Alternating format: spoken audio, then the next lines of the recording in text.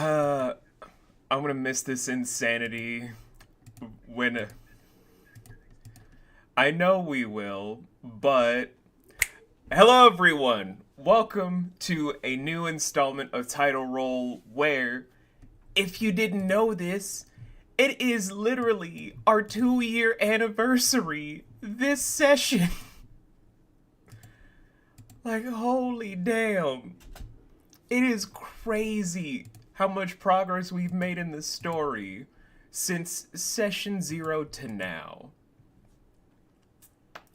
And after this session is over and done with, January will literally be a month full of sessions to make up for the lack of sessions you're getting this month.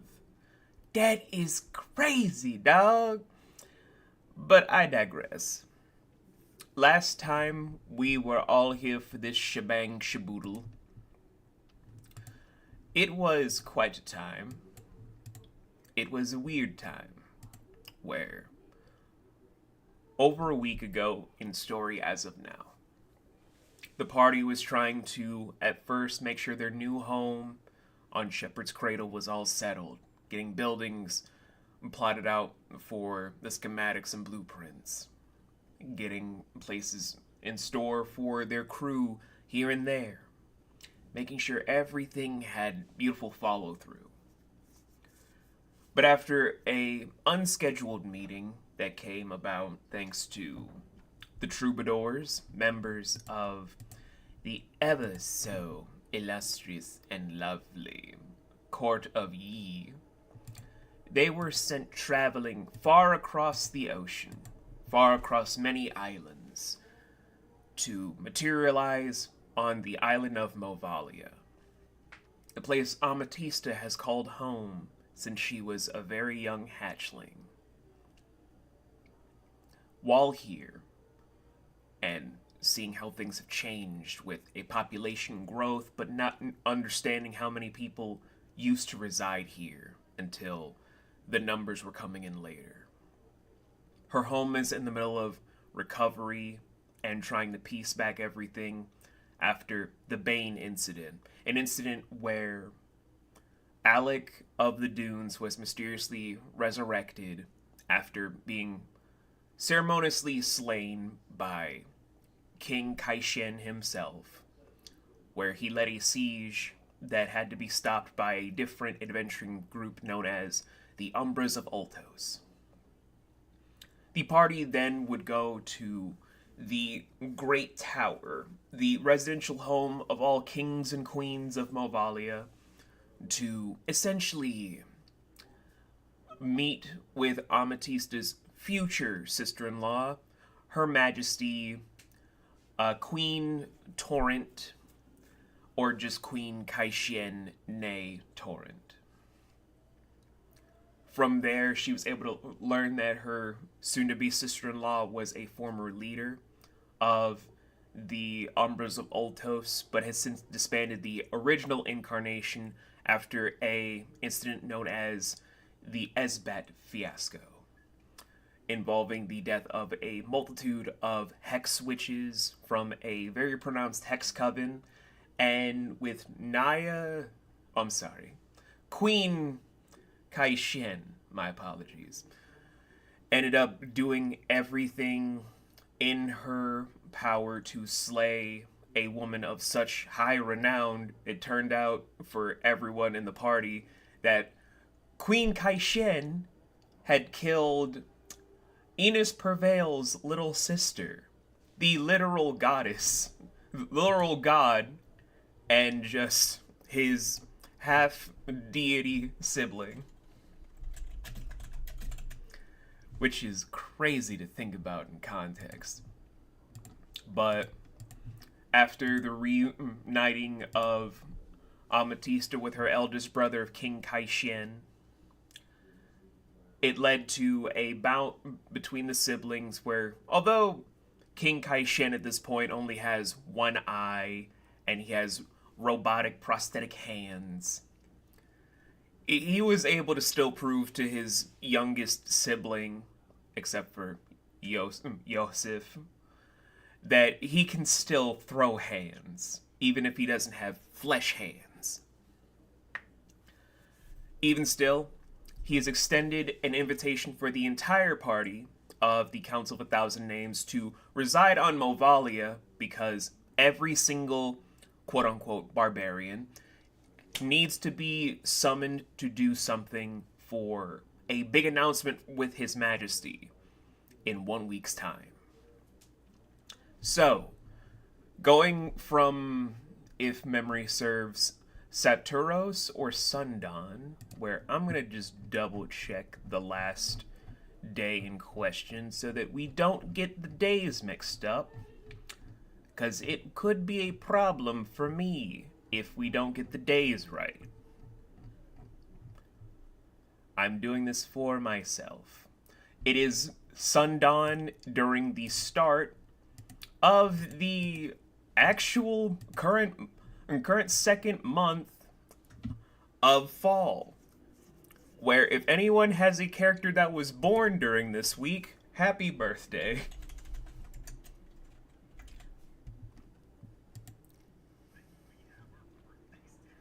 I was hoping someone would have a birthday picked out by now. There are 4 months for each season that have 5 weeks. No one has days picked out. They're just, it's the the second fall month, third fall month, and days are just listed as that. They don't have the wherewithal to be like, oh, this day is this day. It don't matter.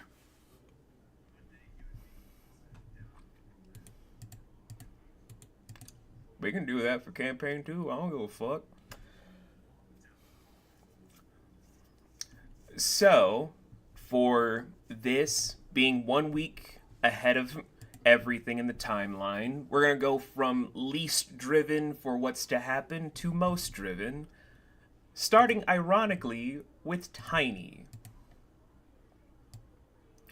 Tiny, this whole week, as you and I have discussed in private, you have been taking it upon yourself to throw yourself into battle with all of these martial people that are able to throw hands the entire week. There have been different hermits, there have been gunslingers, there have been fellow warriors, and of course, there have been quote-unquote barbarians that wanted to be in the pits for a week straight. So, I'm going to have you roll 3d20. Give me the results of each of them individually.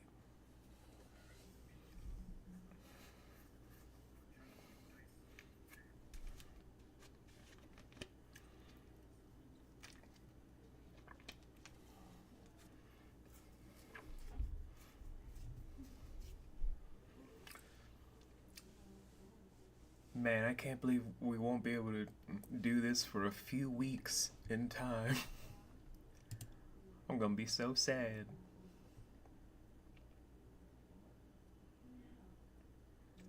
But we all need a vacation.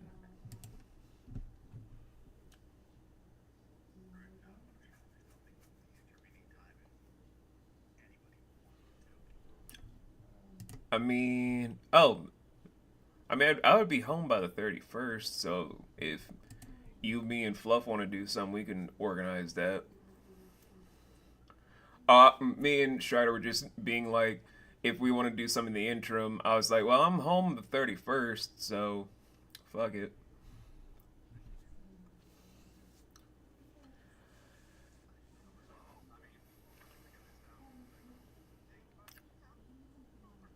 Food for thought. What's goody, pimp? First one is 18, okay. Good, good, good. 14, cool, cool. 11.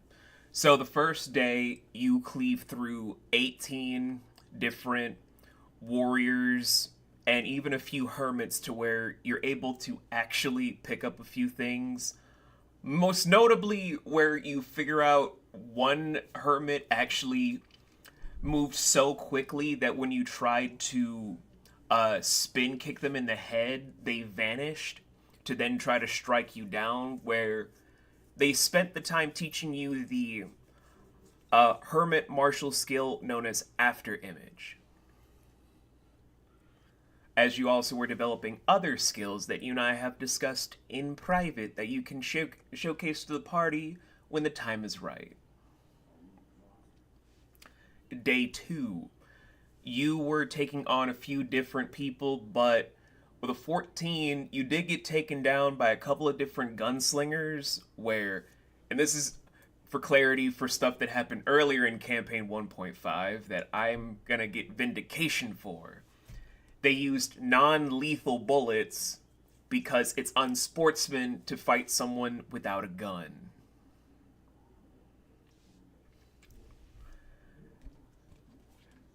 I know at least 3 people from this table that will understand why I did that.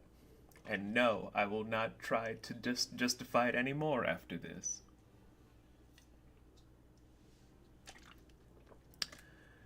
With the 11 for the final roll, where it is the day before we're caught up here. You were actually fighting through the pillar of the Storm Heralds. You made decent waves through a lot of them.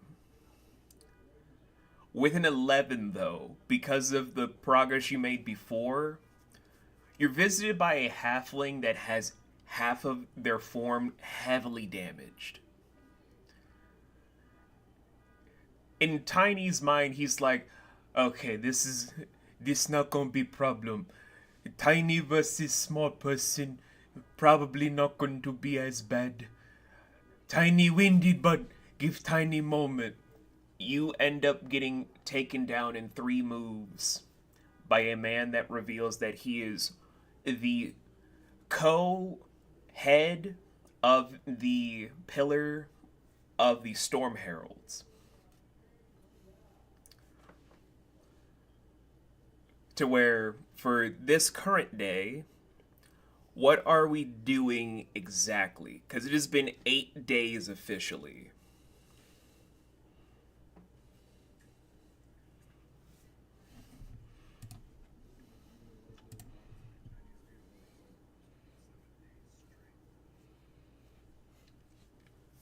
Okay.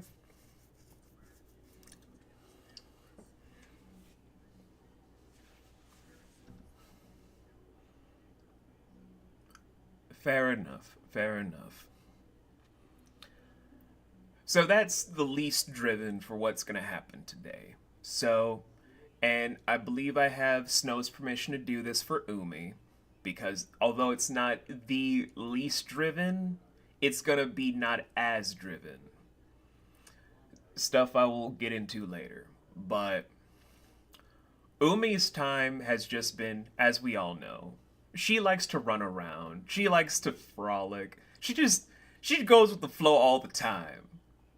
Granted, 3 out of those 8 days, she was a fucking blueberry rolling around because she absorbed so much water. She was like Violet Beauregard in Willy Wonka's Chocolate Factory, just running around till she hit some places to just shoot out a geyser of water to then just go about her business.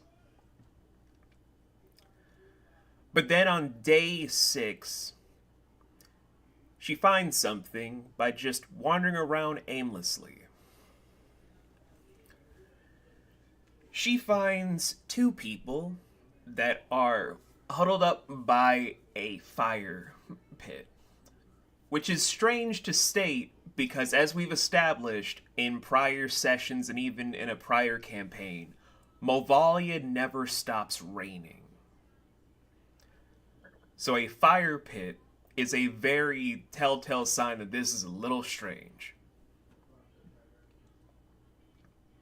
However, what's interesting isn't the fireplace, it's the 2 people around the fireplace. The people around the fire pit, if you will.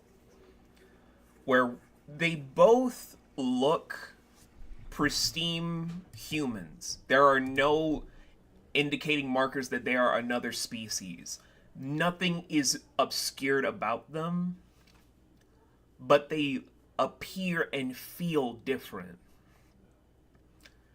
even to where as one of them is just biting off a fingernail to throw into the pit, it explodes with fire, a green and pink fire that then goes back to red and orange. Does not change appearance. Not even a little bit. So Umi will then spend the next few days studying these people, where I'm going to leave that as a small mystery for later. Just a little bit of a nibble that Umi stumbled across something. Just a little nibble. I'm going to come back to this in January. So now, we go to the middle of the road with D's on this heckin' rainy island.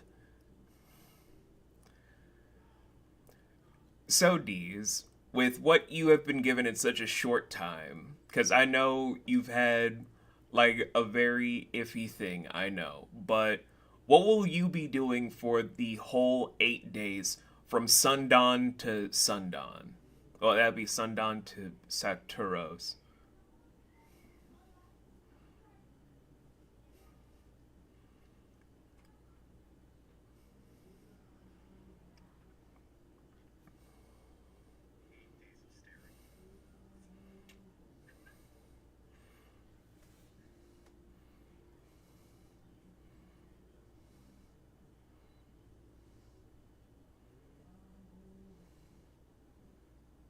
No, it would be sundown. Okay.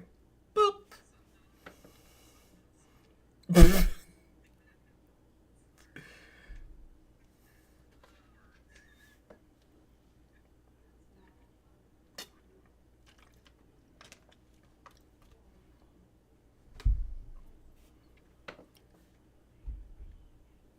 If you have questions, remember, you're at a table that will help you.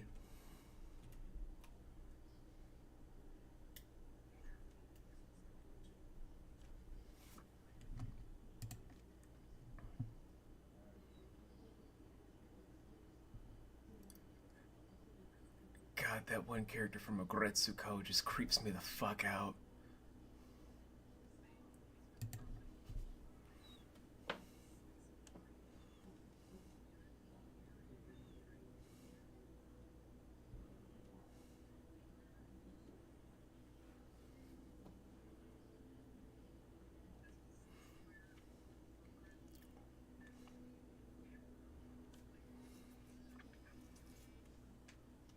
Fair enough.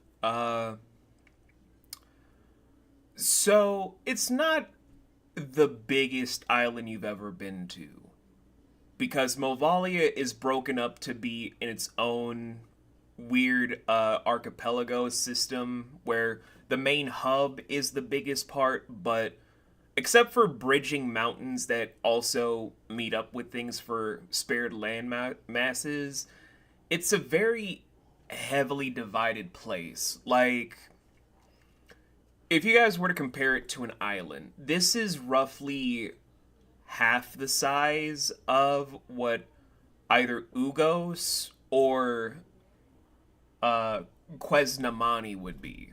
And yeah, Quesnamani was 3 islands put together, but it's at least half of the tri-islands you guys were on for a good time. Like, it's half of Nanrao to Manaru, but not as spacious. There are several different mountains, especially one mountain that has the biggest carvings in it, where it's just saying property of Amy, but with the R's backwards. The O looks like a little diamond patch, and the Y kind of looks like tree sticks, with a little picture of a baby bird face with tongue sticking out of the beacon, the peace sign on both ends. And then at the bottom, it's just written, "This my boulder." It's like, it, it's a little mountain. It's a very little mountain. It's just like, "That's my boulder."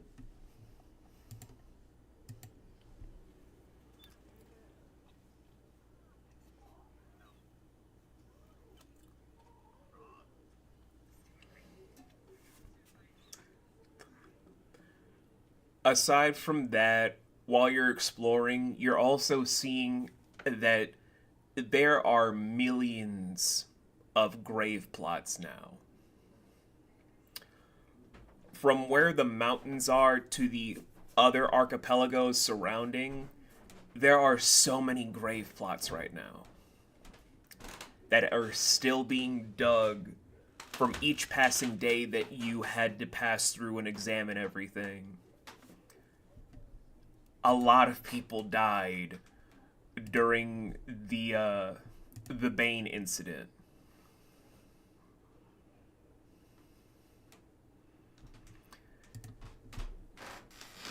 But I don't know how to ask this because Deez doesn't even know she's a Justicar yet. But as a Justicar, what does this make Deez feel?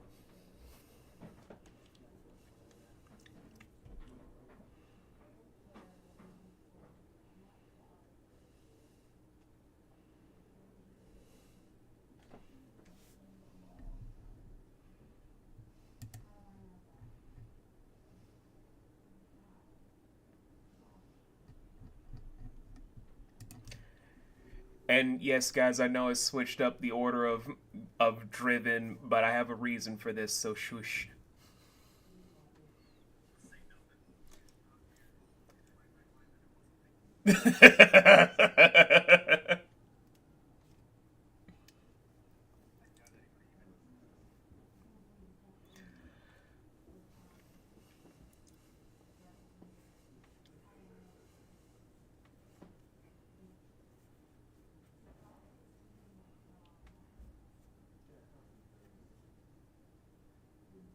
Take your time, man.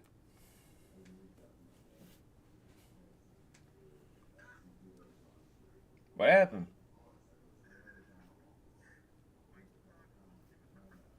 Oh, Isabel, you goofy little bugger.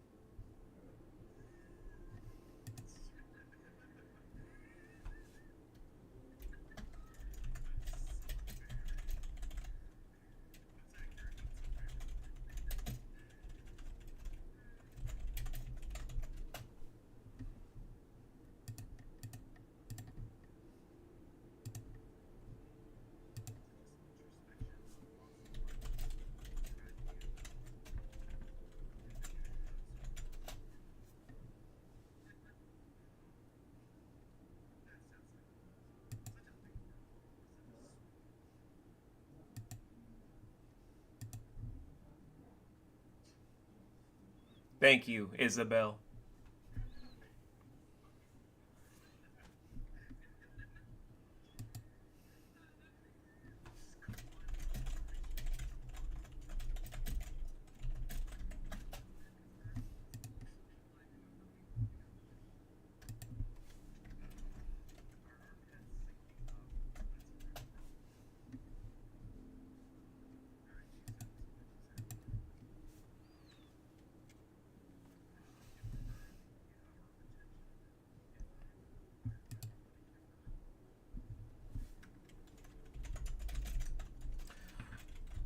But were there any other thoughts you wanted to add in addition to that? I just want to make sure I cover everything in its entirety.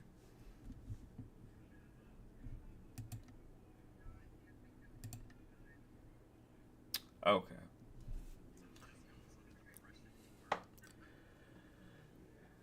I mean, it's kind of hard not to be in a depression tour when it's like, all right, we got throwing another body here.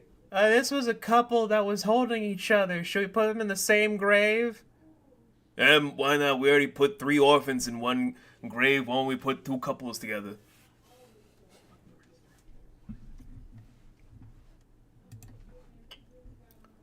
Holes.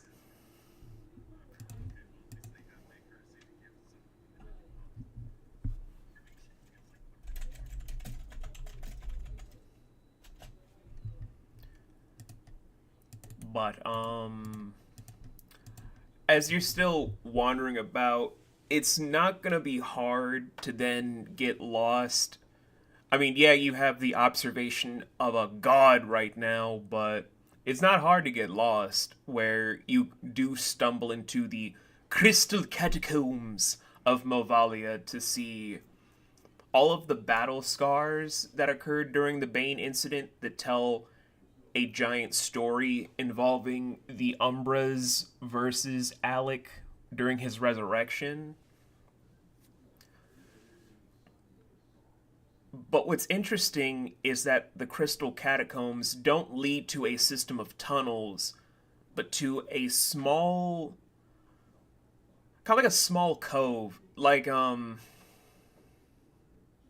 I know how to paint the whole picture, but I think it's better to use pop cultural references with everything for a TTRPG. That's just how I operate for things. But kind of like, yeah, kind of like the final fight for Jack and Will against Barbossa in the first Pirates of the Caribbean movie, like that kind of open space with the open roof, like a honeycomb, small driplet ponds surrounding a platform, that kind of thing. But there's crystals surrounding it to even make a gem like mirror glass panels litter throughout.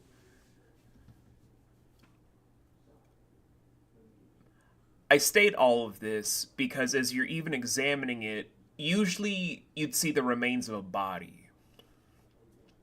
You don't see a small remnant of anything related to Alec in this cavern.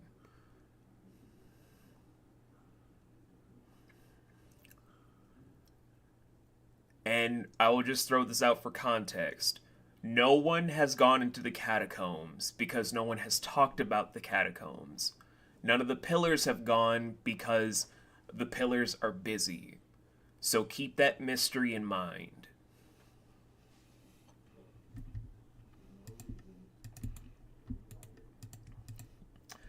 But we will just put a pin in that right there because now we're going to go to a man that had to be on his own for a while, for a full week straight. Volan, would you like to share with everyone what you were doing for 8 days?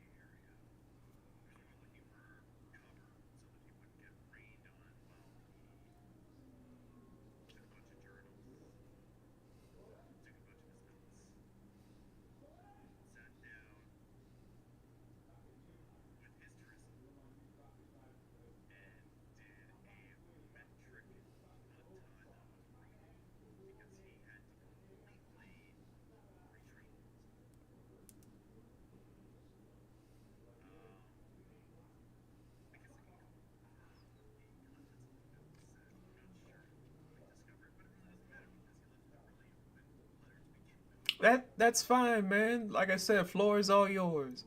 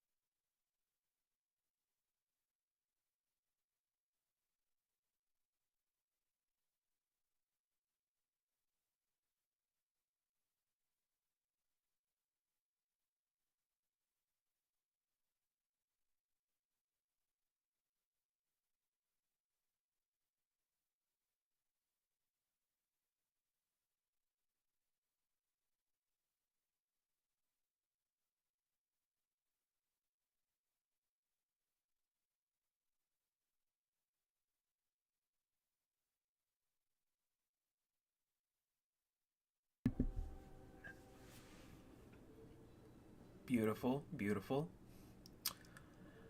So, appearing back towards everything at like the center of the main island base itself, dressed in a very casual appearance for Volan, where it's a very decorative coat of sorts with tailor-made pants that also are matched up to be with uh, kind of like very high up boots that also are angled to support his own draconic feet. And even with gloves that are specialized to even have, uh, as Gabriel has stated them, claw holes for his nails, and adjusting in a, for the time being, ascot because of every goddamn it, Fluff. You son of a bitch.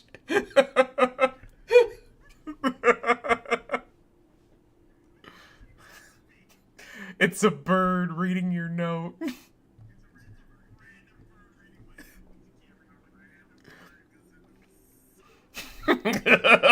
You bitch.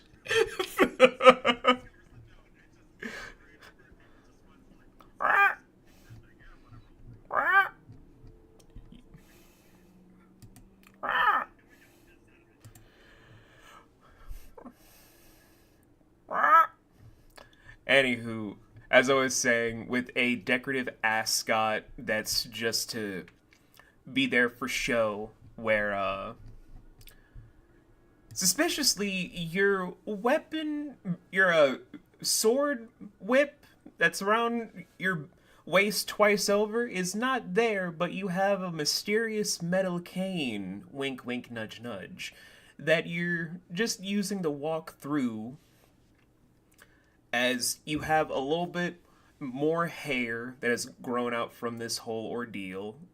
Kind of like down to the middle of your spine, kind of length. Very nicely framed to your face to have some race down your shoulders. You look wiser.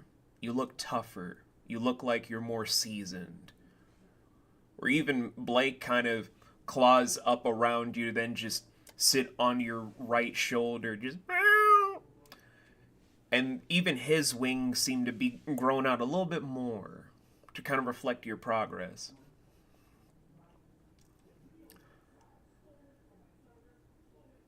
It's on this day where I would love to get into what Amy has gone through, but I think it's best if I save that for later, because it is a doozy. I will say this though.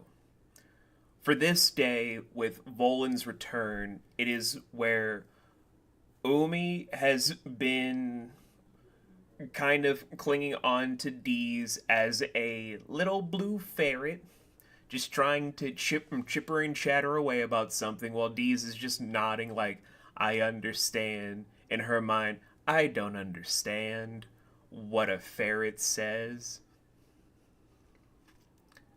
Especially a blue ferret.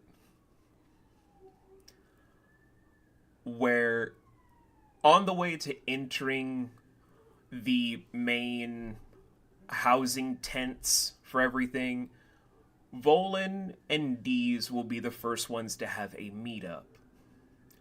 What do the two of you want to do as a discussion after not seeing each other for 8 days straight?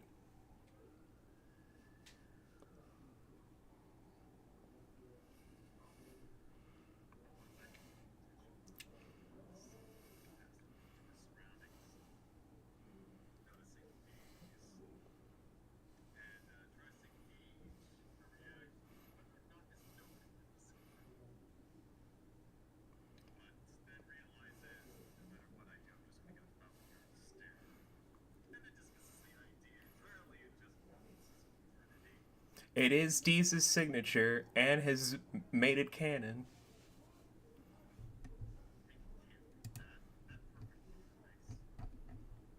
Take her to Vegas.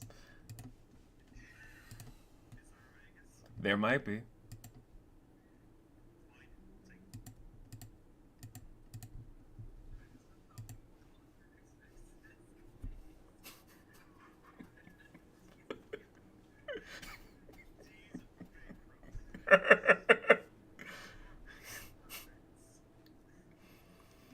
What is going on in that goblin's head? She must be thinking about how to cheat us.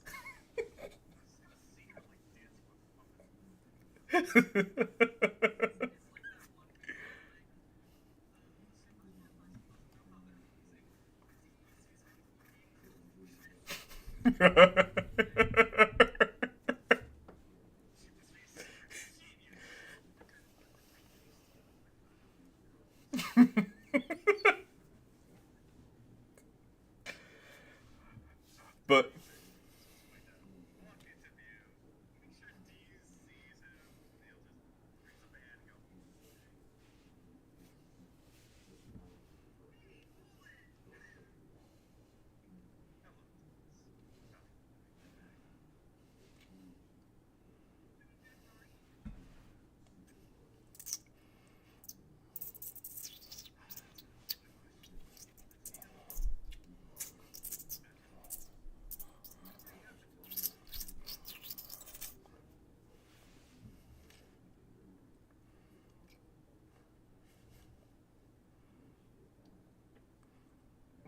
Ferret Umi just tilts her head in confusion.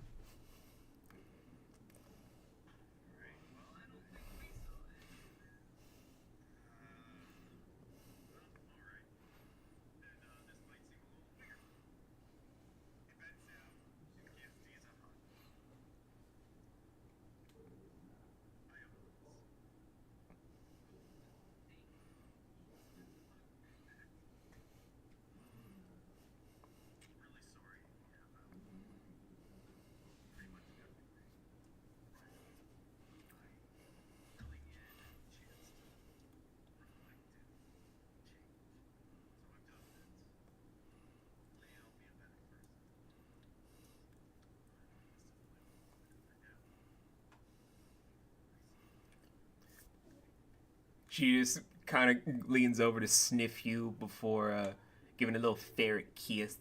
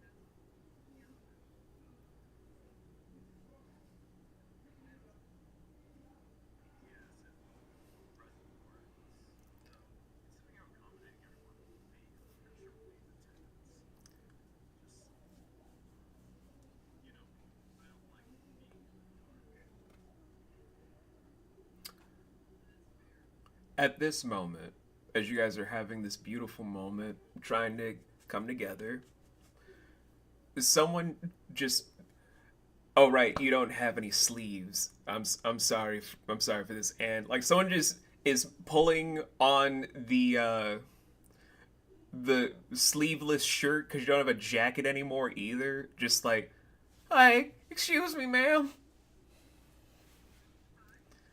Yeah, um, Have you seen Pillarhead Zarnul?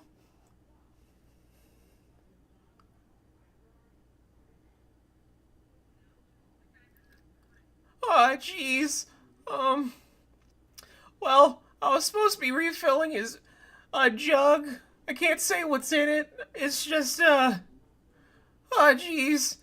Um, see, I thought you were one of ours, but now that I'm getting a closer look, you're not. So I need to be going. And you just see like this poor dwarven man just pulling a jug that's twice his size to the right of you guys, leaving a massive trail.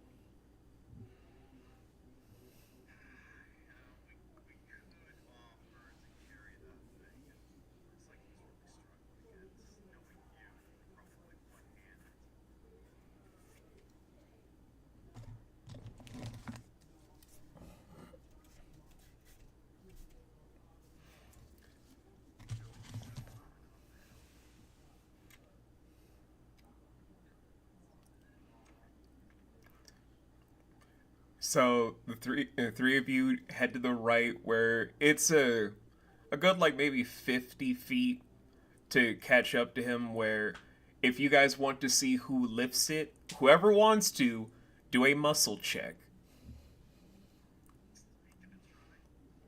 Yeah, last time you did, you threw your back out. I remember.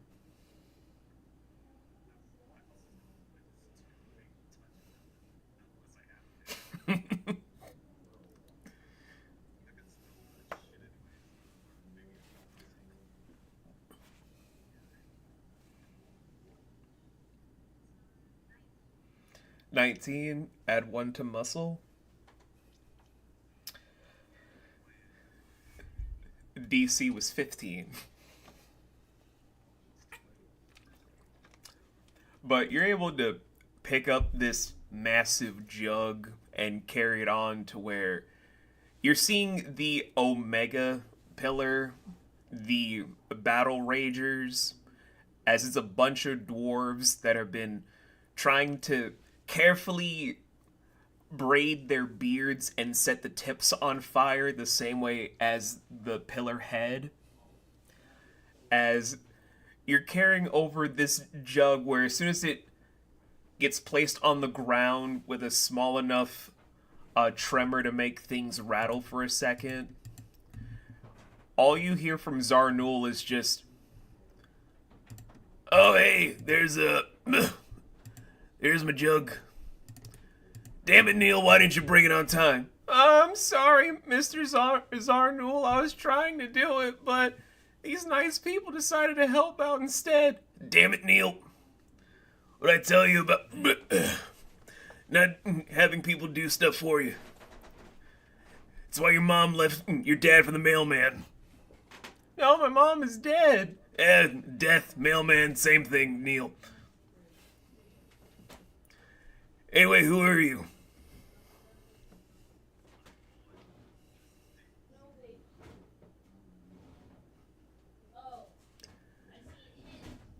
"Your small friend. Your small friend looks like a prostitute." "I still said what I said. Anyway, what are you doing here? Why'd you help out Neil?"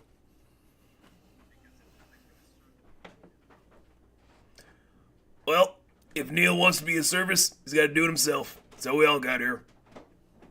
As he now opens up the jug to fill in 17 smaller jugs. "Thank you, Snow."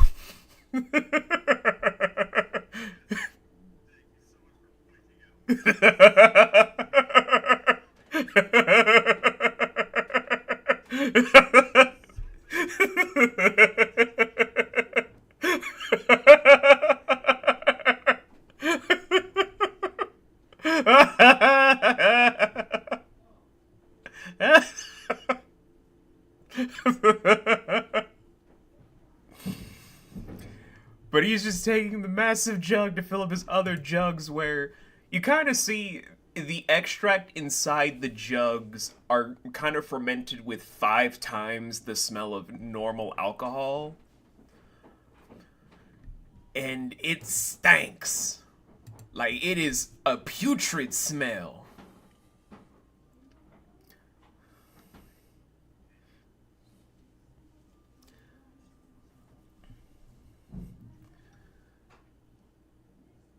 Drink, what the hell are you talking about?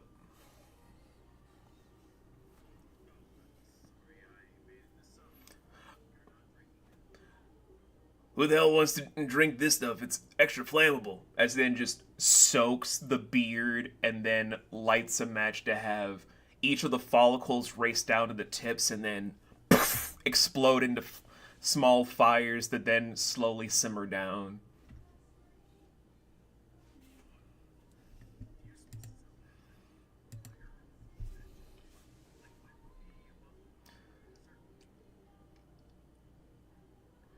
You must be very fun at parties. Cool. So, you guys are guest. Whose guest are you? I didn't approve any guests.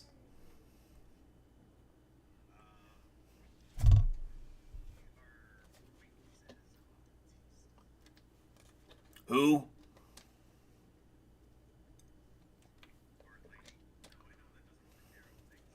Nope, does not.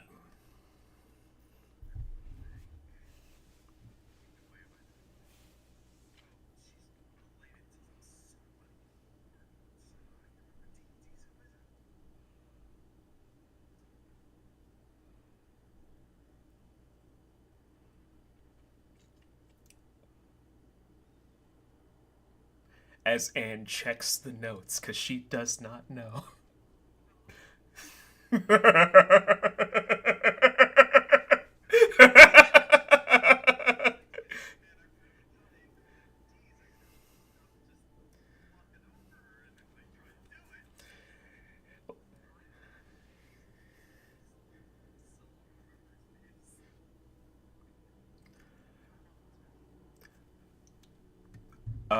It should be not that far up in the recap stuff, because if if you want some help remembering, her siblings are James, Scheherazade, aka Hera, and King Kaishin.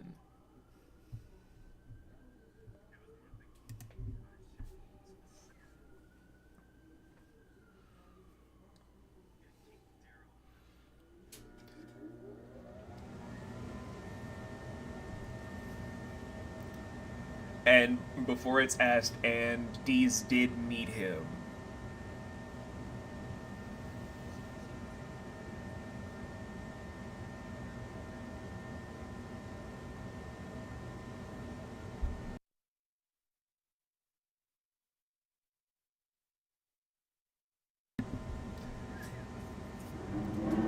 The moment you guys just say his first name so casually, every dwarf just stops in mid motion trying to set their beards on fire to then just slowly turn their heads into Deez's direction.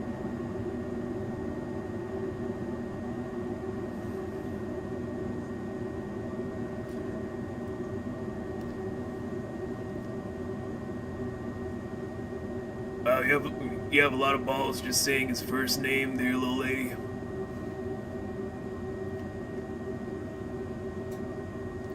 No, it's not really an offense, as he's digging through his beard to take out a flask of scotch and just start drinking.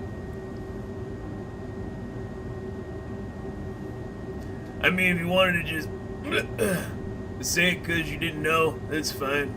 A lot of people don't really know. It's still new. I still remember when the guy was like a little kid.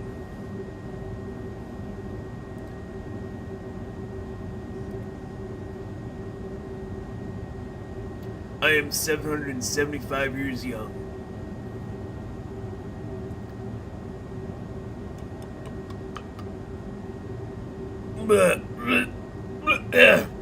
Damn it, Neil. My scotch is getting soft. Ah, jeez, Mr. Sorry now. I'm very... It's our Newell, you bitch! Throws the flask at him where he gets beamed in the forehead.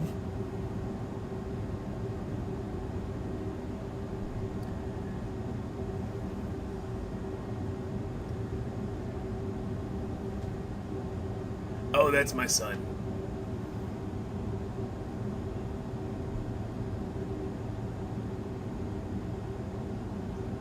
It's fine. Anywho, I need to get to a meeting anyway. Can someone get Neil up the hill for me? I'm not gonna do it. And just starts to trudge along, drunken half-step left and right up the hill, because he got 2 left feet and he got no coordination.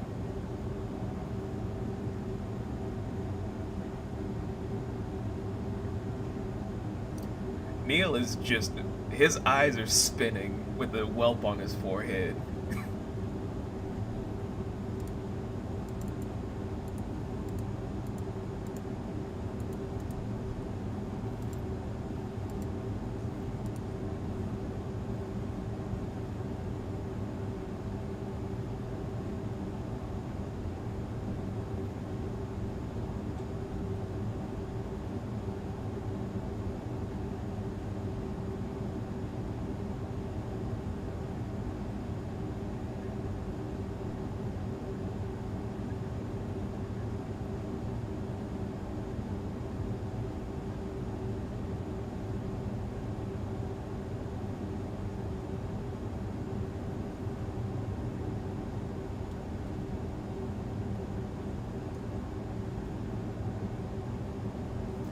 As Dees takes a moment to think about that, wet footfall just starts to peter through in the distance of a man in tattered clothes, like ripped up pants and shirt, and just muttering to himself, where, as you're waiting for Dees' response, you see Tiny with hair a little bit more disheveled, his own man buns a little bit more raggedy, as he's just reciting stuff to himself, just about to be out of view.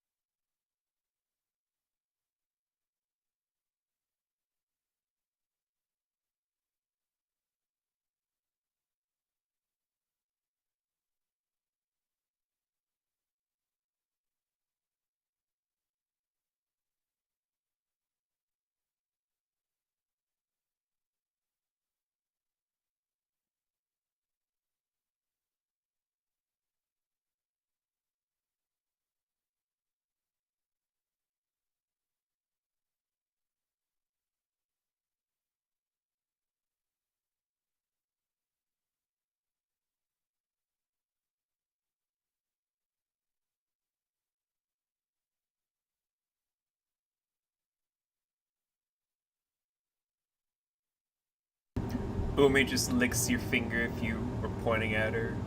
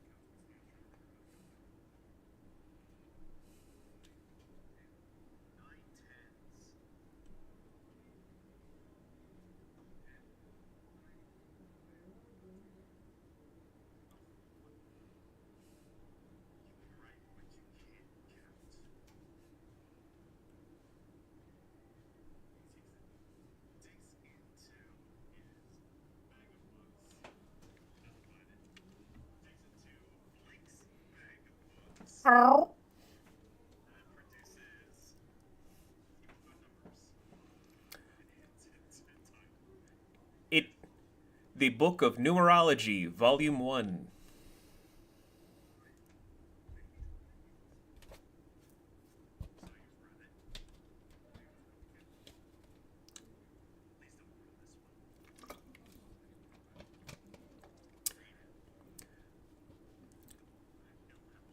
What you what you also notice is, much like every book that enters Volan's collection, each page is laminated.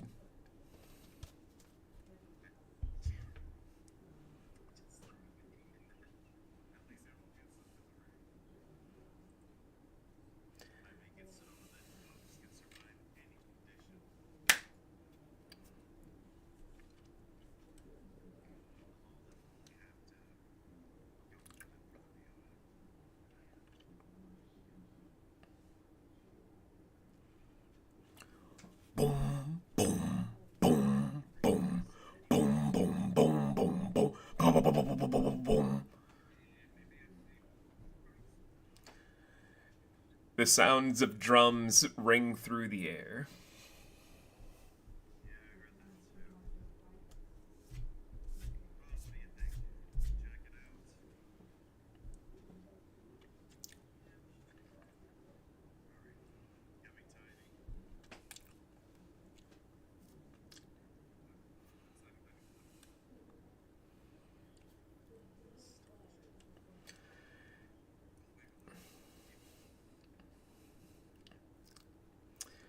The sound of drums leads you guys towards not the dome, Thunderstrike.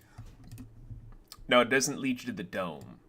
It leads you guys back to the training pits field, roughly to the far left of where the dome would be.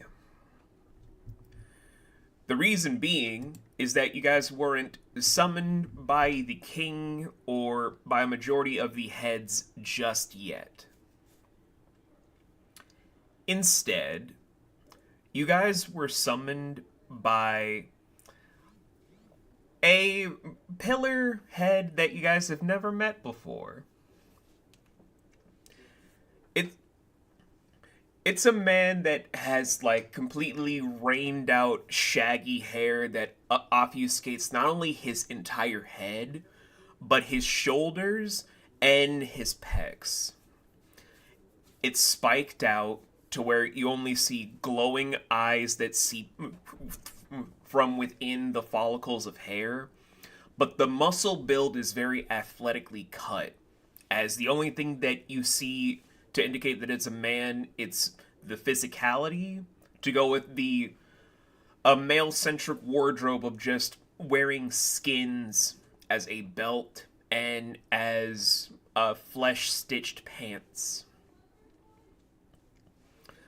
As he's joined by several people kind of in the same condition but with different style arrays of clothing.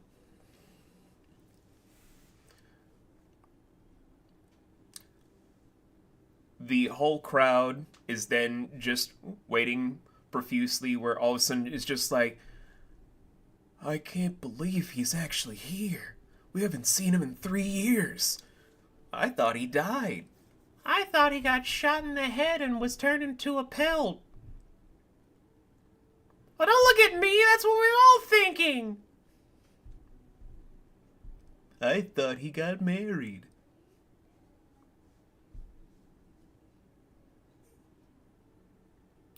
As the small murmurs start to fizzle out from the crowd, all of a sudden, the guy stomps through where, with each step, leaves the imprint of two distinct different animal footprints.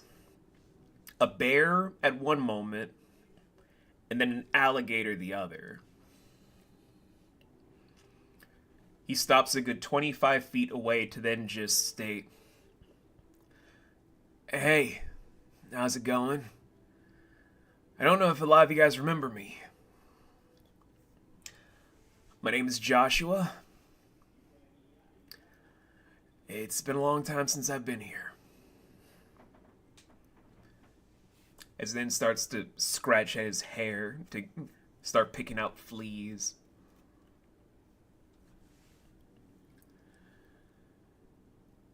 It's been some time, guys, and honestly, it's a little bit funky.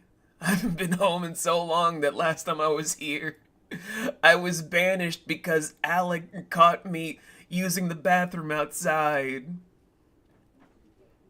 Everyone just starts to give polite chuckles, just like,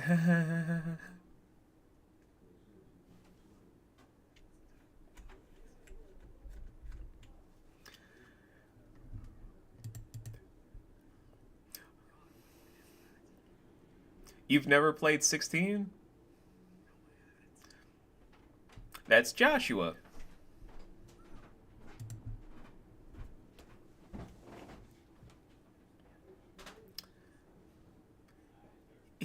He grows into his face.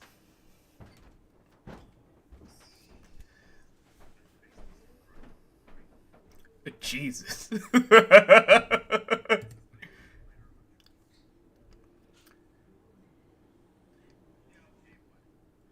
it's just it's just as a kid he looks a little bit like a weird disproportionate animal or Barbie doll.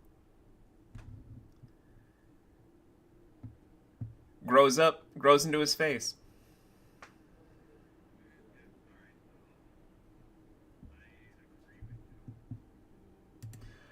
But after getting the fleas picked out of the hair, all of a sudden Joshua continues again because it's a lot of fleas, it's a lot of hair.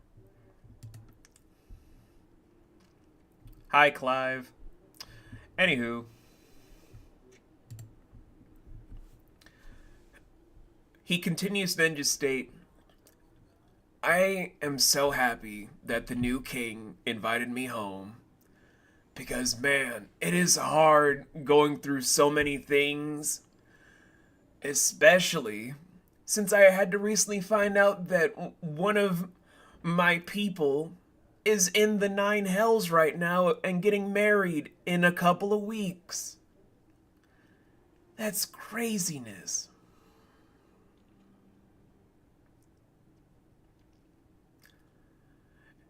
You then just see the eyes dart about before just locking in on looks to be a trident, just raising their hand, where he just slowly gestures his left arm, where as soon as he just points, it's almost like a reverbing effect that makes his muscles just shoot up for like a hot minute, looking like they're twice the size of what his natural arm looks like, before just settling again to look like spindly limbs of, yes, you.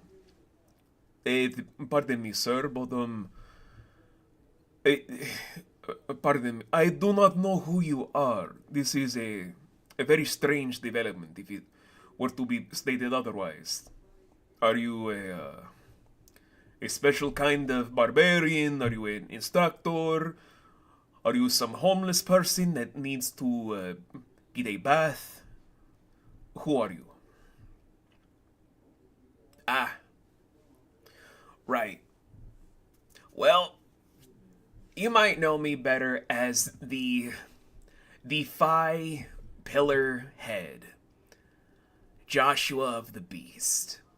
With him just stating that, you then see a mass group of around 250 people just come out of a camouflage to then just let out a cacophony of howls of different animals as their quote unquote barbarian auras take the shape of said animals, making every one that's a quote unquote barbarian go on the defensive to almost draw out their weapons, with Joshua then just relaxing his shoulders, kind of just shifting them left and right. We're not gonna hurt you guys. This is home. We're family, right?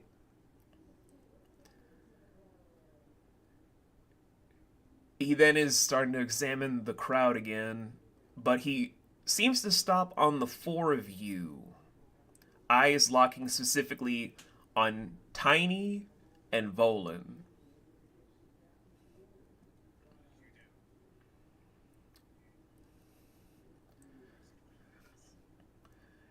You four. The three of you and that weird looking ferret that's not a ferret. Come here!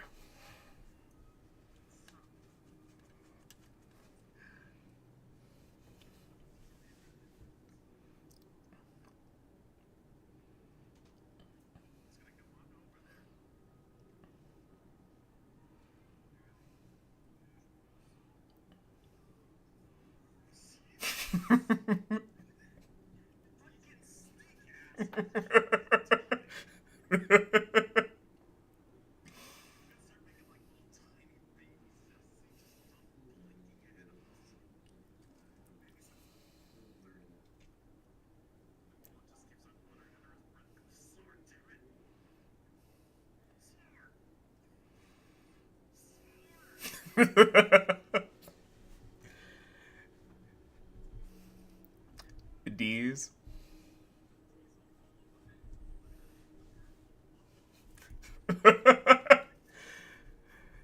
D's and her stubby legs just like do do do do do, just walking in the rain. As soon as the four of you, three in your normal appearances, one as a ferret, all you kind of see is Joshua keeps 5 feet away from you guys. As he's just looking you over, then just. You guys aren't barbarians.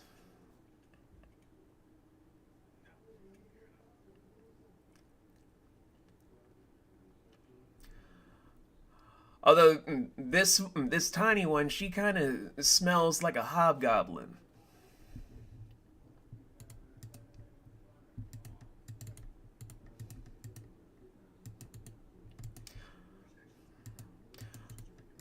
Why do you have that smell on your mouth?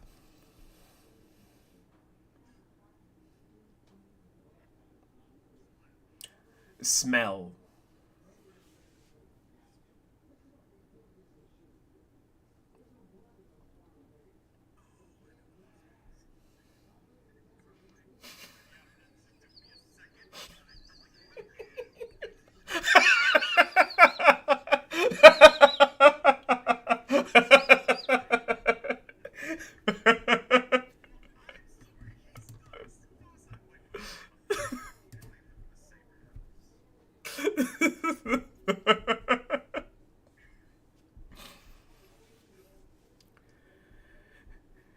Today's top news, not D's. She's a bottom.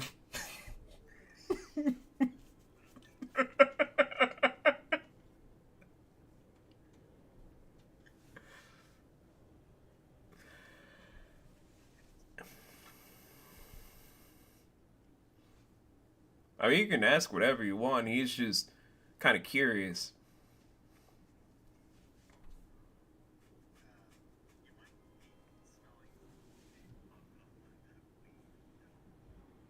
Oh, that's cool.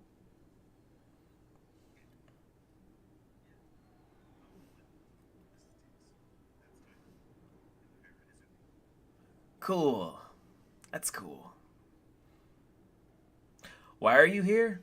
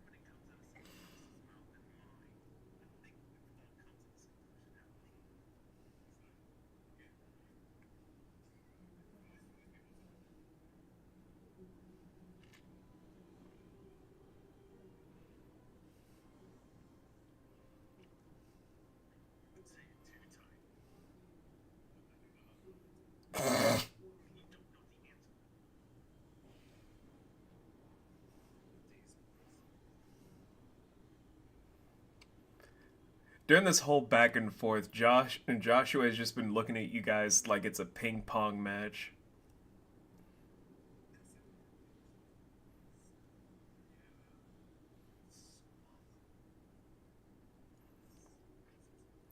No one would ever be able to tell you guys are friends if not family.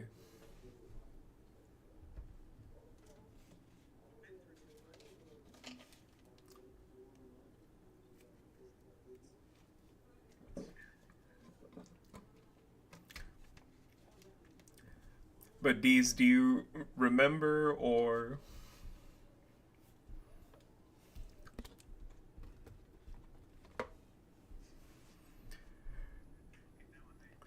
Because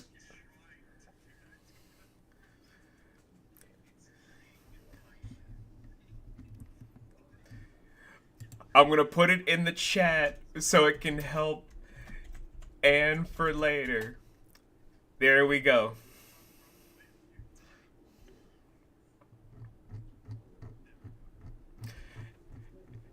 I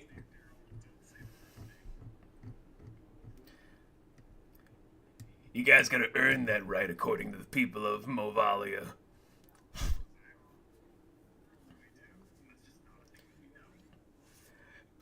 Amy gets a free pass because that's her big brother, obviously.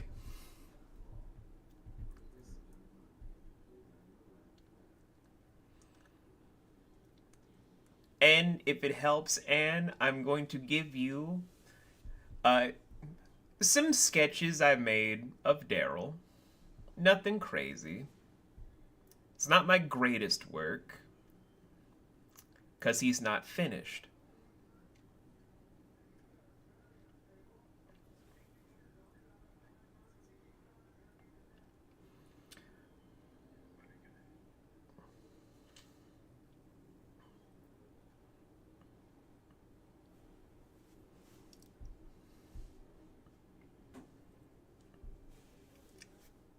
He only has one eye, his left eye, which is robotic. The other eye is dead. It has racing scars over the right eye, and it is blind there. He only has one eye.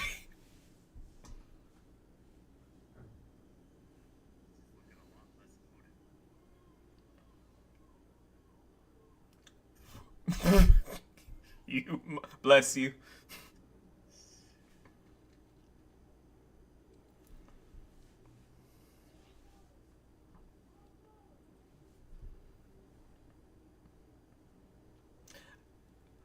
Fuck, Daryl has a better beard than Clive.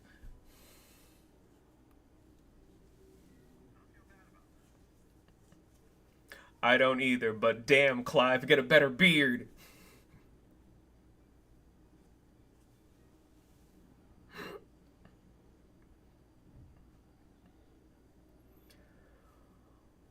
But whenever you are ready, and we are ready.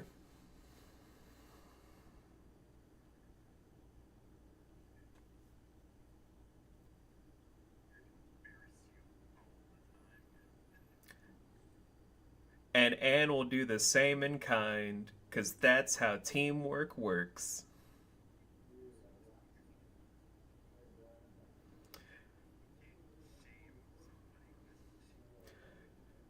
2 years, baby! 2 years and going on.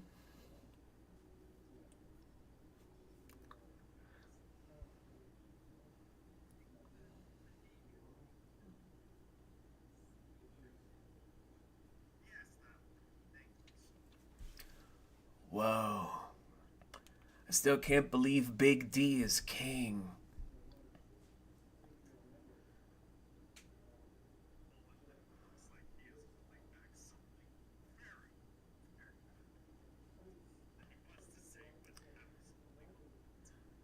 Seems like only yesterday he was bench pressing everyone in our graduating class.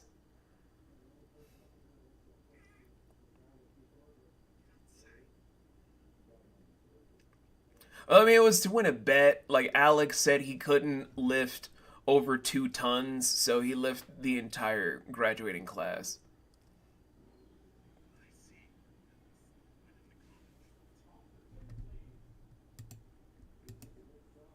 I thought it was.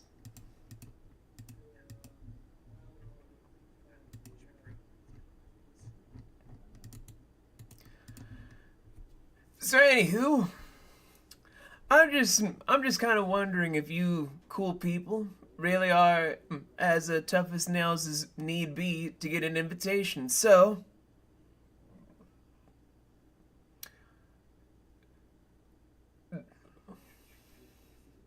I mean, it could be.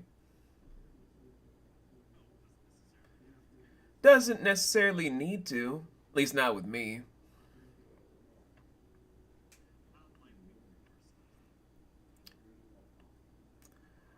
I'm kind of reading the two of you to where I'm like, the best way to kind of deal with a problem, you guys got to fight amongst yourselves. I kind of feel the way that I always look at prey, like I got that hunger inside. But I don't do it out of malice things. It's for feeding. But if it's from malice, the meat doesn't taste well. So that's what I want you guys to kind of do. Prove that you're tough as nails and then purify the meat to not have tension.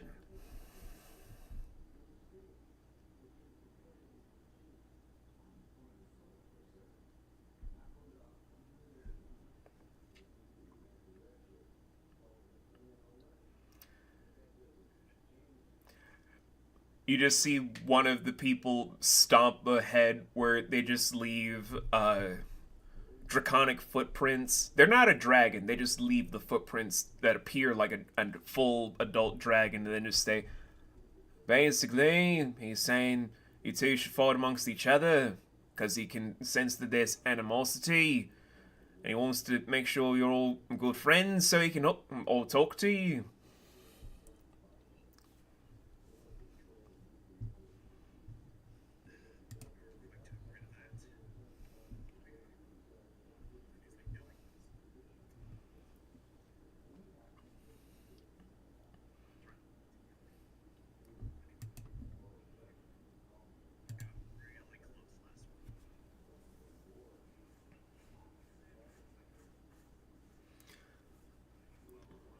All right, guys, clear out, clear out. You small person, you're a doctor, I think. I don't know. You look like a doctor or a nurse or one of those people with a restraining order.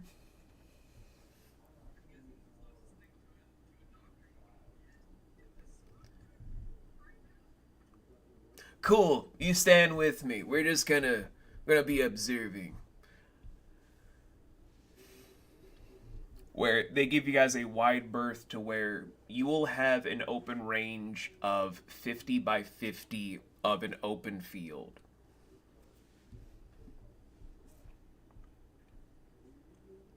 So, if you guys want to, initiative can be rolled by the two of you.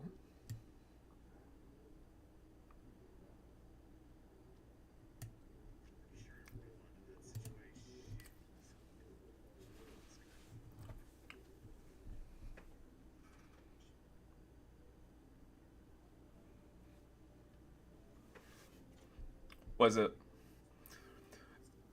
This is standard action, so it would be your finesse modifier with this.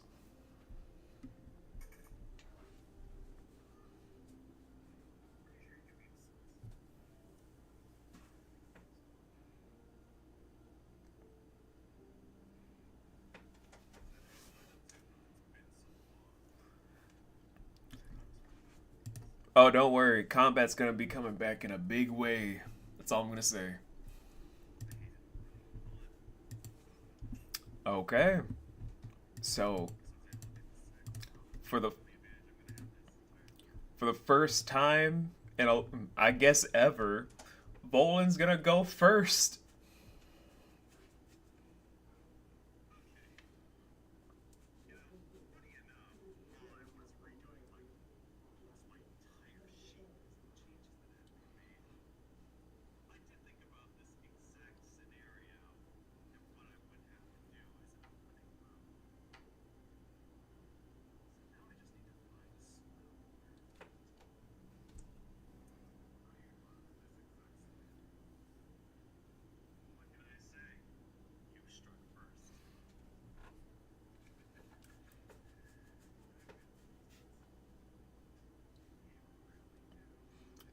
I I just see Snow across the table eating popcorn to all of this.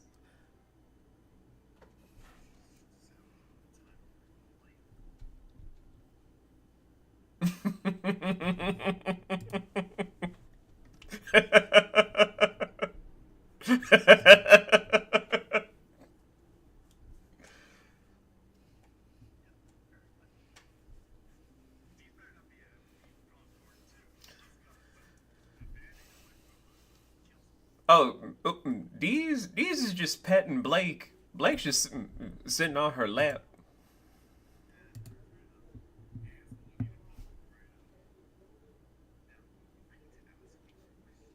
What's goody? Uh huh.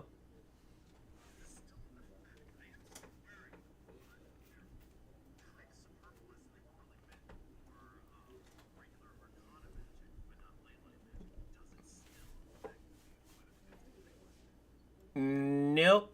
Not unless you want him to.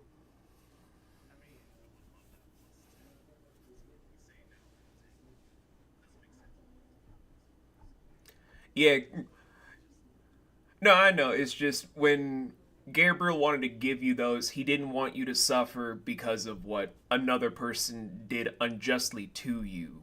But now that you can stand on your own, it's like, do you want to still need them, or can you do it by yourself?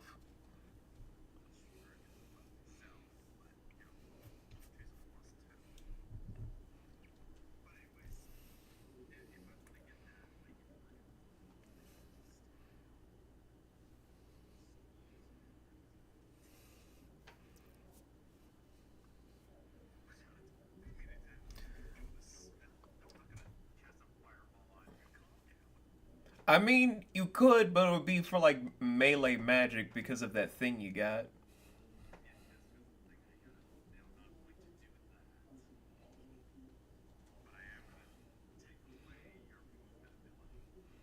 Oh. Oh. Oh.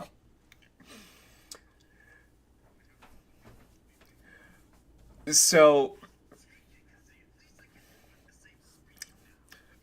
for visual sake now, because with this change also comes something that is gonna be more prevalent as you guys are gonna be, even if you don't accept it, being wave makers.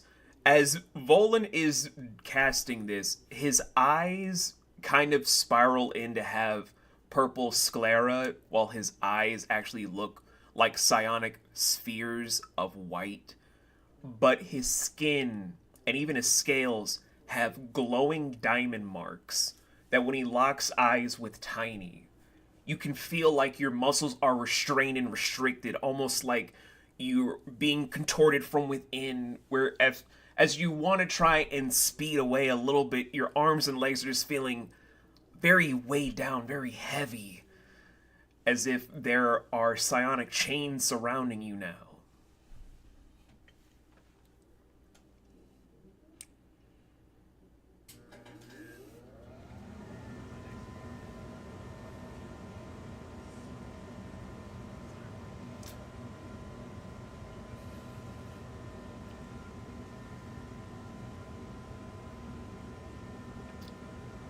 Just coming in with the big hitters.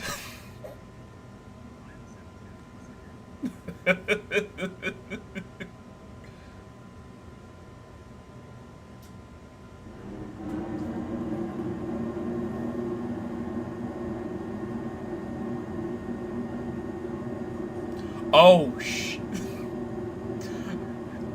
not only do you add +2 to that, but you don't even feel like you feel it racing up like shadowy veins coming from the cane to try and hit you, but you're able to just muscle your way out of it, where you're just kind of like, ooh, a little bit on the uneasy side from that.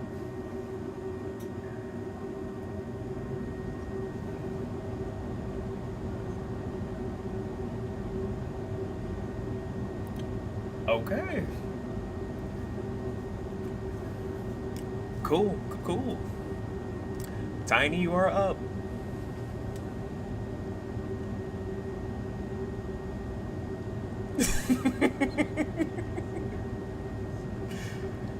He's Batman.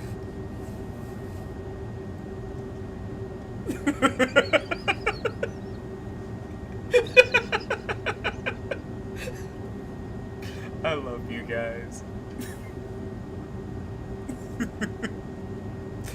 All right, Tiny, what you got?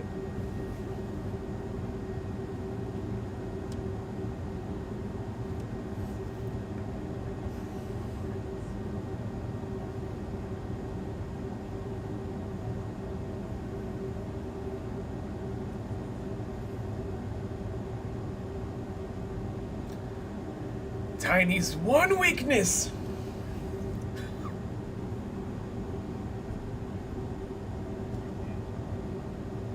Or does he?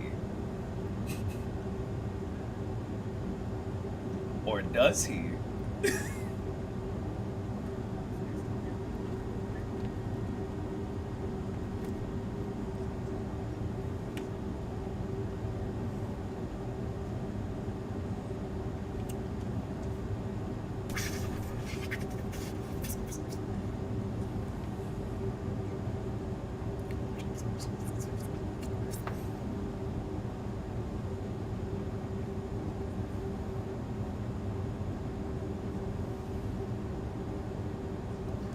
Oh, shit.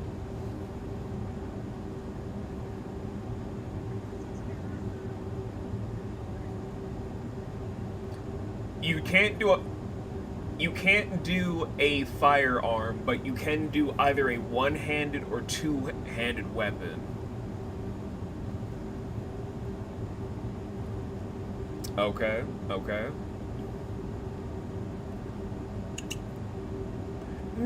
Not anymore. Like, what one-handed weapon are you thinking of when you're making the construct? We're gonna make it easier, because rolling for it, I'm like, it takes away the magic now.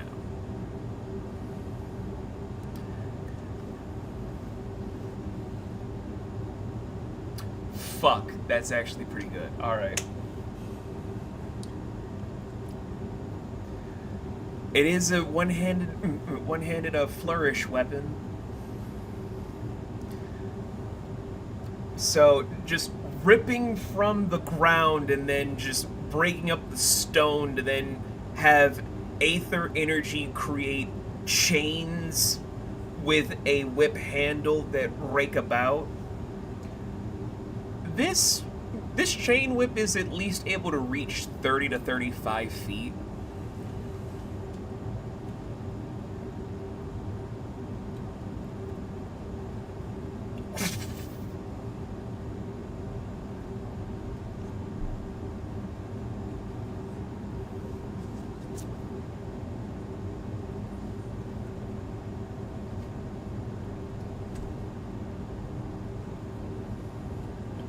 Let's see if it hits to do so.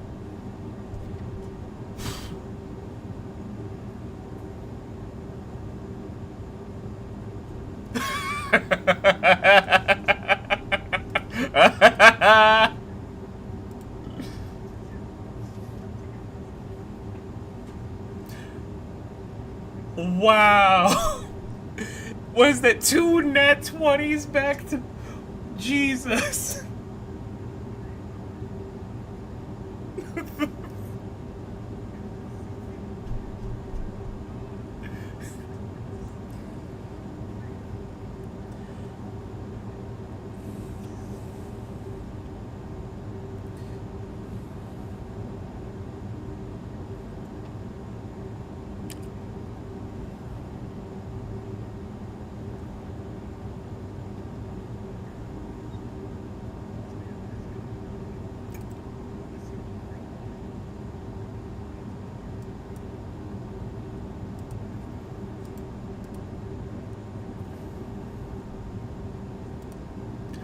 Oh, fuck.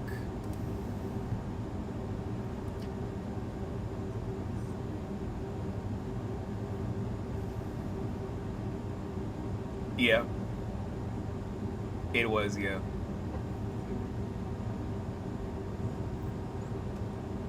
Yes, yes it was.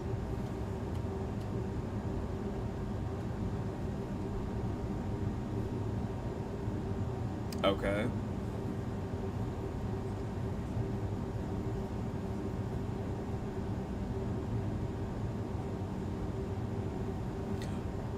Okay.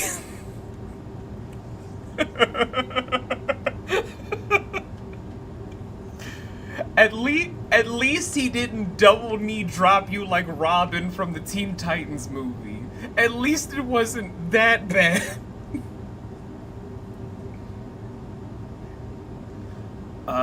I think that's a contested either... Well, for you, it would be athletics. If he wants to try to get out of it, it would be acrobatics.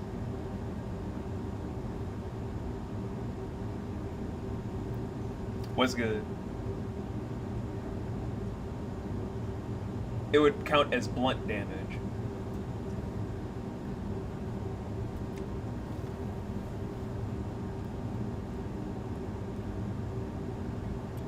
For your acrobatics.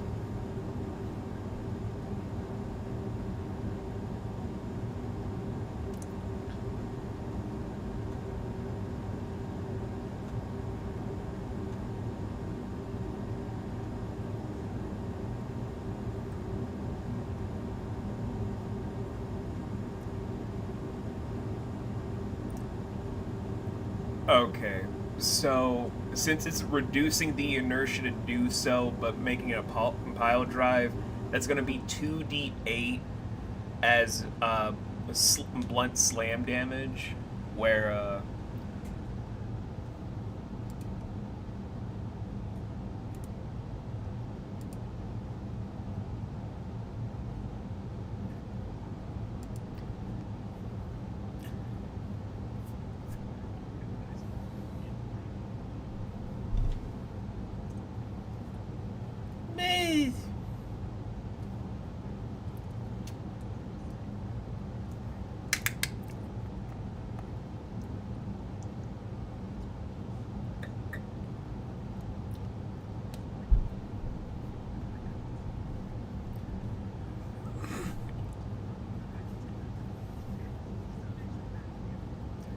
it's not about being mad. That's the point of this.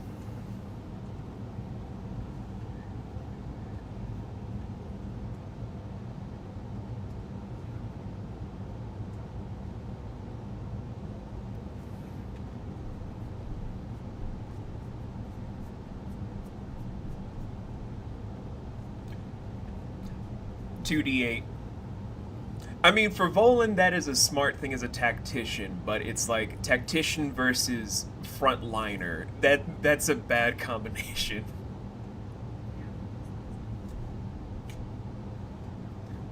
It's not bad. Emotional damage.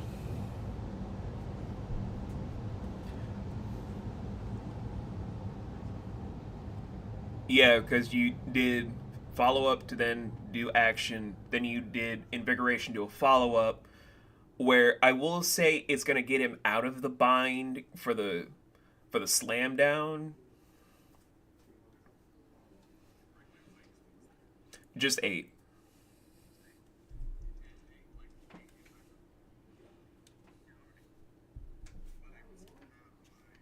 Action.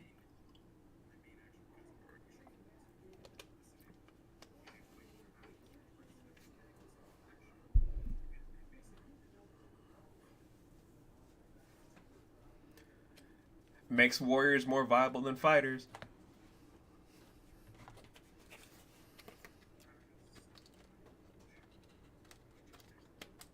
Okay.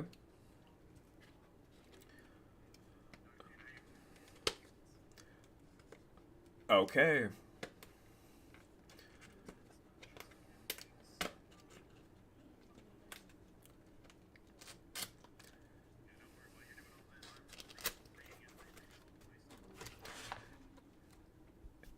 This is a fun time for the game makers to also understand the future of the upcoming campaign to come with all of these new things coming into play.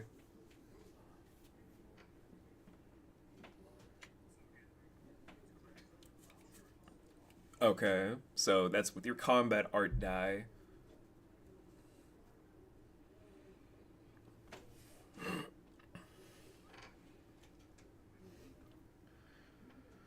I think it's a D8 right now, or D10. I gotta look at the table again.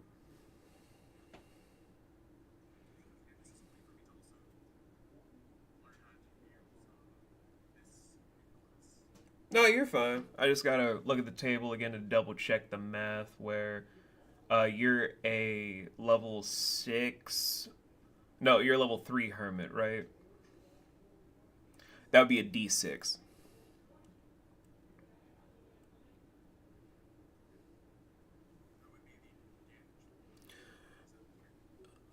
That is the damage you roll if you're able to hit.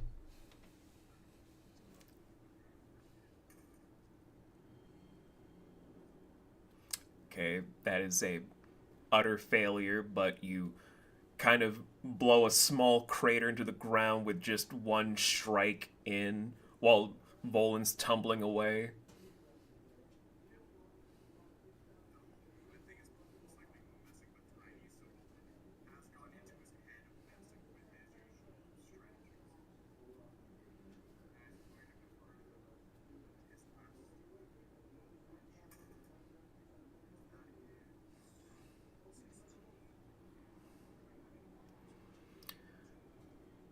It's not a signature weapon, so no.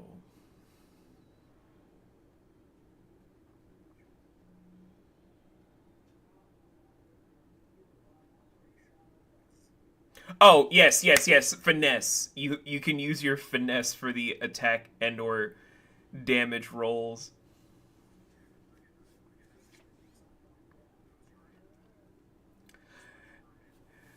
I can't help it. I like throwing hands, but yeah, you're right. You add your finesse to it.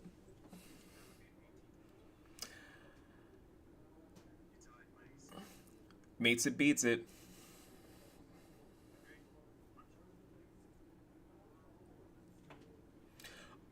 That is Vorpal. That is Vorpal.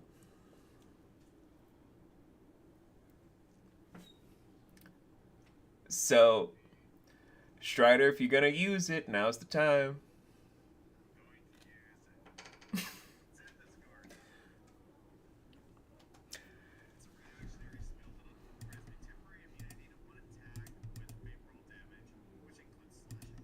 Slashing, piercing, or impalement.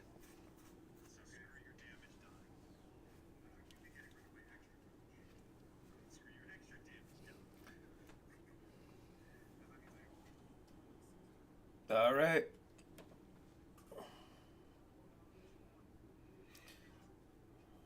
All right, just straight up one where you're tumbling to stand up, where you see him protruding out his nails for a strike. Remembering the impact from before, you raise up Xanthus guard around your body in a way where the dark purple aura that surrounds you like a blanket takes in the slashing to erase it, but you still get pushed back a good 3 feet from Tiny's own natural blow.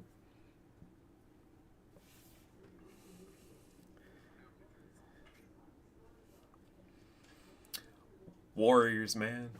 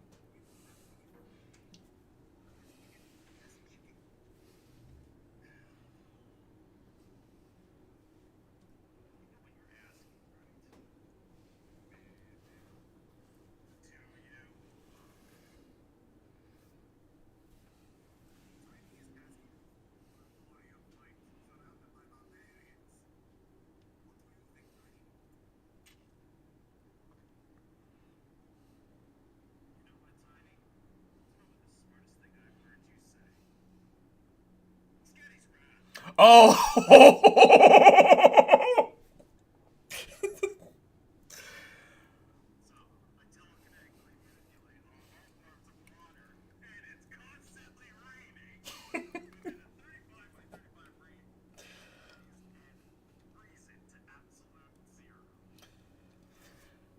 Who?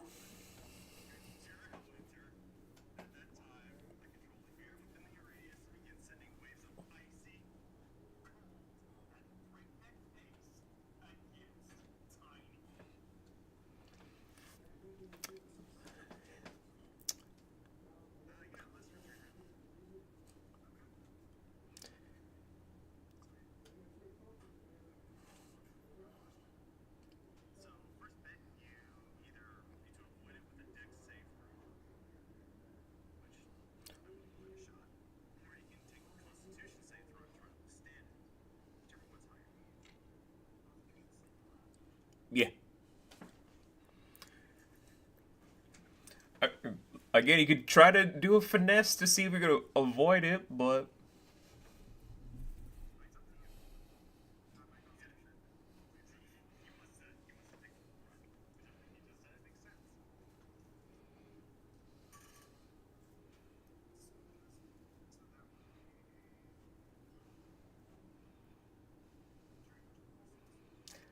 damn.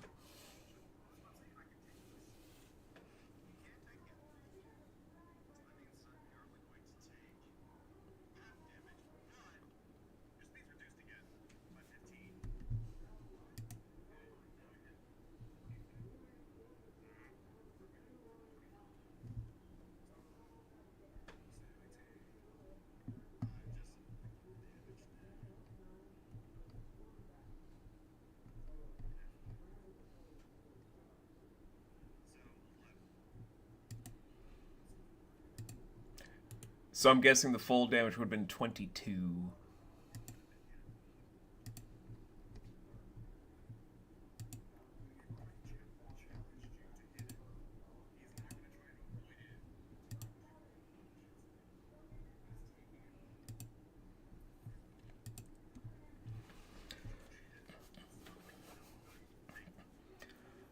I will say though, it's from the metal arm that you see the psionic energy pulsing out to hit you at breakneck pace, with diamonds protruding from the fingers all the way up the arm.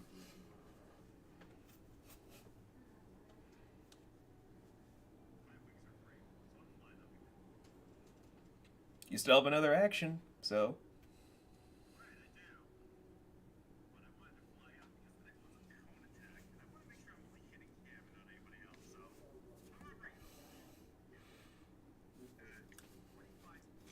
Okay.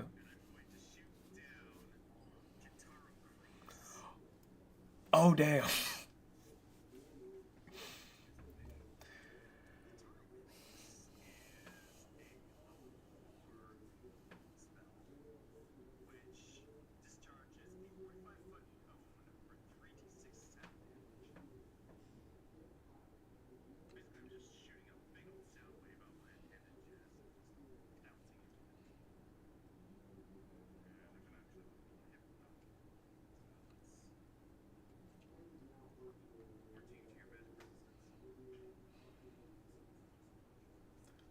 Yeah. Oh, shit.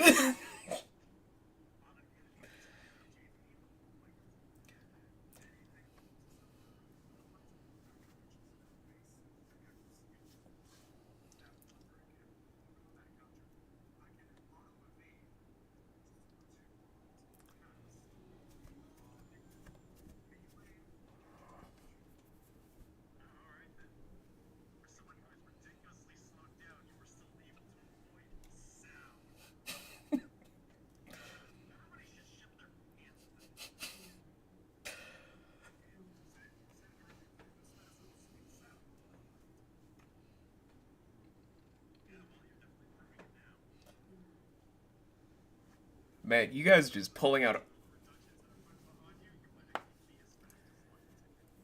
just my you guys are proving your level 9s on the cusp of being level 10s right now. Holy shit.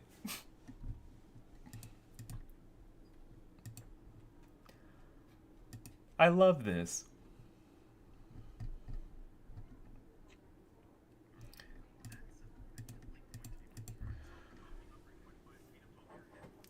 True, but I will say, even though you avoided that, you're still stuck in Scotty's Wrath's effect, Tiny, unfortunately. And for you, Volin, I will say, just to be fair, the sound cannon left a brand new training crater when everything is done, as it's slowly making ice shards to be within the crater itself.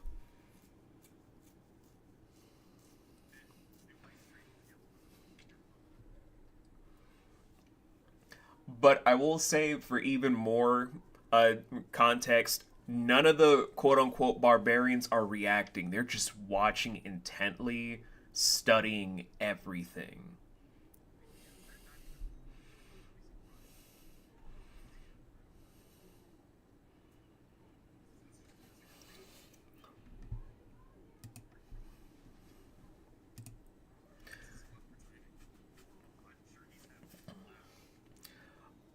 right, Tiny, it is your go.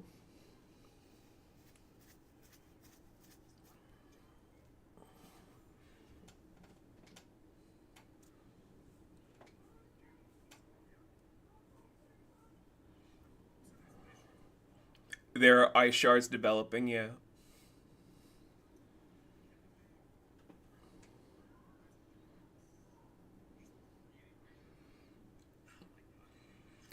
If you're able to hit them, you can do anything.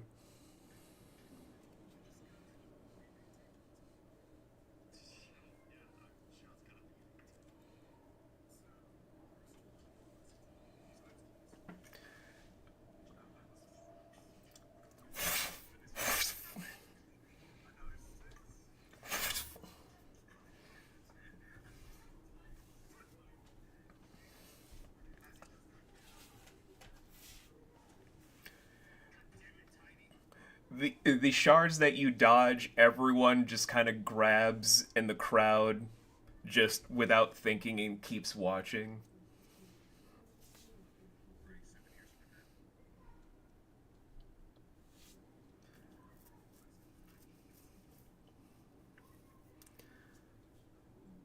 But is that all Tiny's gonna do?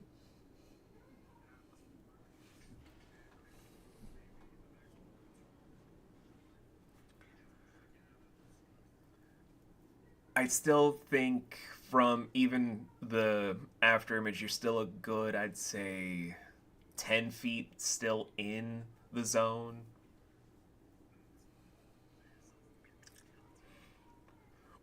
Which means at the start of Volan's turn, he's going to have to roll, and you're going to have to do another Constitution saving throw.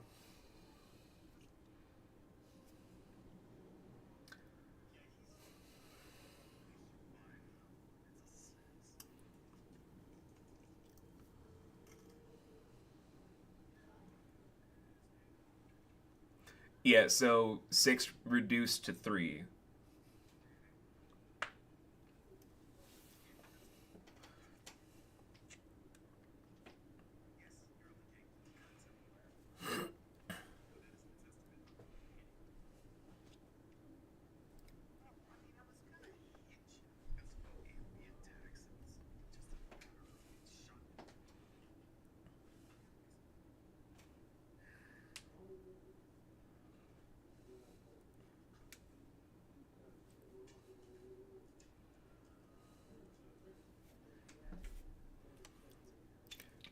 He has so many spells now, guys. Like, I can't tell you how many spells this man has now.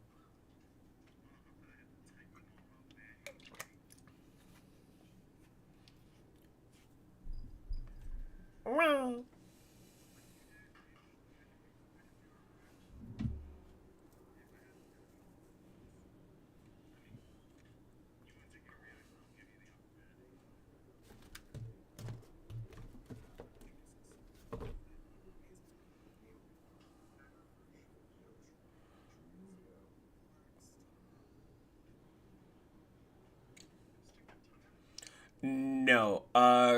For the overall visualization, just the sheer hit will make the green purple flames that naturally surround Tiny for just once it's activated, just that once, will then flicker back to hit you for a reverb damage.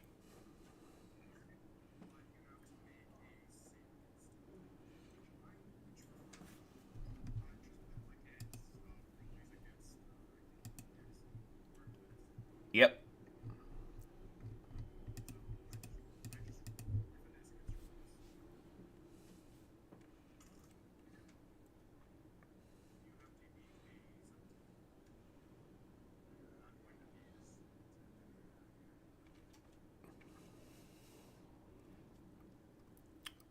Are you sure?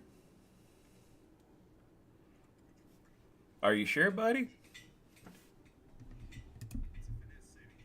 Yep. Okay. I had faith in you.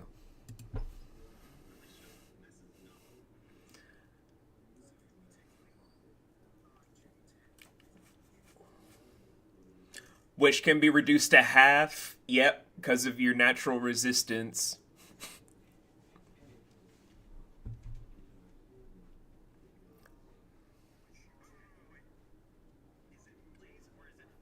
Blaze.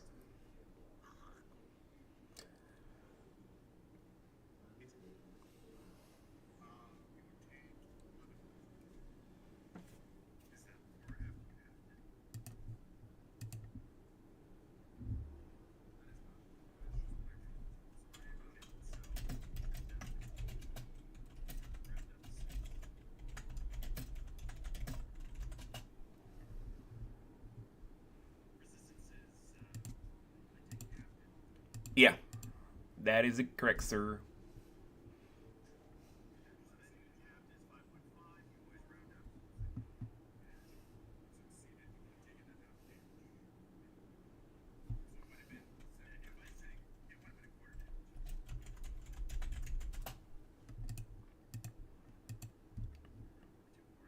Oh no, no, it's some I'll explain later.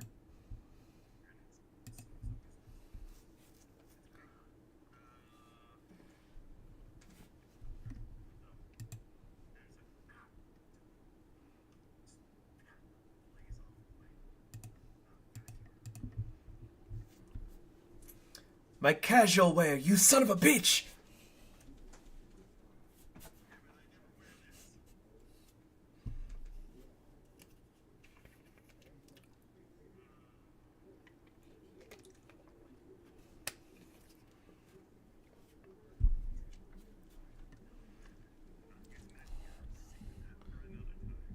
I'm just picturing Deez is just in awe because she's never seen her two friends fight in such a capacity before.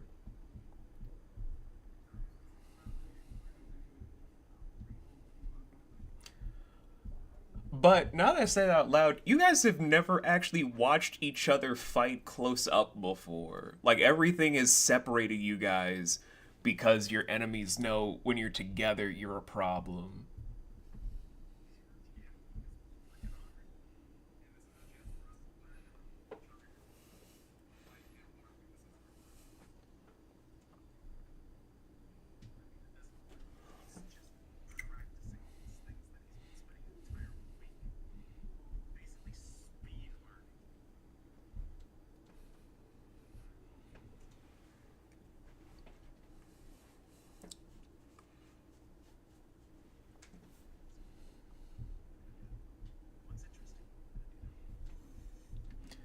Again, he has a lot of spells now, guys. A lot of interesting and cool ley line stuff now.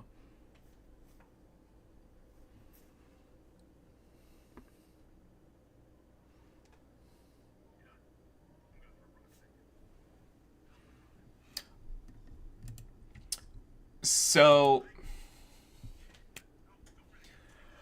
oh, I was just gonna say, I said this before the session that it is a better version of Fireball, and I mean it.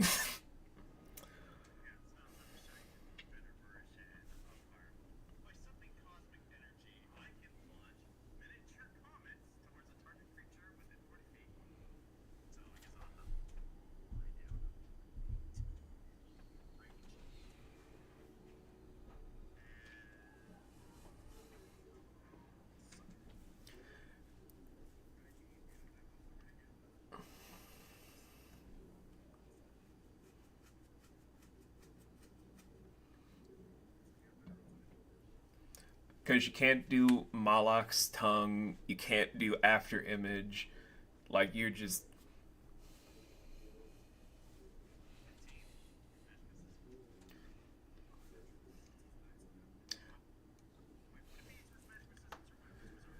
resistance.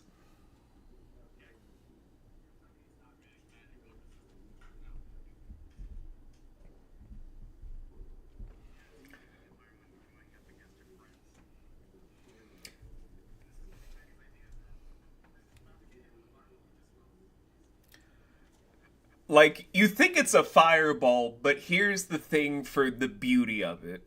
As you're seeing Volan produce the flame from his natural breath, like you've seen him do time and time again in his training to do Tohil Star, You actually see him take out small stones from his casual wear jacket that he shoves into the fire itself, twists it and molds it almost like it's like he's making a cat's cradle that then reformats, reshapes, and then forms into a literal ball that then just radiates a cosmic flame. Where then he will discharge it like it's a speeding fastball to then inflict. What's the damage for this, my good boy?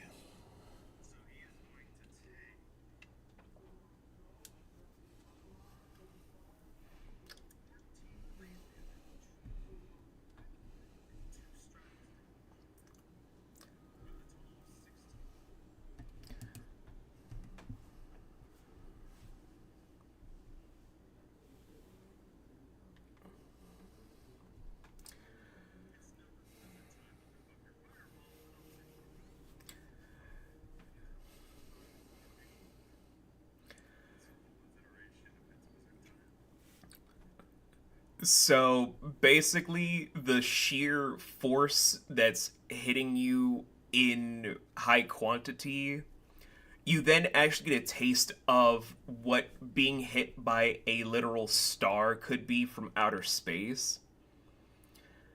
As you are kind of brought down to your knees a little bit from the recoil, like.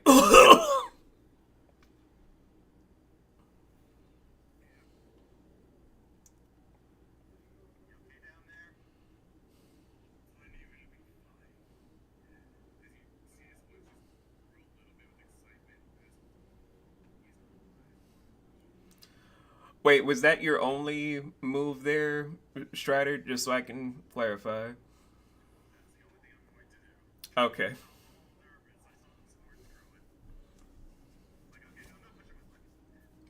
perfect.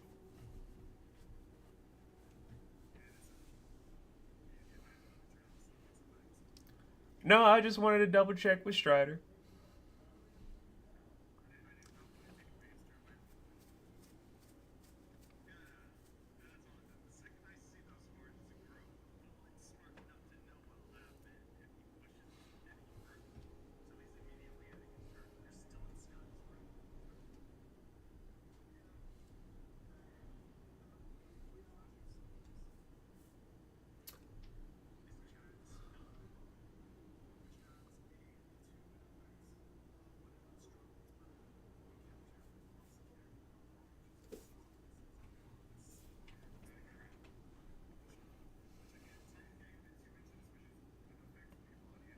No, it won't. I'll explain later.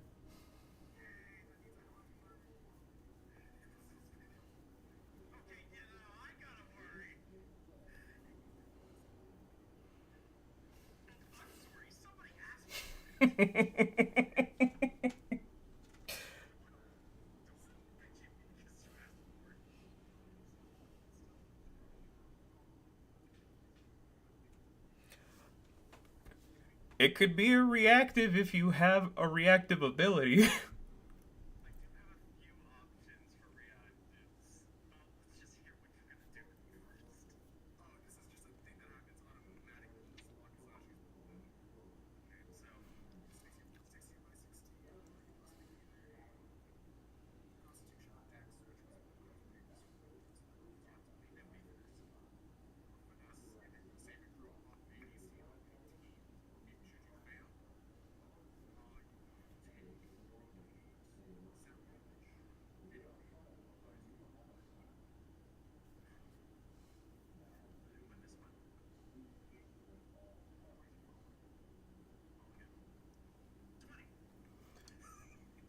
Okay. Okay.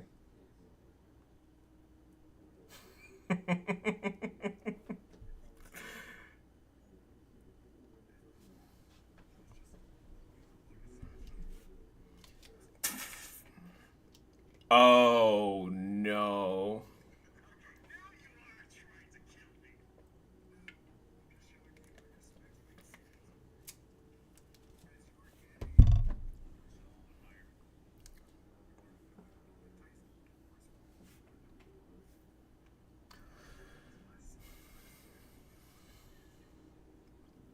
No, you're just drawing them.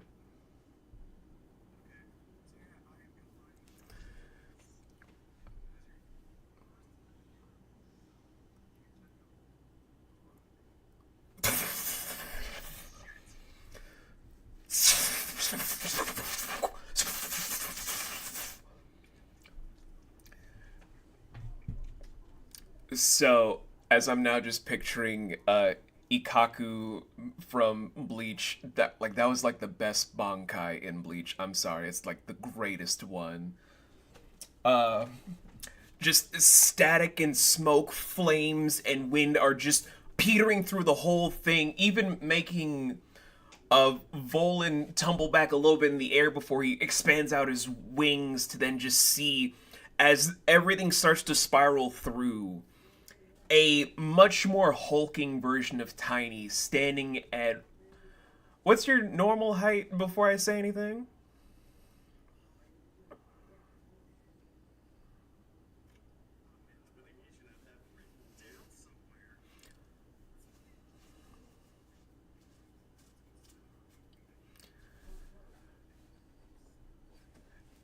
If I remember from other sessions, it would be like 7'6", 7'7".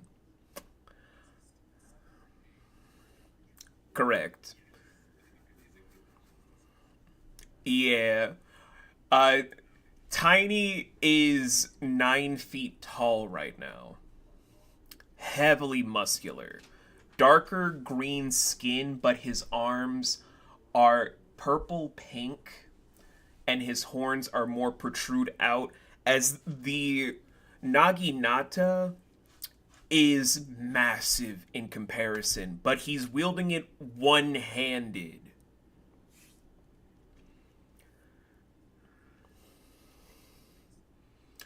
Oh, right, my bad, my bad.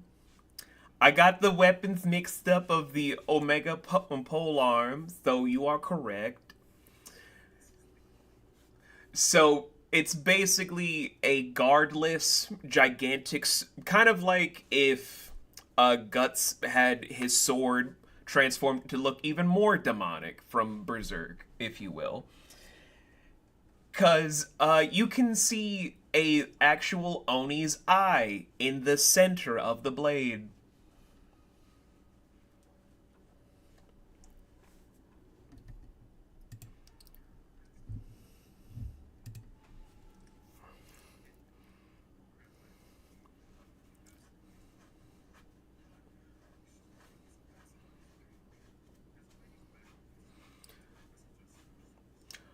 Oh, shit.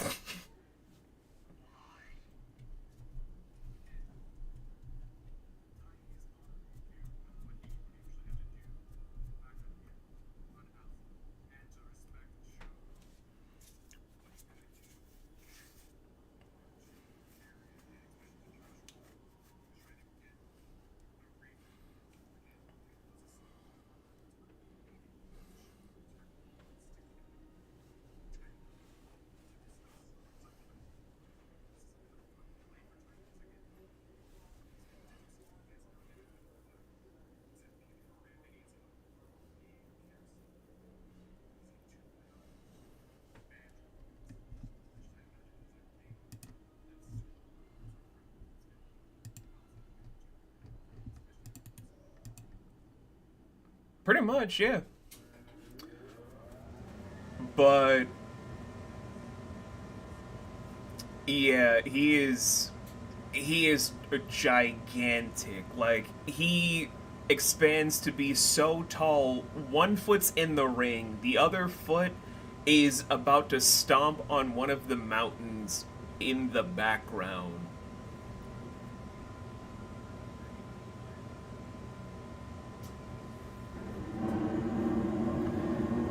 It's a Shadow of the Colossus fight now, my boy.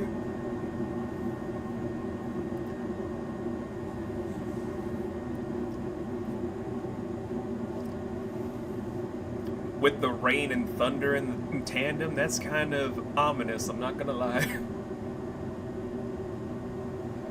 But, at the same time, Strider, you do know you can pull out something else to even the playing field. It's a thing only Gesh can do.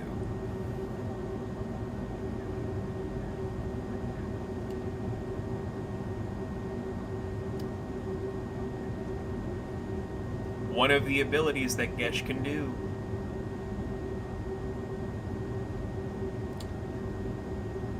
It is a, if memory serves, a level 1 ability.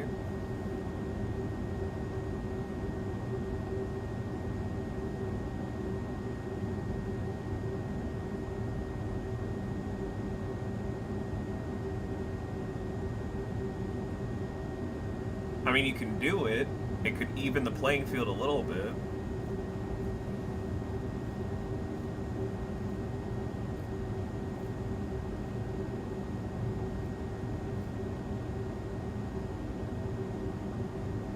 Uh-huh.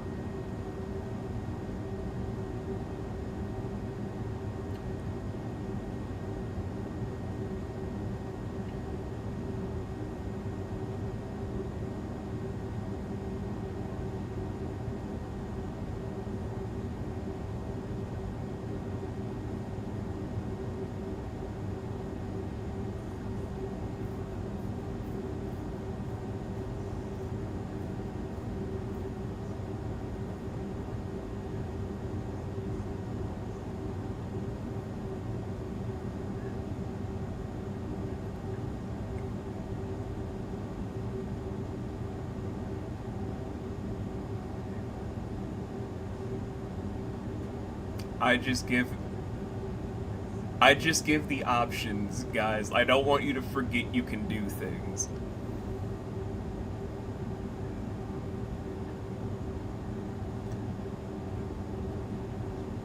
You're I just like to do my job. Make sure you guys don't forget anything.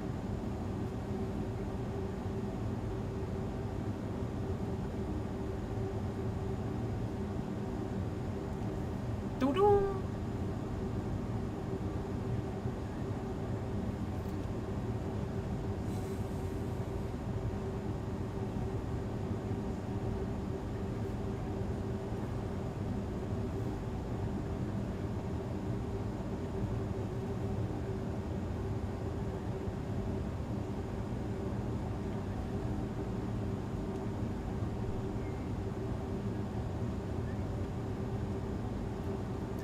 Which means you could probably use some of the spells you saw Gabriel do during the Summer Gala if you know the exact levels.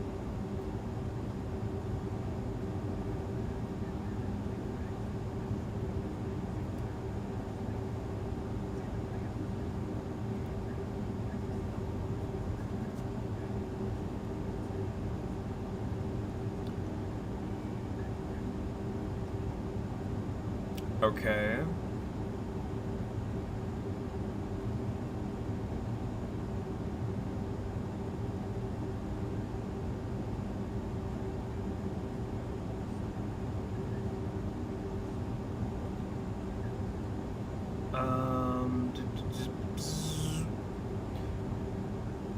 Wait, you said 14?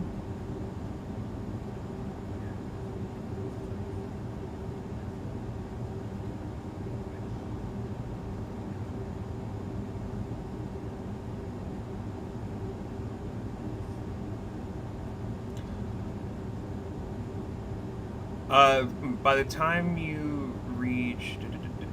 So, the whole thing is, although it would say 4th, double that would be 8th level.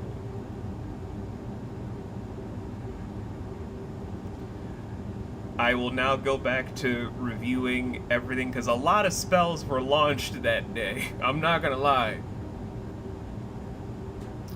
Because, good lord, that was a busy day.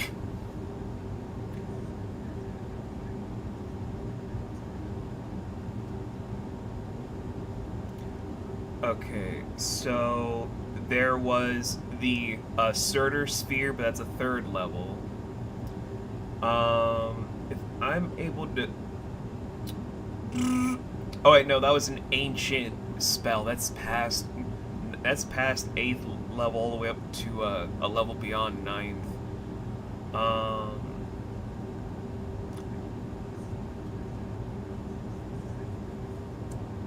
ooh.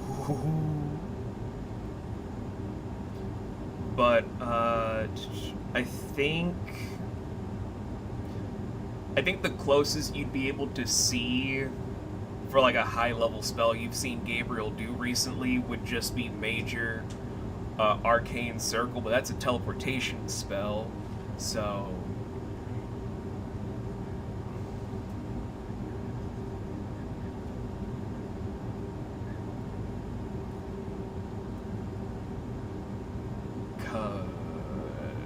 Let's.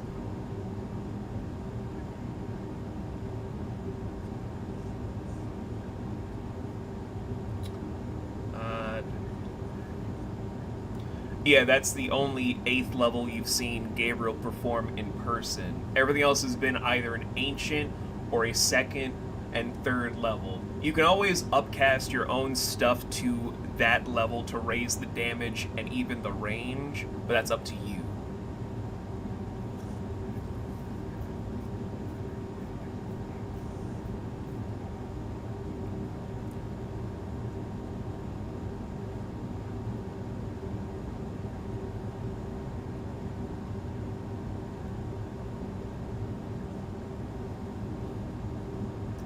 He has a lot of options now, guys.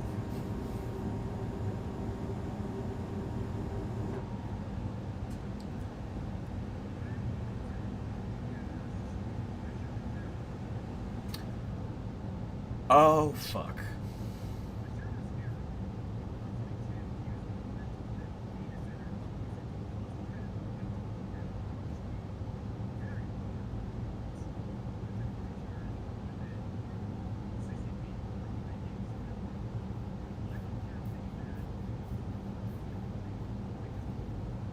Yep.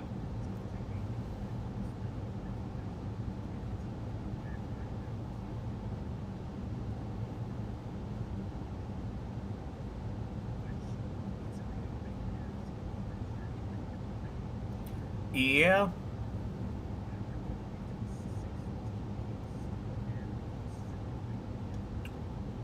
Uh,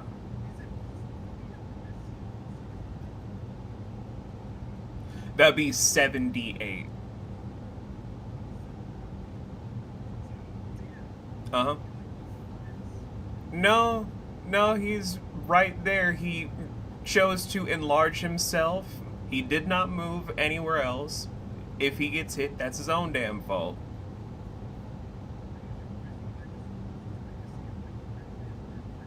You can do it if you want.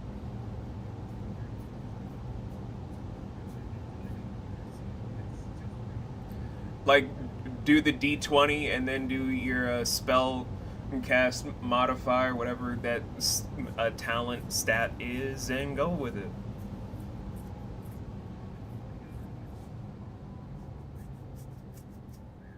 Perfect. Yep.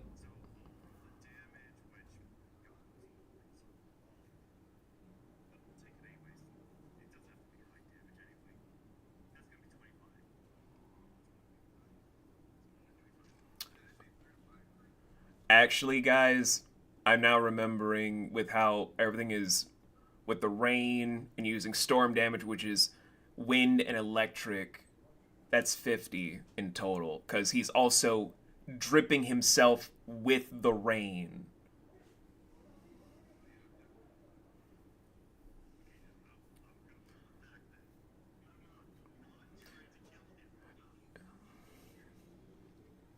So I will coat this in its entirety where although Tiny will not see this. Hold on. Although Tiny will not see this, Volan coats himself in a cosmic exoskeleton. His entire body looks like a nebula as he's able to pull out the essence of Leyline around his hands that then start to spin around like small twisters that then get supercharged by electrical bolts. As soon as he's then just supercharging it extra potent, it then expands more and more to become this massive arrow that when he launches it through to hit Tiny in his core, basically where his pronounced abs would be, the very blast hits with such a dissonance that Tiny is trying his best not to tumble over, but he has to carefully lift over one foot where even the air quote barbarians catch his foot to then throw over, where he is technically out of the ring, but he is showcasing a lot of pain.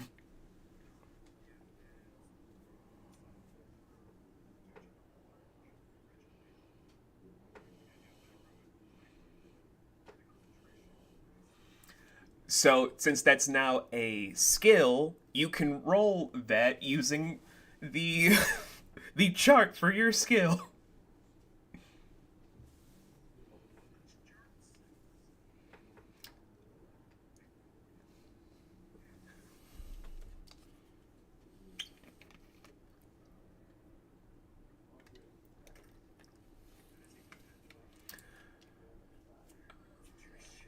Add +2 to concentration, you son of a bitch.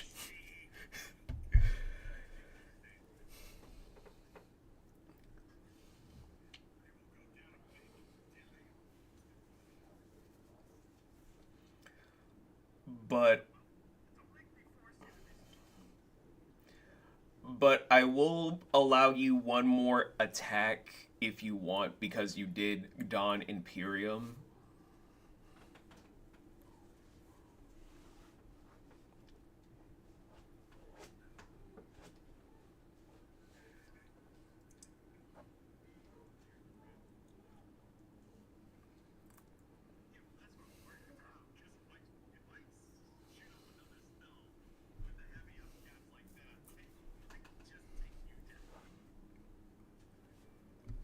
I mean, Tiny's not gonna die unless you want to kill him. Then he's fine.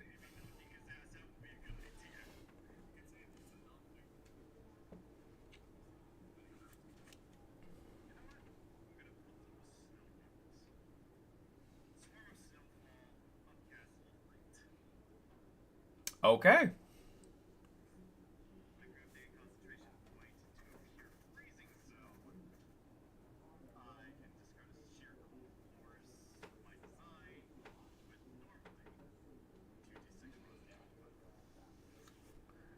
So that's up 6 levels because it's a second level spell. So 2, 3, 4, 5, 6, 8d6. What is the construct that you're making, by the way?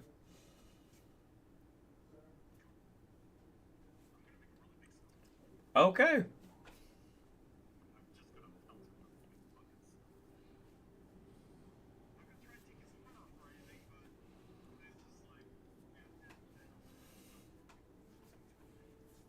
Uh,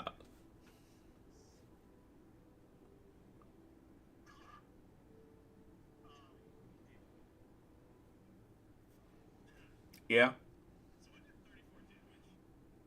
How much of those were max? Okay, I'm only asking because whatever is the a talent associated with your spell casting, I want you to up it by one, if that is the case. Not mystic, the like talent of strength, finesse, constitution. Yep.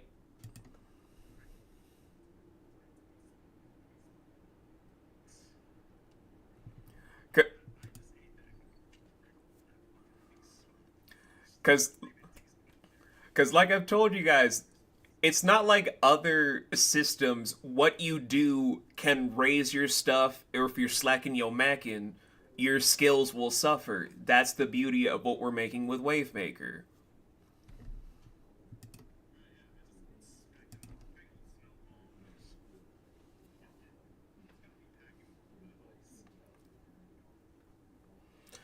So, as you launch through with the utter high octane strength behind it, as soon as it hits Tiny in the chest, just go, go, go, go, go. The very impact makes him shrink as the snowball is just flying in the air to have him spit out and hit the dirt at high speed, or he's groaning, but he's alive.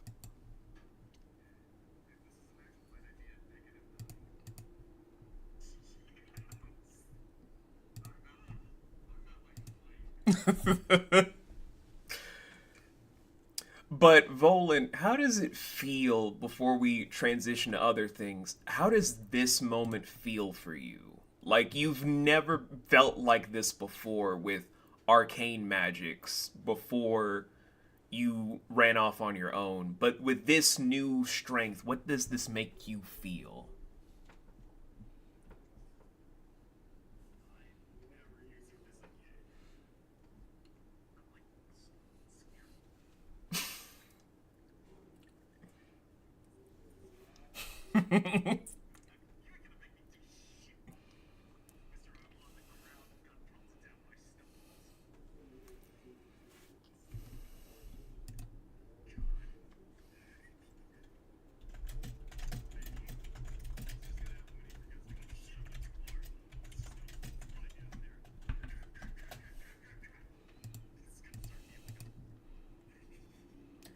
So, Deez, what are you thinking after watching your friends throughout this whole bout?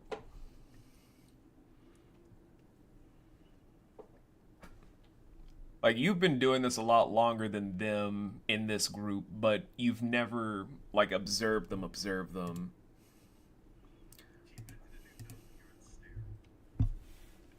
Maybe.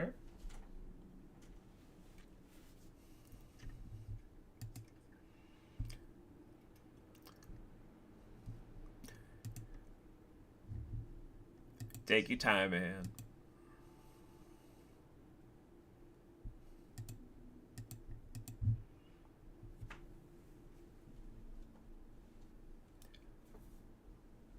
Where for everyone watching this on the YouTube channel when it finally goes up, Deez is still stronger than both of them.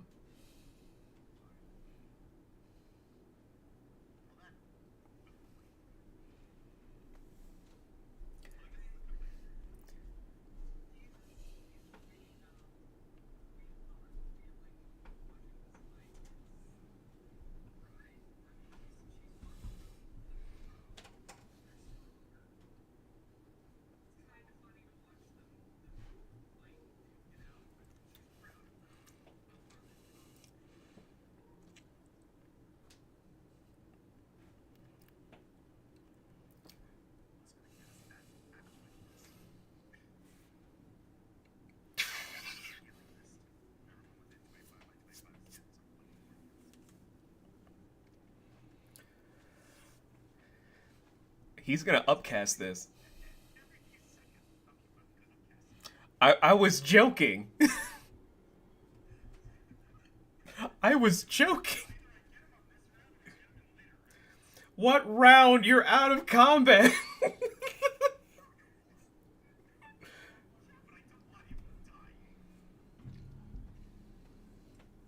I mean, how many spell slots do you have for second and third?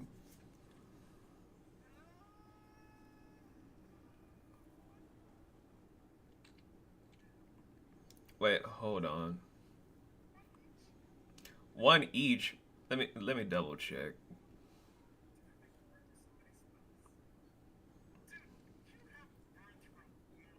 Oh yeah. Yeah.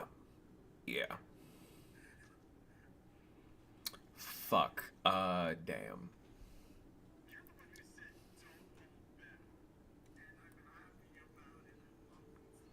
I'm guessing you put two in the other thing.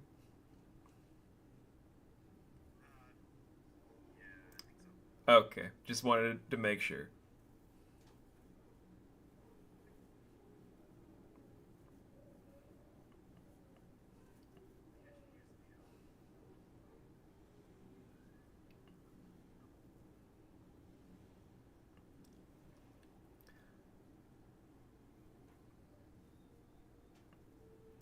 Bond gauge is just like if you're using stuff from a specific spell thing, whether it's Arcanist or Scion for your subtype, it's reaching that level. So at seventh, you can do five fourth levels at max, but you can also like use that for lower level stuff. You don't want to use your main spell slots.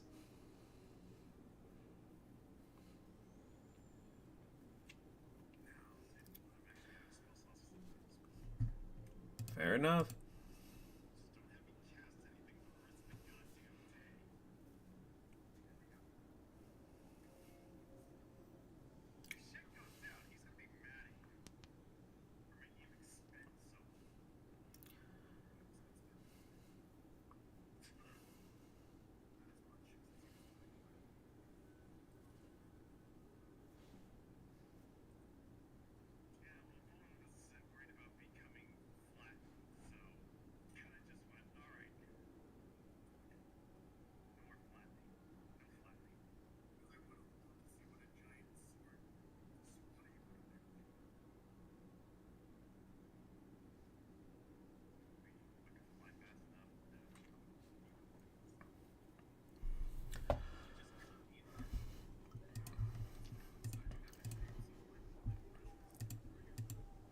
But D's, you also have some stuff from the Justicar class you can do to help them if you want.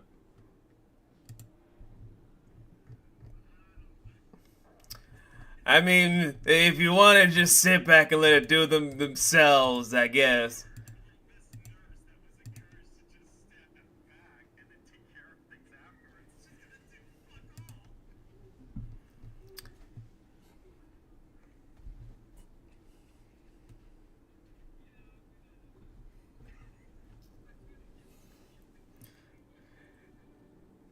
Just casually strolling, like, should I help them? I mean, they kind of seem good on their own.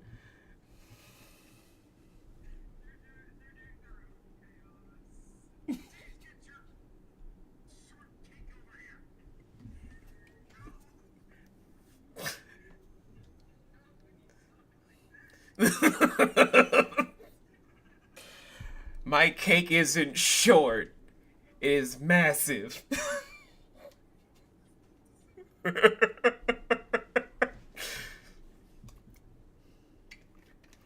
What are you using to heal him? Because you have Nether hands. You also have the healing spells that you have as a Justicar. So,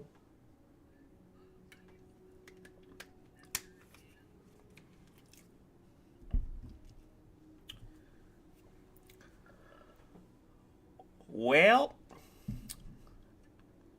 even though it's still gonna be a D special, I will describe that Nether hand is just she reaches out to have like these little will-o-wisp nodes shoot out to touch the person.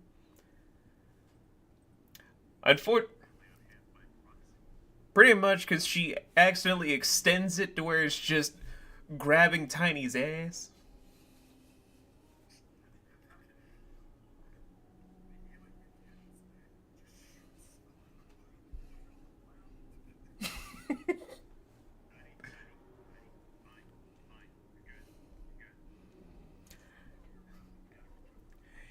Even D's is like, why does this always happen to me?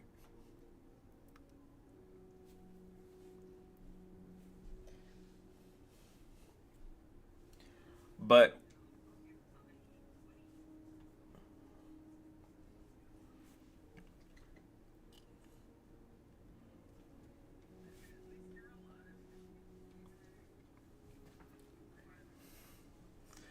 he's like everyone else now.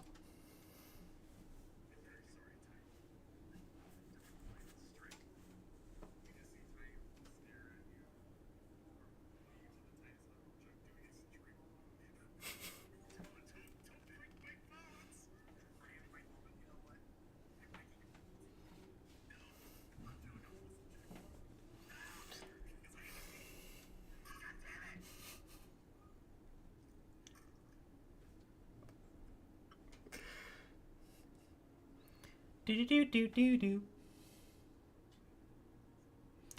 Do do do do do do do.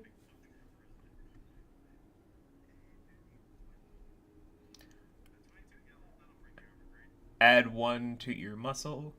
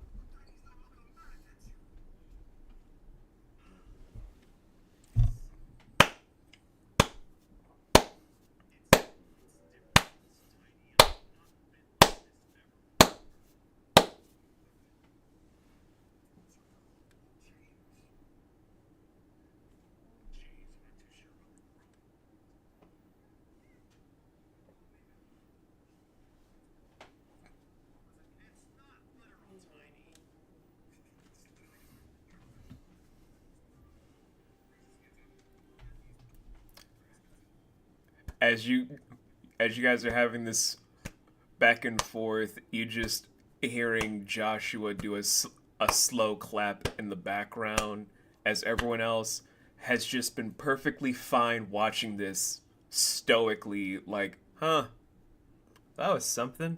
Oh, shit! Someone just finally breaks the tension. Guys! Brand new fight pit! And it's shiny with ice. Shiny with ice? Holy shit, we can turn this into a... Are you thinking what I'm thinking? Yeah. We could make this into a doom pit. I always wanted a doom pit.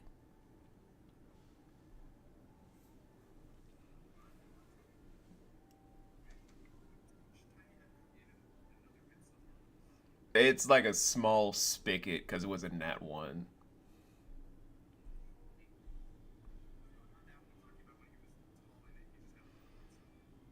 Oh, they're just gonna turn that into small little pools and or something else from the rainfall.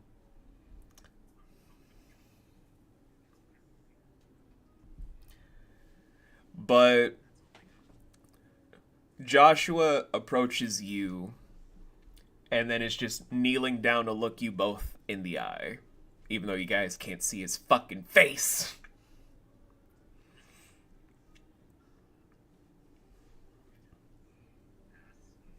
Well, it wasn't a pass or fail thing. I just wanted you guys to work it out.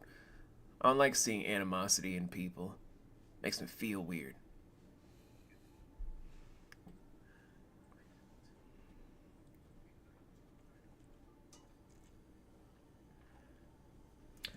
Which, you, my good cosmic glowing friend, because you still have Imperium up, like your skin is still in that cosmic exoskeleton.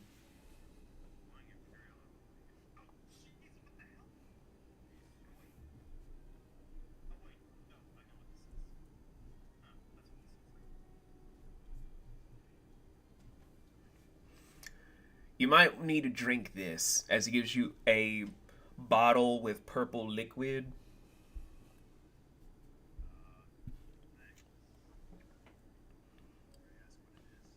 It's a thing I stole off of a wizard who was like, I can't do anything, so he, himself.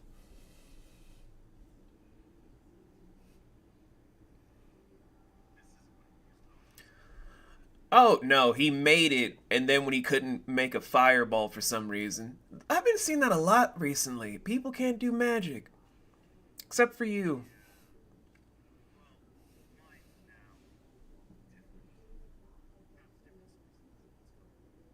I don't want to know. He just made that bottle, so you just drink it.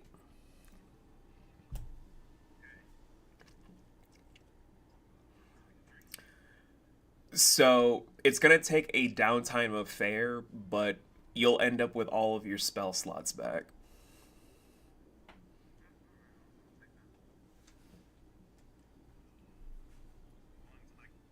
Just the downtime affair, so 30 minutes to an hour.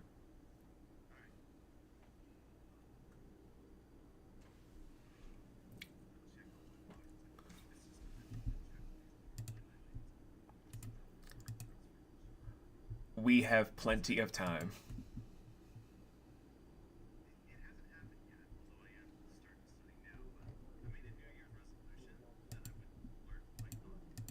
Oh.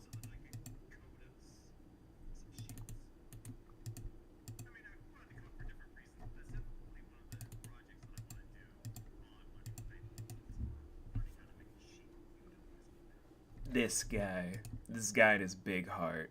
Hi, Pumpkin. I see you in chat.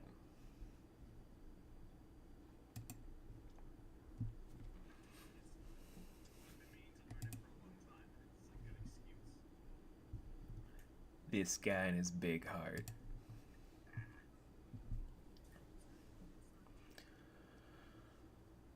Not right away. So if you need to step away, now is the time. Okay. So Joshua, after making sure you guys are okay, is just looking over at the four of you, still looking at Umi as a ferret, then just be, alright, guys.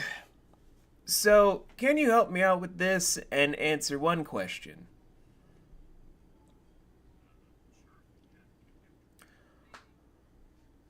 How the fuck is Big D king? I thought Alec was in charge.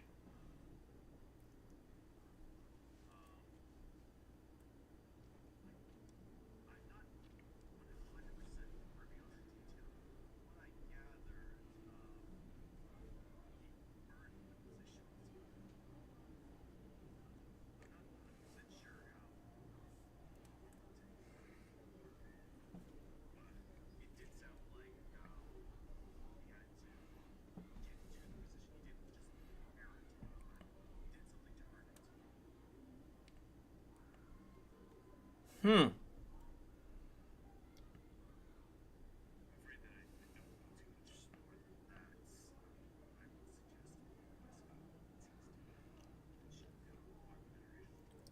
Oh, baby Amy's here too! I used to babysit for her and her little twerpy friends like Taruk and whatnot.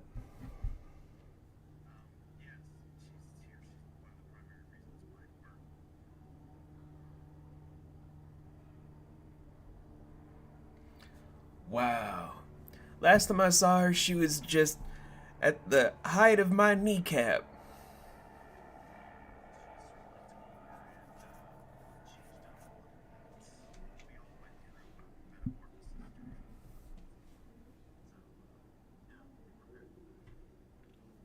Ah, oh, man.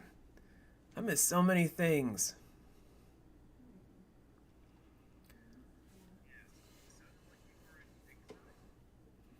Yeah. Yeah.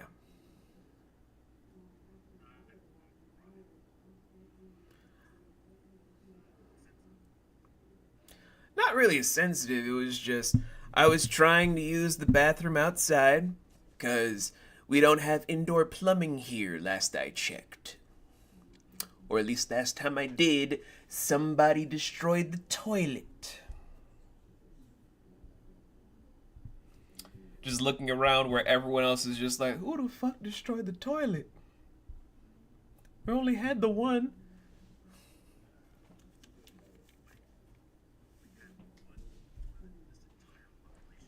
I mean, we mostly had buckets, man.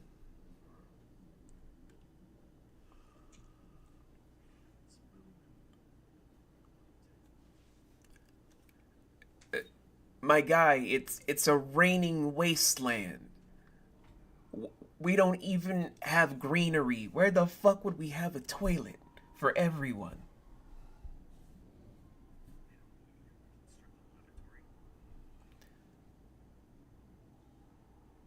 He then is just gesturing at the massive fields of fighting arenas and tents and huts with only like 7 buildings, one of them being the tower where the king and queen live.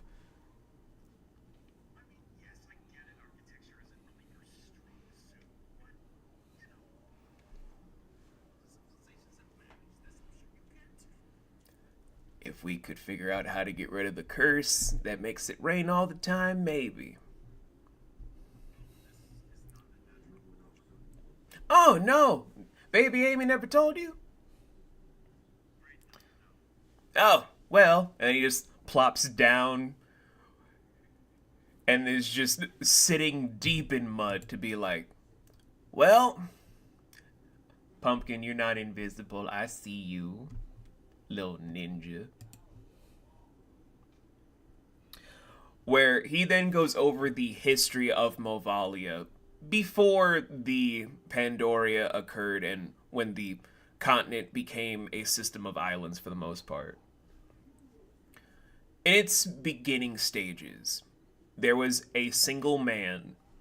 People don't know what he looks like, what his species was, or anything else about him. Just that he was a great man. He founded the very population itself of Movalia because at the time, barbarians wanted a place of their own. They wanted to feel like they had a home of their own. They wanted to feel free. But with this king being the last berserker in recorded history, he made it so it was an impenetrable landmass using the war gods. In doing so, however, the land's been cursed by something or someone to never stop raining. There is no growth here. There is no development. It is a place that is perpetually stuck with the lingering effects of the war gods by something or someone that wanted it to erode and corrupt the mass itself. Even when the Pandoria happened and this whole landmass split into its own separate archipelago in the system of islands, the curse never left. It's permanently stuck this way. Not because they want to, but because it is.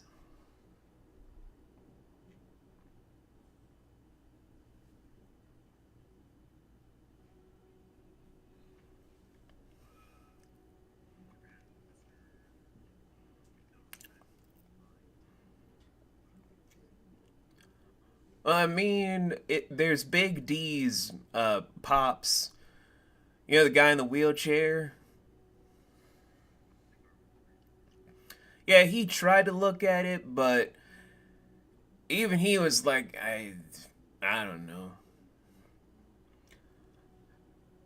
Plus, the Eidolons that are here never say anything.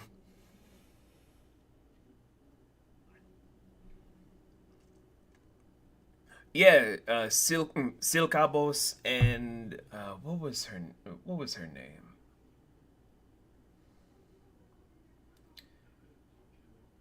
God, it's been a long time since I had the pleasure of seeing those weirdos. Uh, I want to say it's. Well, I know them as Moazori from last time I saw them, but yeah, it's Old Man Flame and Old Lady Water as we know them.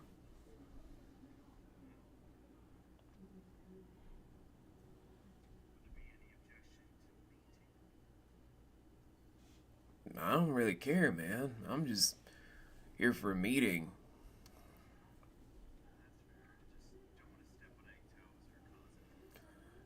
What insult? There's just these two rando people that they appear when they want to.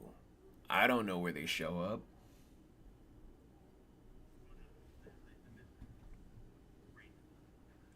Oh, you can do whatever you want.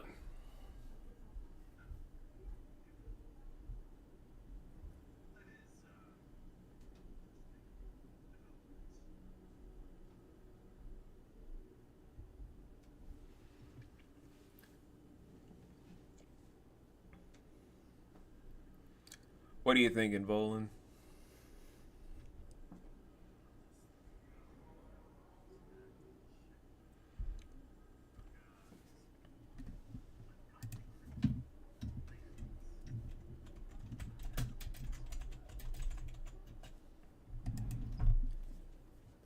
However you want to do it, my friend.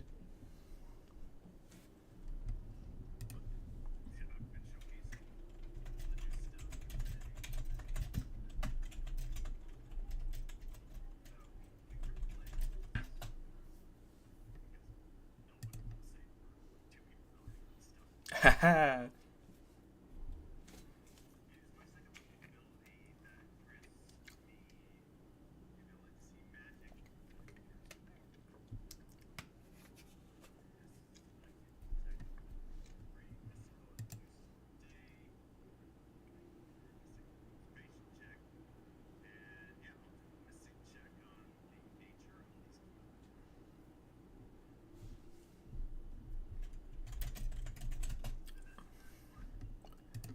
I mean, you're already maxed out with that, right?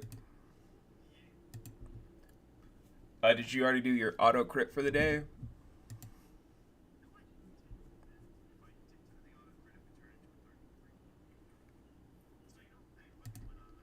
Oh, okay. Well, you're fine. So, in its purest form, this is a special kind of divine magic. Not like the gods you guys know and have gotten acquainted to, whether it's what you can assume comes from Chua or the stuff from the Kirin, the Night Mother, the Crow King, all of the gods that you guys know from recorded history. This this feels different. Almost like it's from a darker pantheon. Older than Enos, but just as old as the pantheon that you know. As it's got a very sinister layer about itself, where it's nice that it's a rainy place because it tests the mettle of those that live here. But the rainfall, the conditions, everything make it seem as if the landmass is slowly killing itself the more the rain persists.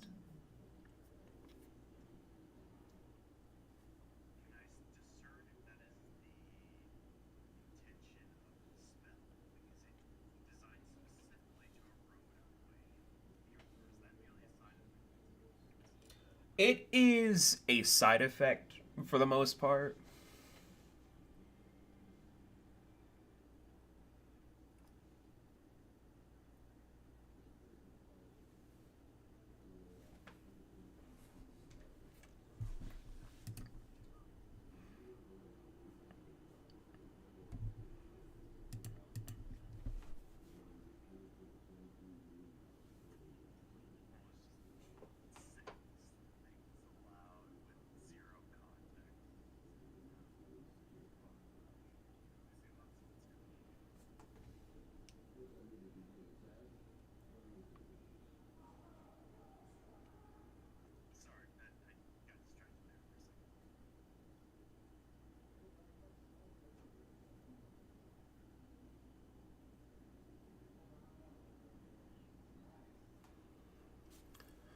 You're fine, my guy. I'm just still trying to figure out some stuff because I don't even know what this meeting's about.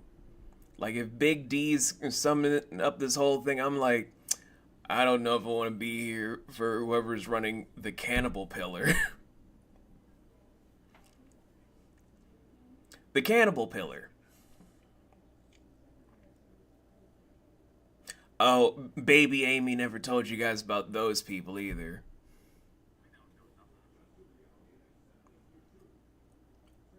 You know, it's kind of shocking because usually baby Amy is like a big motor mouth kind of girl. At least that's why I remember when I used to babysit her.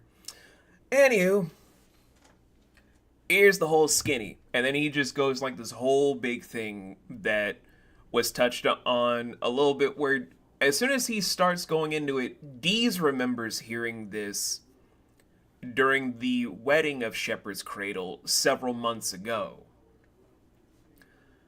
When Daryl was making the Eight Nights path for all people because he wanted to showcase that air quote barbarians could be more than just mindless hulks that just do little, offer little, and never apply anything. Alec developed the cannibal barbarians. They gain strength from feasting on the flesh of either the living or the dead. Sometimes eating themselves to gain a strength that is so dark and so malevolent, it is honestly horrifying to see what they do. Where, while Daryl has amassed a good number of people before he became king, Alec, the way he developed it, it's almost like its own small cult of people that followed his mantra.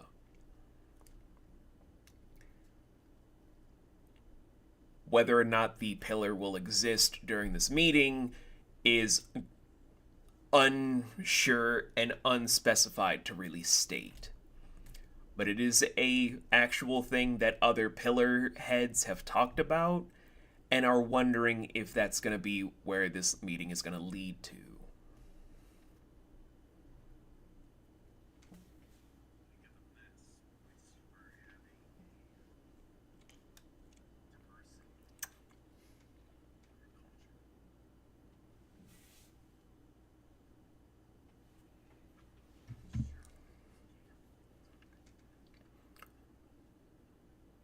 Old regime, not our rules.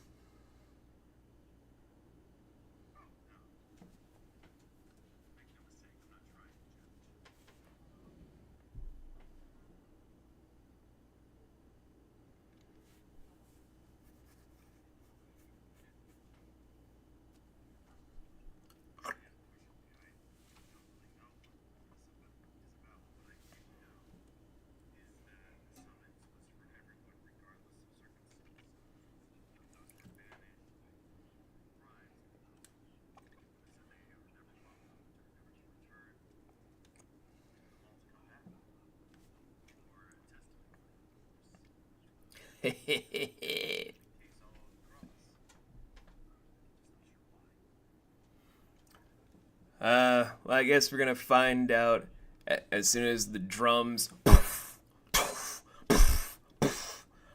The drums start to beat through again, just boom, boom, boom, boom, boom, boom, boom, boom, boom, boom, boom, boom, boom, boom.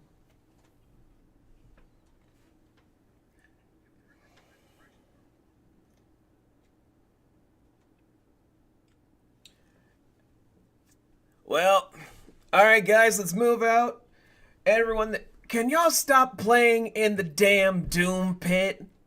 Uh, but it's so cool here.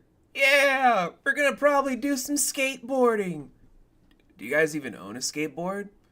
No? Then get your asses out of there.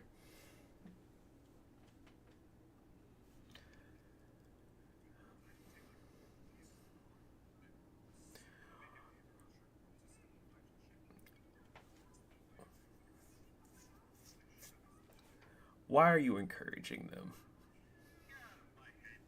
Why are you encouraging them?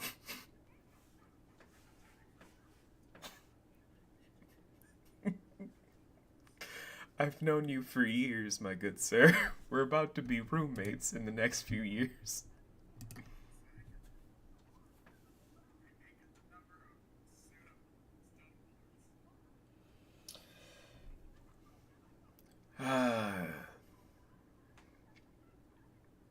Joshua just kind of looks at you and then looks at the rest of the group to then just look at you again. Then just shrugs to have him and his 200 people follow behind him towards the dome.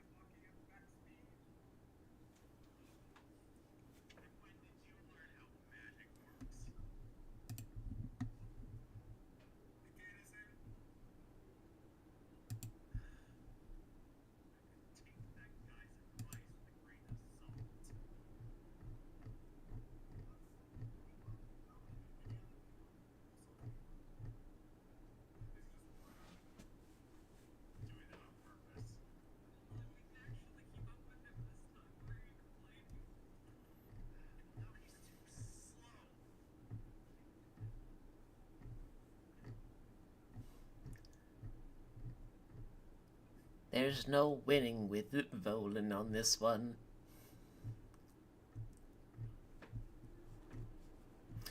Anywho, where are you guys heading?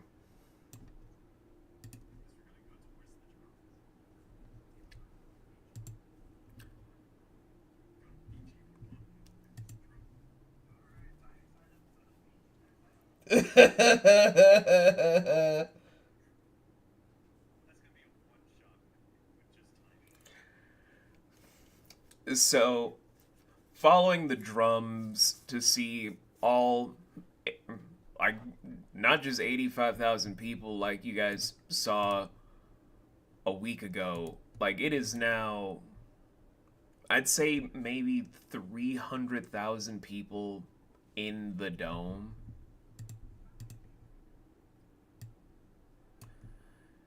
Within this space, as it's clamoring and cluttered with all of these different voices pittering and talking to one another, it is now time for the biggest introduction I can do to close everything out for introductions of 2024's NPCs.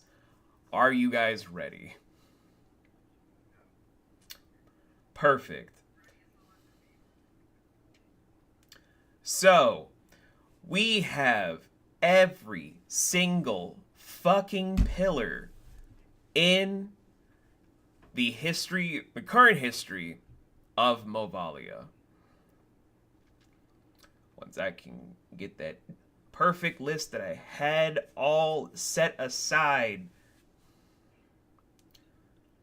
Sometimes I hate having notes on notes on notes, but then I'm like, I actually like having this. It's good for me. So, kicking off the stuff originally, we have the Alpha Pillar of Lord Maurice, a half-human, half-lizard folk, now kind of just dressed in a Grecian senator's toga, as he kind of has his hair coiffed to the side like it's a mermaid do, or like he's trying to be a male version of the Mona Lisa. This guy's gonna get annoying very fast.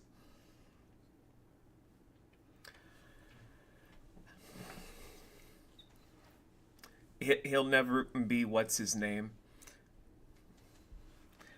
Anywho, now comes the Beta Pillar.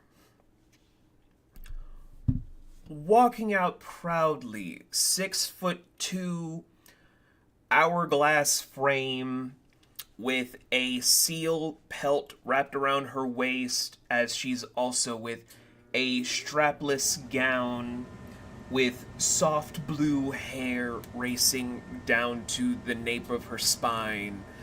It is Lady Genora of the Nautilus Pillar. She is a Selkie. Even does a sassy hair flip.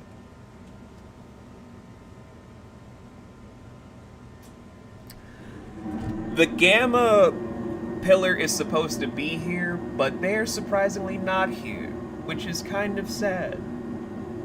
But it's fine. However, for the Delta Pillar, there are two people. One is Lord Galuan, the half giant, half cyborg that is walking out, kind of just dressed in regular fatigues, nothing special. But the one trailing behind is a small little halfling.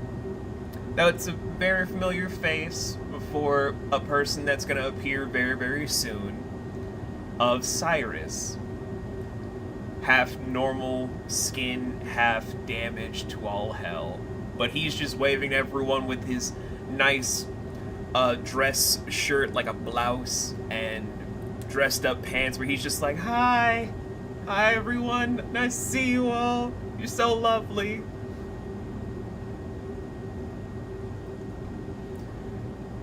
Bring up the rear is the Omega Pillar of Zarnul, where he is just heavily drinking a massive bottle of whiskey, with his beard thoroughly on fire now, as he's taking it upon himself to flip off every single barbarian, air quote barbarian, in the arena, which by extension is flipping off the whole party that's currently there.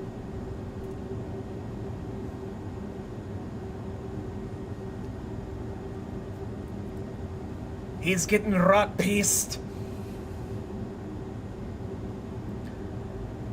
Coming up after that is the Row Pillar of James, completely rained out in his best suit, where he just still looks miserable right now, like he doesn't want to be here at all.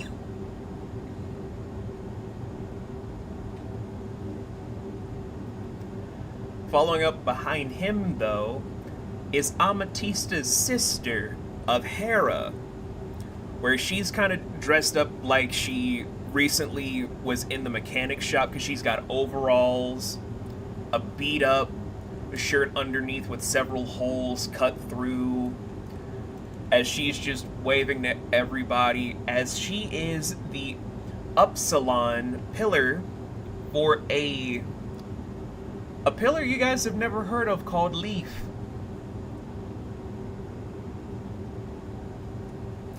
After her, there is the Tau pillar from one of Amy's childhood best friends of Taruk, who's leading the Giants, where he's just kind of in a sleeveless shirt and shorts, just waving to everybody before tying his hair up in a messy little foxtail.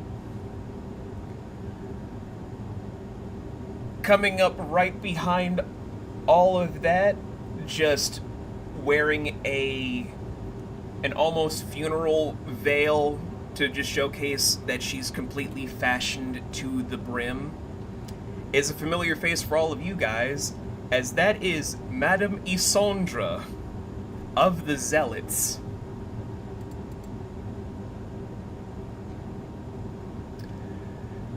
As right by her side is an elvish Dampier with glowing red eyes just surveying everywhere, but he has his hand reaching for the gun every so often, looking through the crowd. As then you guys see Joshua right behind, and then the last two that are appearing are an Andron that is from the Lambda pillar for fundamental chaos, named Jesse. You guys don't know the gender. And a newer person called Senna of the Omicron pillar for Ragnarok. These are the pillar heads of Movalia.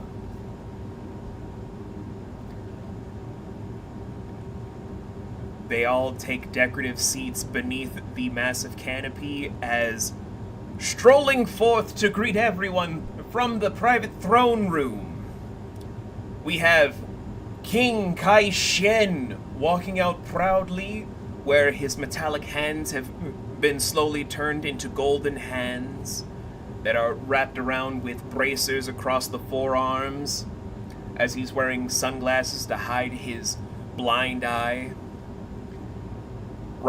To the right of him is his soon-to-be wife of Queen Naya, or Lady Naya, of the Torrent, dressed to the nine in a custom-made punk dress, where it's almost like it's torn, but very stylishly torn, wielding the turbine great axe, and just waving to everyone, where the last person to show up, kind of sporting a now mermaid hairdo to match her soon-to-be sister-in-law, in a very nicely made, form-fitting, formal dress with nails done, brand new lipstick put on, smoky eyeshadow and everything, is your friend Amatista to the left of Daryl, where she is nervous as hell.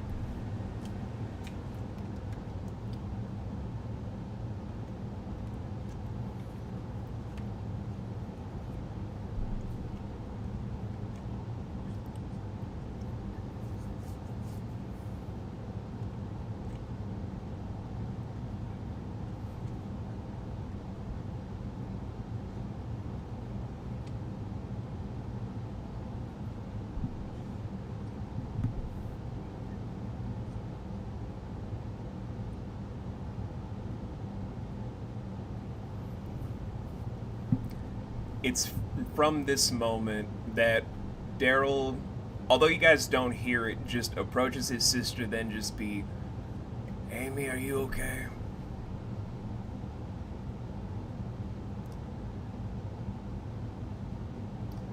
You're just shaking like a leaf, almost like you're a drowned rat about to sink into the sewer somewhere.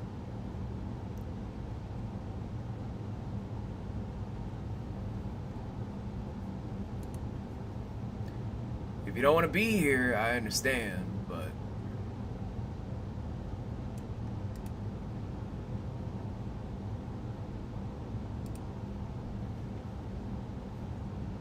that's fair. Okay. As he finally looks at the crowd and is just fully addressing everyone for the first time as king. Beautiful people of Movalia, unless you all have a reason to be talking, shut the hell up. Everyone falls silent. Zarnul gets even drunker.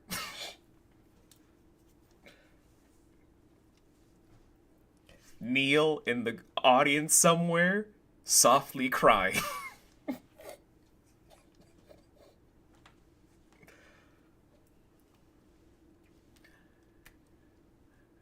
You then just hear the speech go through. Proud people of Movalia, it has been a very long several decades since Alec of the Dunes Sr. became king and wreaked havoc across every witch land that we have expanded for ourselves. It's been rough. It's been an utter disgrace. Rules have been broken. Lives have been lost.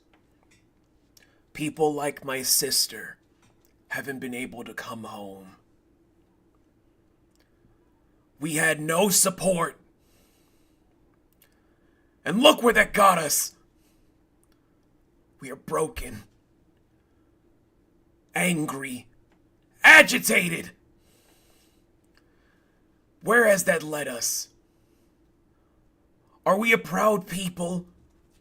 Are we an evolved people? Or do we all want to be mindless drones that are aimed to be puppets of war? Everyone is still silently listening.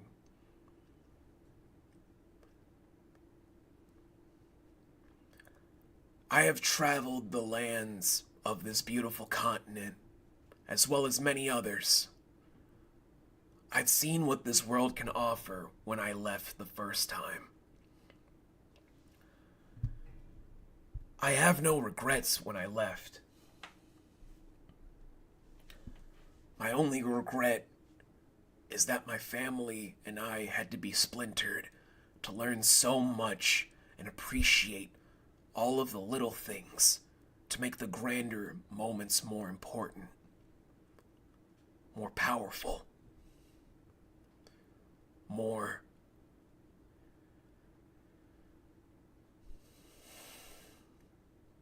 You then see his right arm twitch to where Naya actually grabs his right hand to comfort him.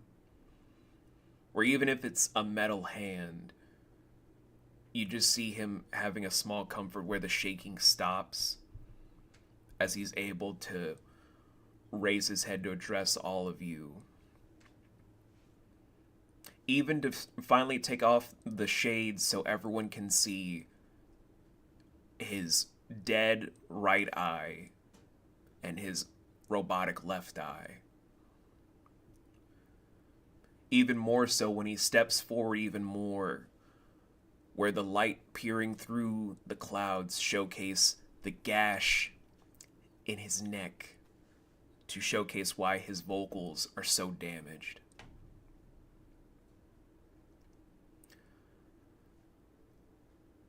We have given our lives to this land. For a king we have lost the name to. We have given everything to be barbaric, to be savages. But we weren't founded by a barbaric tribe, were we? Everyone just stomps in unison to then beat on their chest twice to indicate no. We were founded by the last great berserker. We were founded by a man with vision. Have we fulfilled that vision? Have we made ourselves really embrace greatness? From what I've seen for the last several hundred years, I haven't tasted greatness amongst our people. I've only witnessed shame. I've witnessed villainy. I've witnessed complacency. The same complacency that almost left my own family on death's door. Your own family. And it was for a king that we did not need. For a king that perversed everything that we stand for. And for what? That is why on this day, as my first official decree, that we do not need to be barbarians anymore. The crowd starts to go through several murmurs and mutters. Everybody's in disarray. Before Daryl continues, do you guys have any thoughts in character to share about the speech thus far?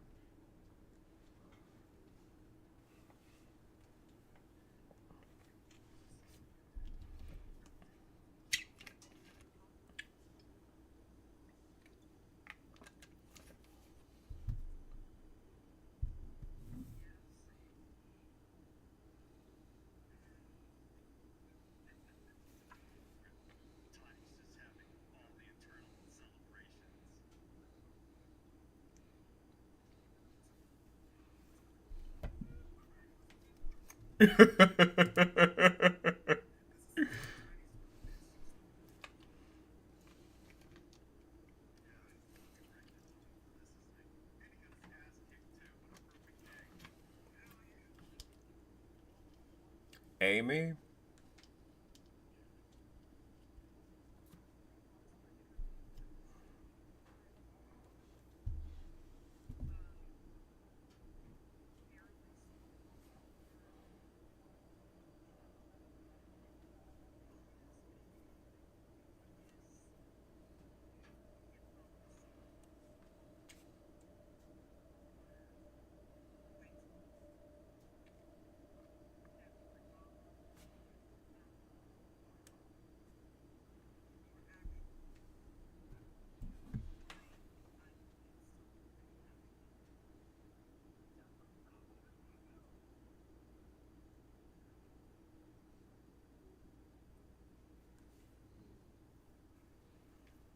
Fair enough.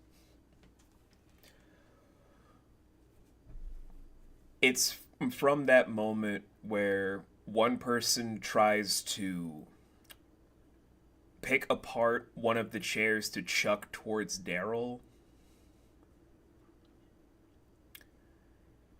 and yet no one really stops it. It's just Daryl himself closes his eyes once, where you guys don't even see movement. You just see him appearing in the crowd, blade already at the person's neck, searing in with the pure flesh. The chair's already been cut in half to be broken up by Naya and Amy without even thinking. But everyone is just watching in the crowd as you don't sense a rage from Daryl. You don't sense anything like that. He's just looking into them to where, as an adverse effect for you, Volan, since you're partially a scion thanks to your subtype, you just hear in Daryl's mind the phrase, "Embrace the fury."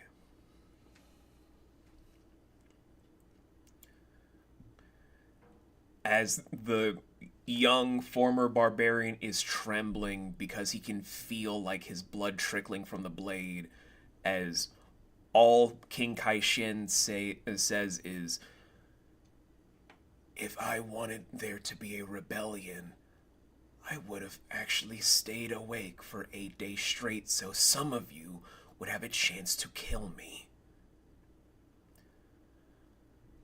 None of you have the right to raise anything towards me when all you've done is support a monster."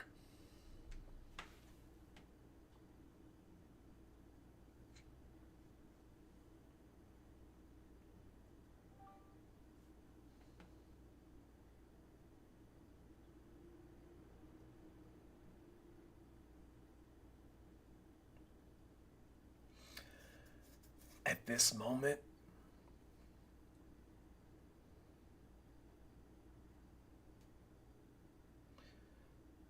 sorry, one of my daughters is messaging me something.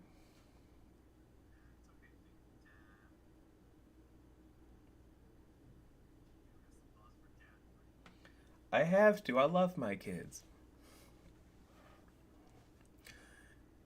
At this very moment, when I look at all of you, I see some of you that end up attacking my own students, that made my sister feel less than, that drove my brother insane, that are the reasons that my own baby sister ran away. And I don't even want to get into what you've done to one another, allowing fucking cannibals to feast on some of you.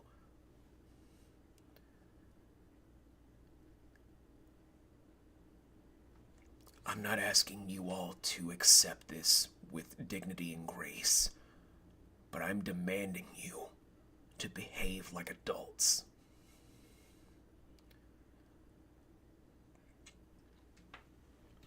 He then flourishes his astral blade to where, as it extends out to be roughly the same length as Sephiroth's sword, it dematerializes within an instant, where he just zips back where no one even hears a footstep until he steps back to where the throne room is.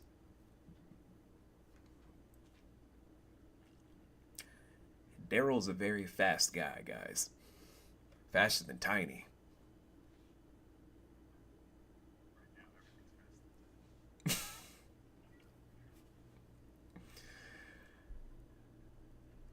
It is in this whole credence that I say we do away with the title of barbarians, and we embrace the moniker that we have been born as.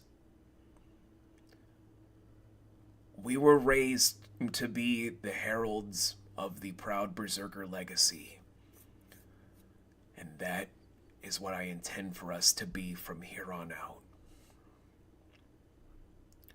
We will no longer have just pillar heads. We will have war chiefs. And I know me and my brother talked about this before, but when it is time, I want my youngest sister to be trained to be my successor. Everybody is now just chitter chattering amongst each other because this is something Daryl hasn't even told Amatista yet. So everybody is floored.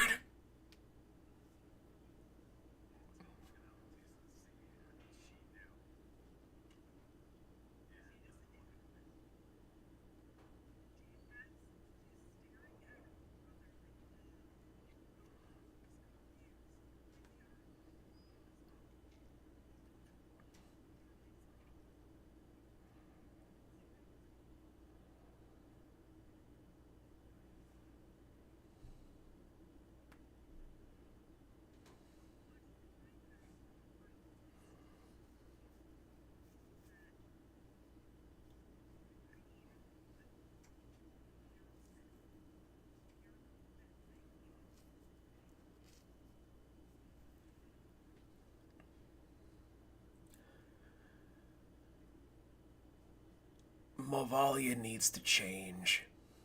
We need to change. I'll be going over a new set of rules and doctrine for our people that is more for the benefit. No longer just prideful combat that gets you killed is the first thing on my list. If you need help, you seek it. If you don't need it, reject it. It needs to be a choice, not a doctrine. We will be going over many different laws from here on out. But we will make these choices and these decisions together. And as I would wish that all of the war chiefs would agree with me, as the only ones that seem to tense up are Maurice, Galuan, and Zarnul, being the only ones that are actually opposed to these changes.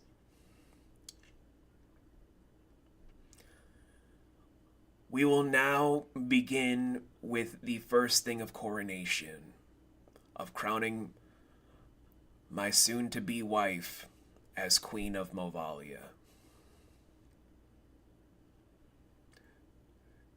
Naya was kind of just disassociating until she just finally heard her name of, I'm sorry, what?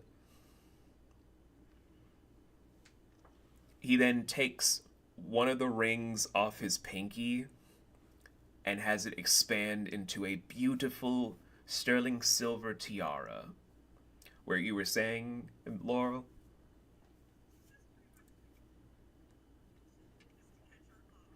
Oh, right. Where after the tiara expands, he then spins it in astral energy to turn it into a luxurious crown, then slowly slide into her hair as it magicked itself into whatever hat Naya wants for the rest of her days.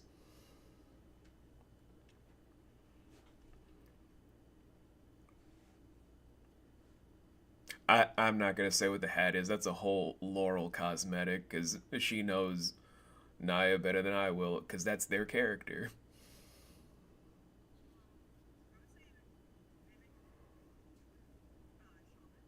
Okay.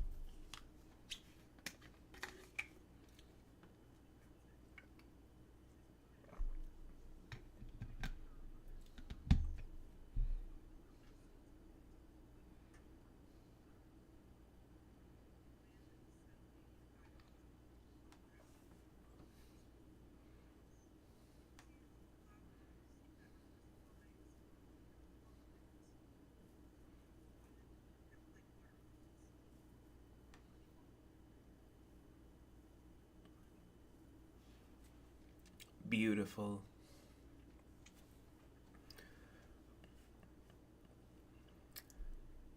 My love, are you ready to... Daryl, before you even ask me a single question, I was completely not listening because I heard that speech 19 fucking times. But I'm with you till my dying days. That's why I love you.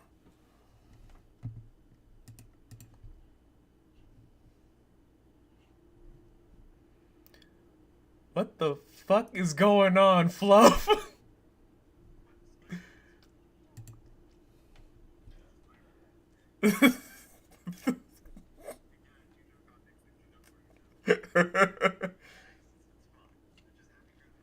Sure.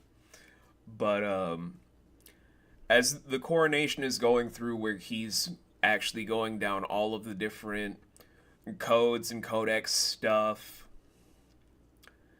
it's going to take a long time to get through where Naya agrees to all of them because she's been told these in preparation. If you guys want to have the party leave at this point to just talk amongst each other in private, now is the time to do so.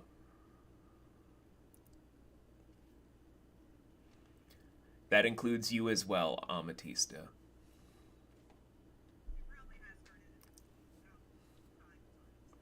Yeah.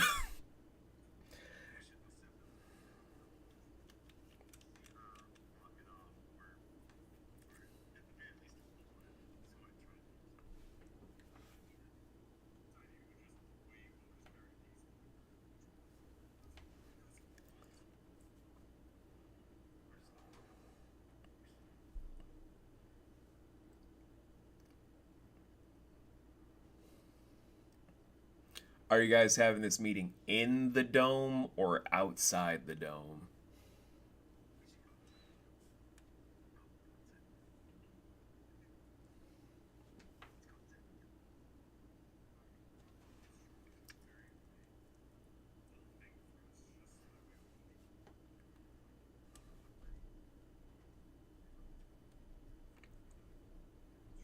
You can.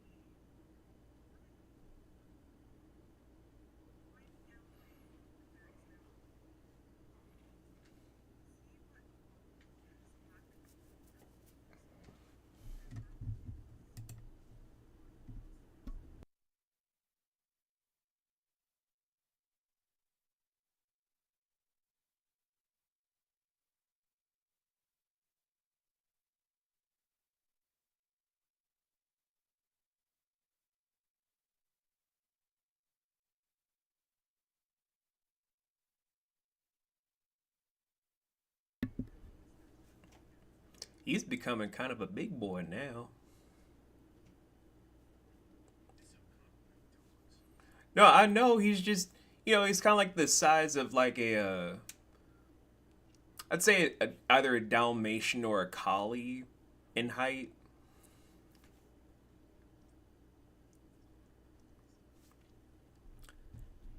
He's still got growing to do.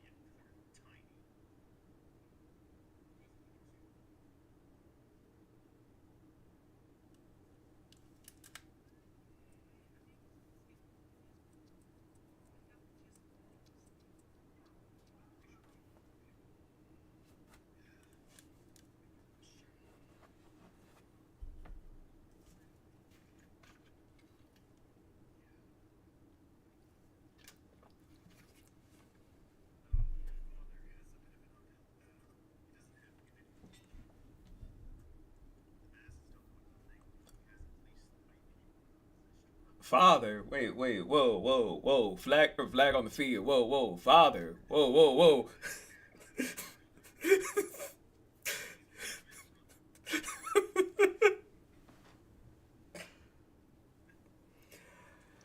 You're fine, you're fine. I was just like, wait, hold up, whoa.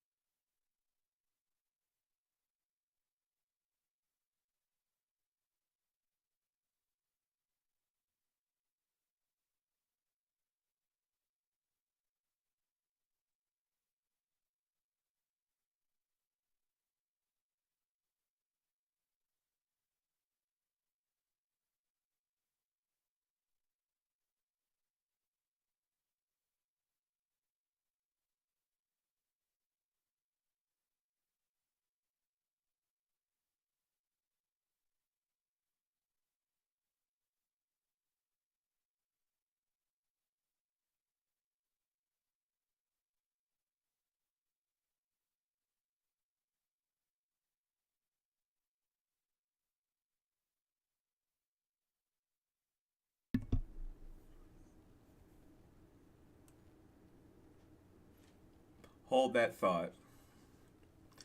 And Deez is doing the 1,000 yard stare again, right? Can you do an observation check for me?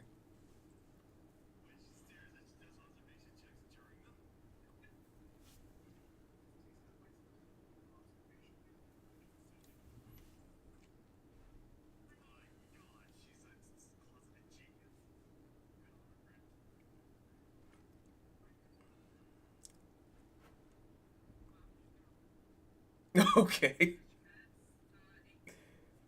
In total?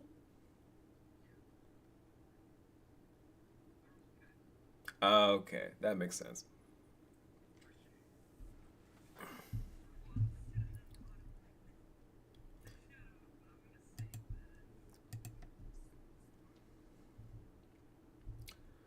So, as everyone is starting to talk about looking for signs of a rebellion or problems, you kind of notice through Tiny's construct there's shifting movements that are trying to approach towards the dome.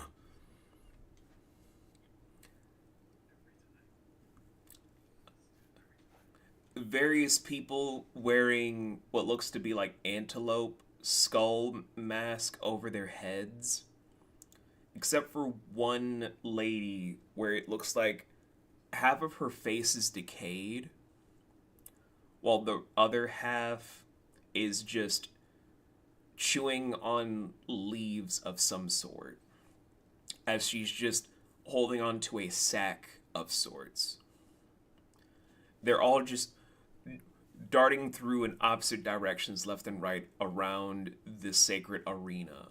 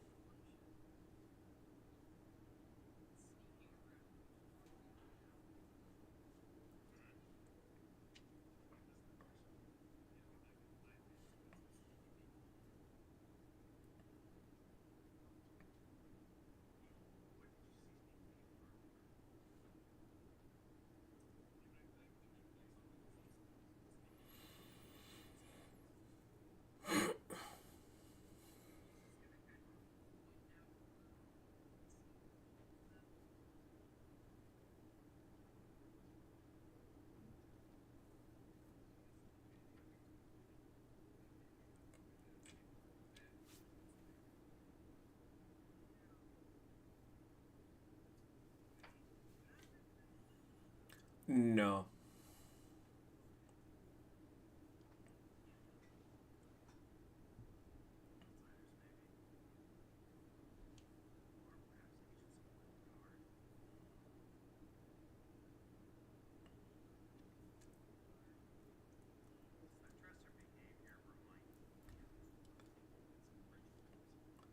I mean, if anyone wants to do a history check on the safe side, I say go for it.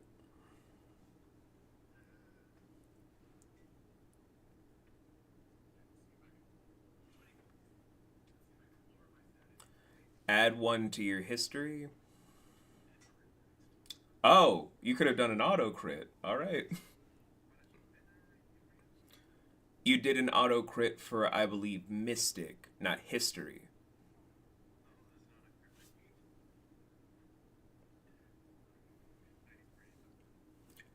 -1 for you.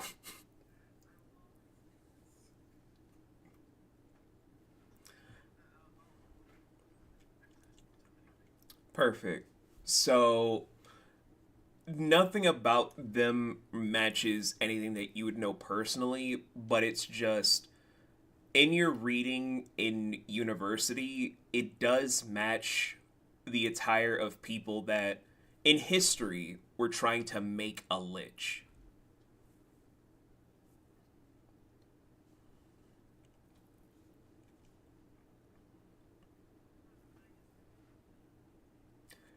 I will add one to your sheet at the end of this session. Yep.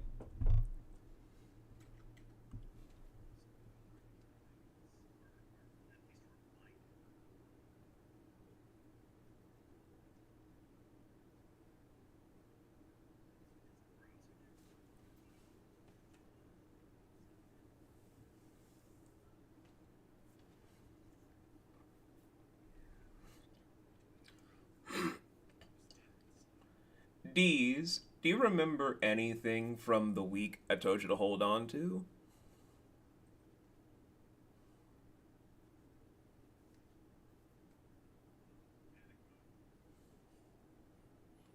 Do you want to share anything with the party?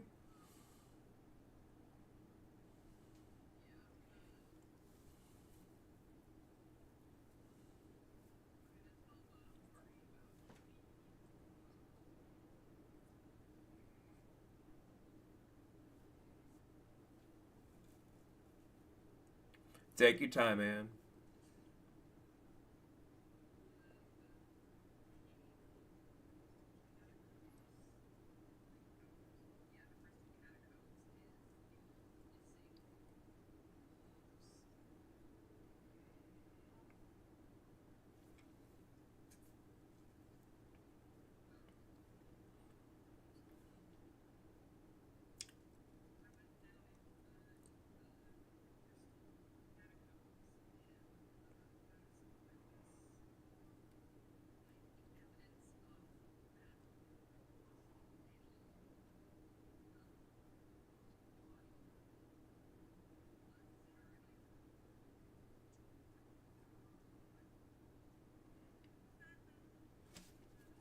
Yep, that's where Naya killed him, and that's where they left the corpse.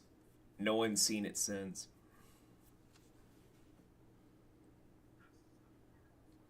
Yep.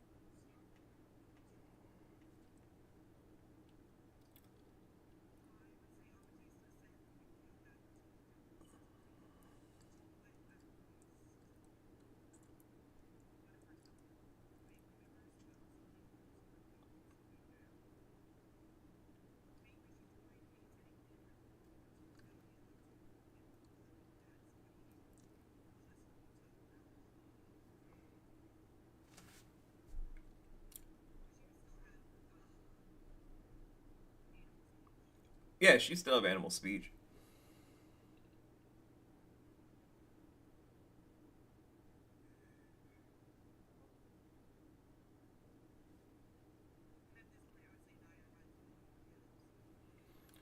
Yeah, over the last 8 days, she would have met Yukio as well as the whole catching up with your parents and seeing your baby brother and a bunch of other stuff.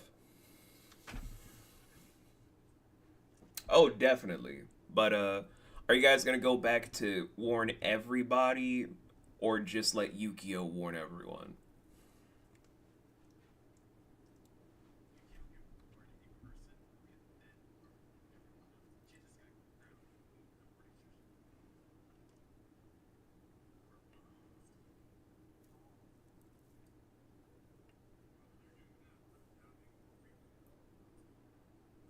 Okay. By the way, Laurel, you missed the greatest PvP to close out 2024.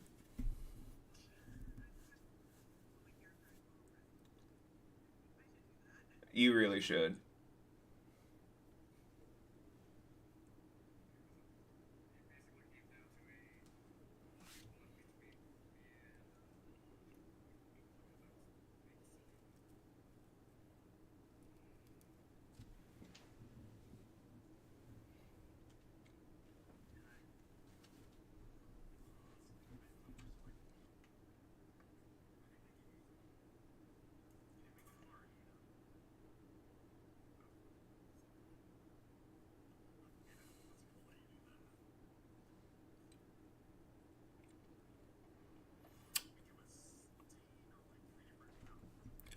You guys also completed a downtime affair, by the way.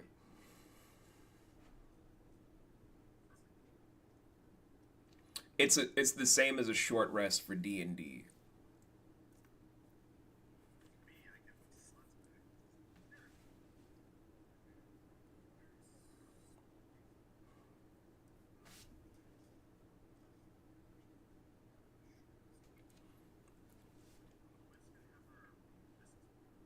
Yeah, you do.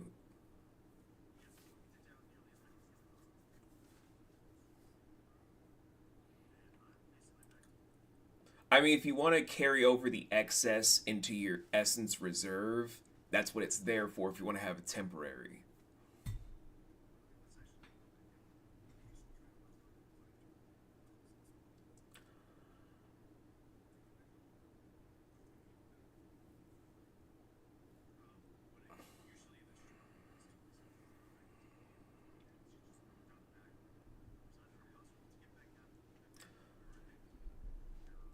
It's a house rule to get half back, which I will carry over to be for downtime affair.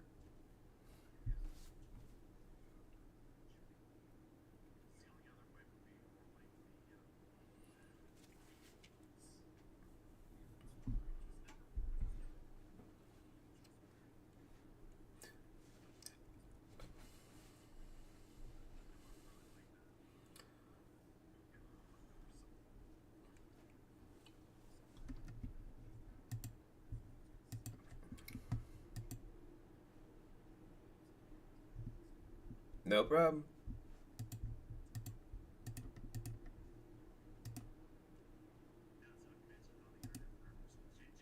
Nope. But this is a hefty session today, folks.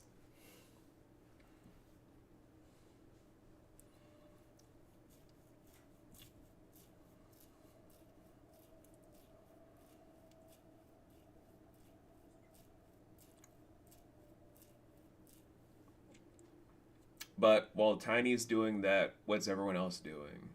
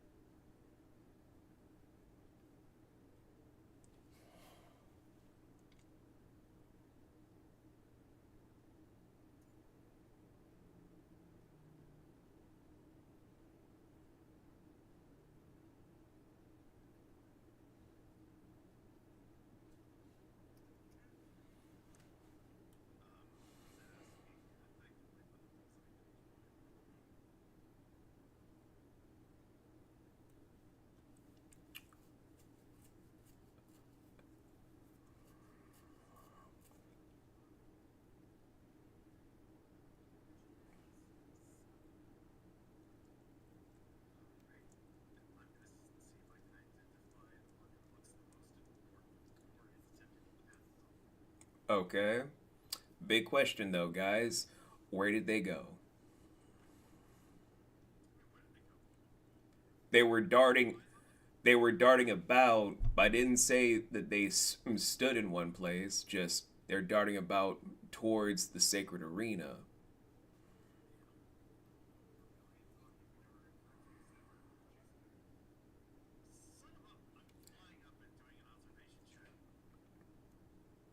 Okay. Like I'm just like I'm enjoying all of this. This is great, but I'm also like I don't know if they are keeping eyes on them, so let me ask.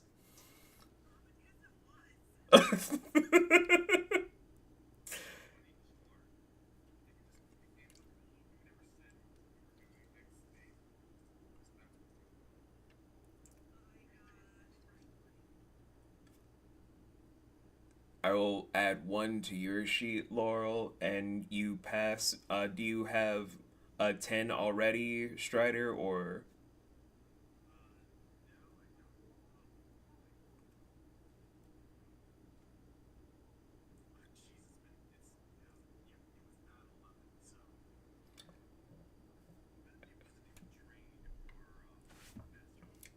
it is now mastered, so you will get an auto crit, but you're both able to see as soon as you're taking flight, they're already in the center of the sacred arena with everybody of note except for 3 people have drawn their weapons. You can probably guess who the 3 people are.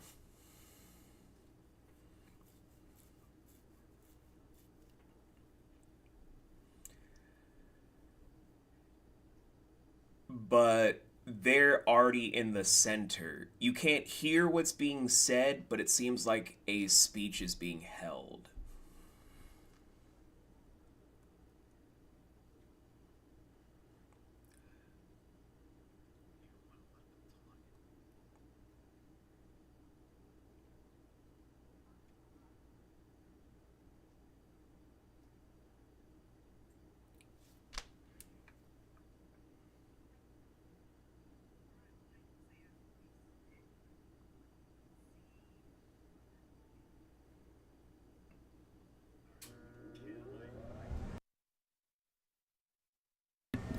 You guys just only need to be roughly, I'd say 60 feet away to hear them.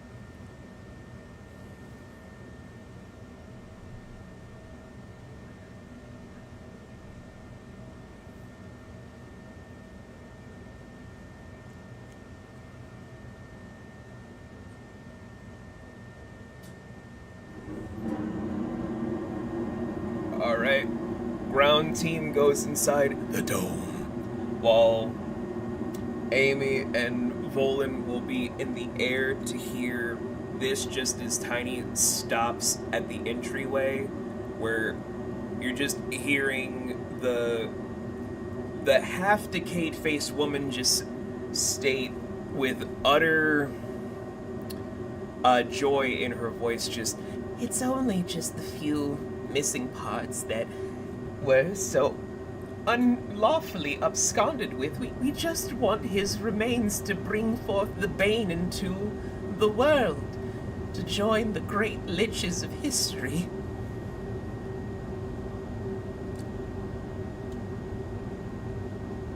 Which then has Naya leap through to then Thor land to leave an indent in the arena, to then slam the turbine great axe into the dirt.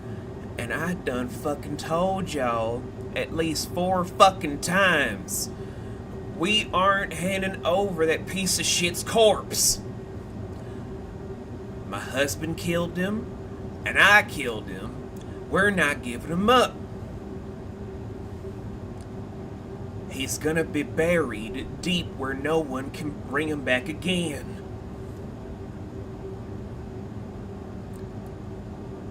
Oh. As the lady is starting to just tap on the bag and fidget a little bit. "Oh, I thought it would be a little bit easier if we just settled this more calmly."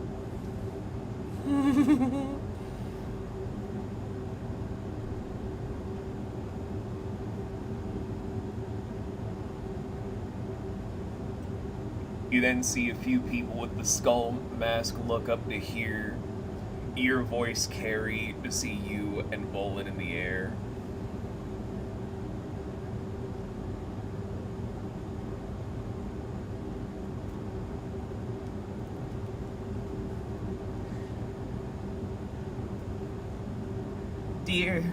Dear people, you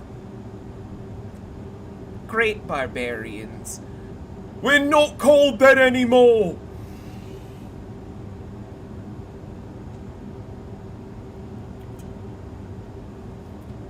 If our king says we're not barbarians, we're not barbarians!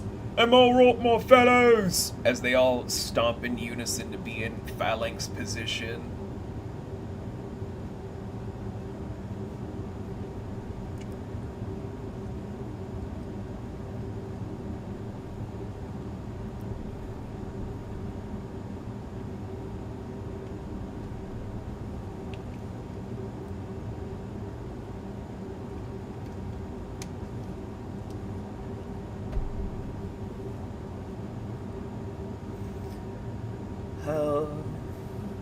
Oh dear. Whatever shall we do?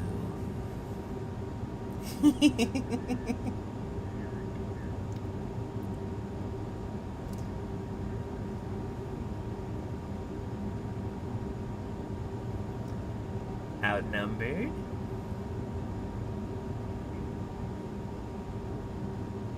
Go ahead.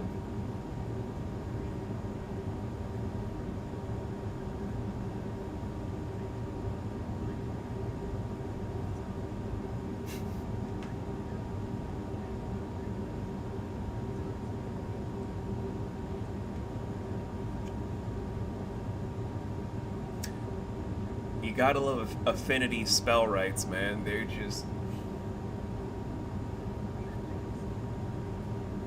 You're welcome.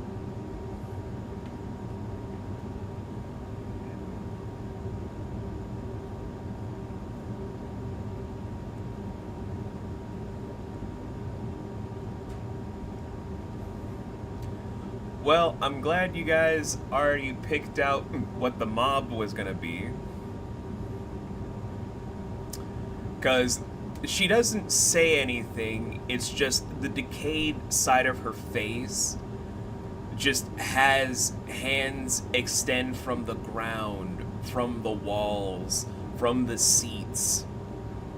Even certain hands that grab onto Maurice's neck, as it is an army of the undead amassing. But here's the kicker. It's not just the skeletal ones that are being brought back. Exactly.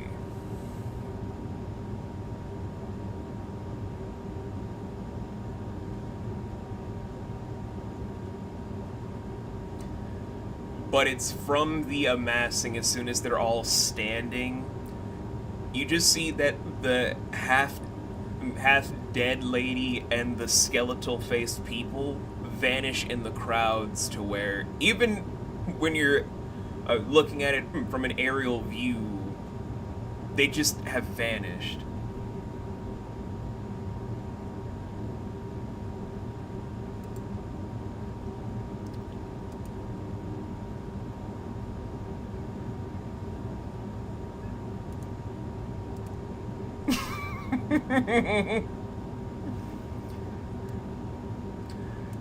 So, guys, I'm not gonna waste your time with something this low level in comparison for like a big initiative thing.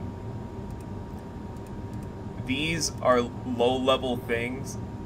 Well, it's not meant to be like a big thing. This is a horde sort of situation, you know?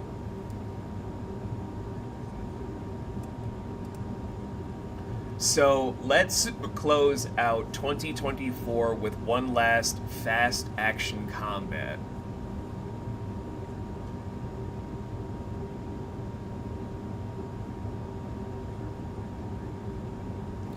So who's got the fastest speed, going from fastest to slowest?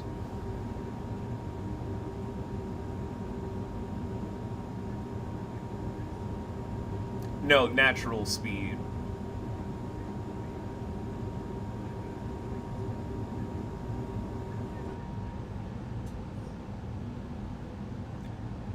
Tiny's fastest would be 80, but Amy's fastest for flight is 80.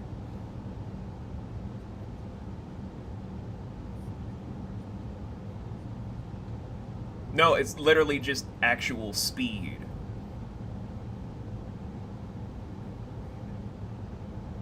You guys can do rollies.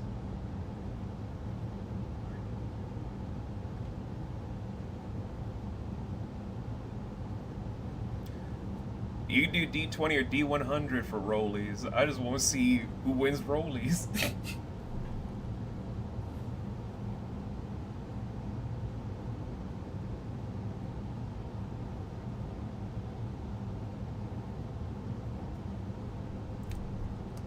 Rollies!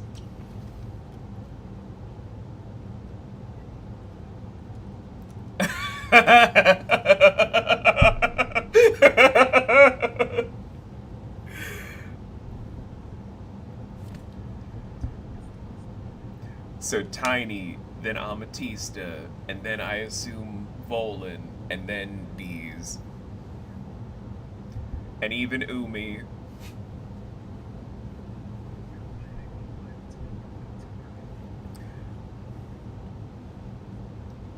I thought you put them down as soon as you came into the arena. Huh.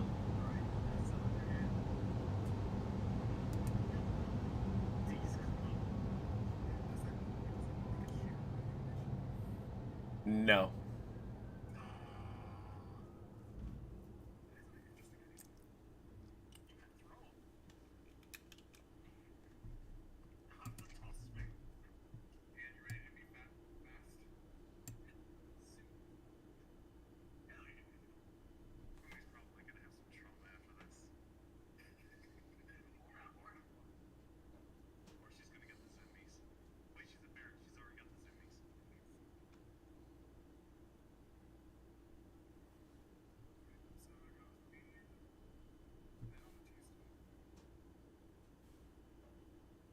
Yep.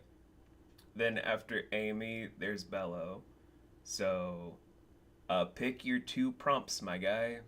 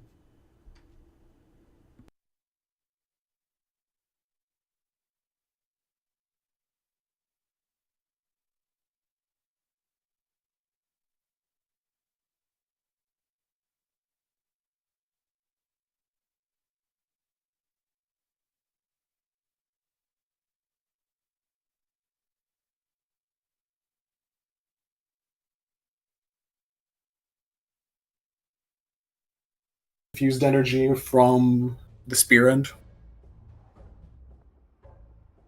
Okay. So let me Okay. roll those different 100s.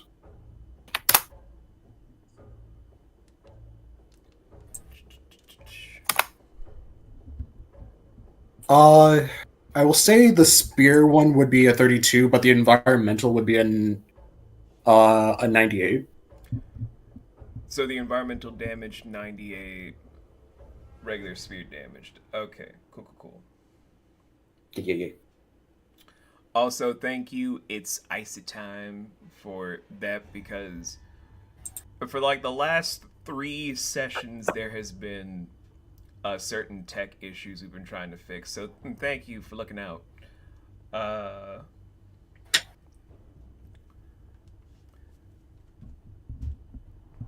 so from that whole display to activate the Omega Pole arm. Firstly, Tiny, you shrink in size to be only 6'3". No, Oh, my height. so tiny. You're able to slash through a good majority, but they don't go down because you needed 35. However, you're able Mhm. to strike the arena enough to showcase that underneath the ground itself seems to be water fixtures underneath for the arena piece within.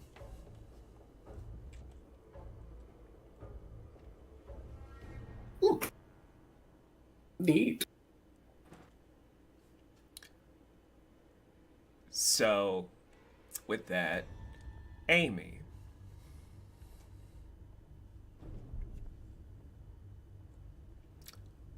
what are we doing?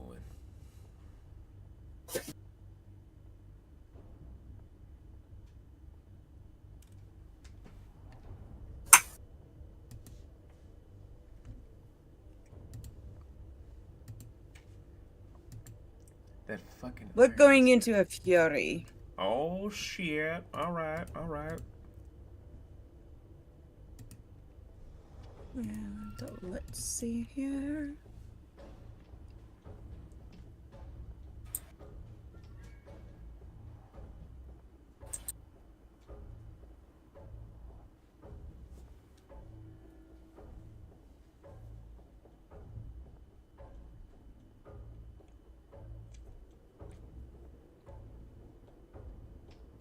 Maelstrom, that's the one that That's with the also works hammer. with like lightning. Yep. Yeah, that's with the hammer. I pick Maelstrom. All right, using your Spirit of Ishtar skill to go Maelstrom with your big fucking Mjolnir hammer. I put Thor's Mjolnir to shame. Nah, haven't you heard? He doesn't know the Mjolnir's old news. MCU. Mjolnir's old news. Stormbreaker's the real babe now. With your blue and white feathers to also have your hair matched however you want, with cosmic lightning shooting off from the hammer itself, where you could either have it be the astral hammer with this or using Canute's stats. Your choice.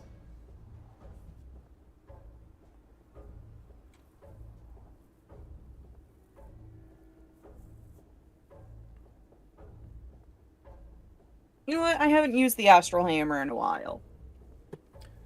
Alright, so going full fury to where the electricity shoots off of you. You don't have to pull it out of your cleavage, you just extend out your hand and it manifests into your crystal hand to be twirled around like it's a one-handed weapon. You and Tiny can both turn two-handed weapons into one-handed stuff.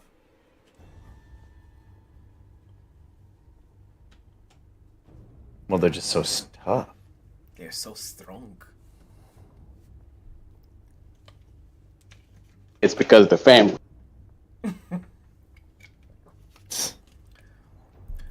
So, what prompt are we doing? I'm going to cause a shockwave by slamming the hammer. All right. At least to the biggest undead I can see. All right. So one field destruction, and you have one more.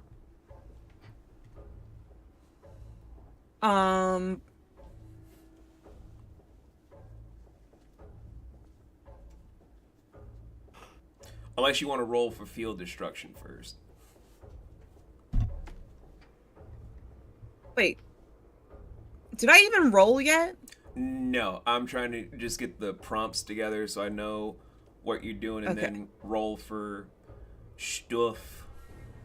Yeah, I'll do environmental damage first. Okay. What do I need for that? Just a D100 for all these prompts. Okay, so to do the damage, I'm also using a D100. Oh, don't worry about damage. It's just the results will tell me Okay. stuff.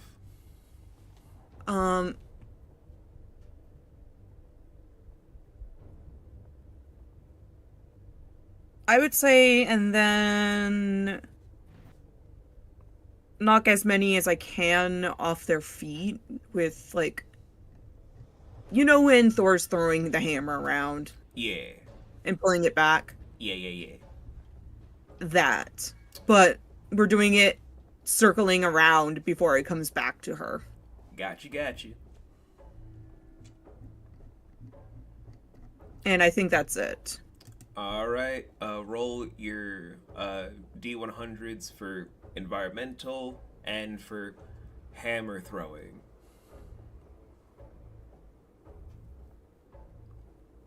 $59 for environmental. Okay.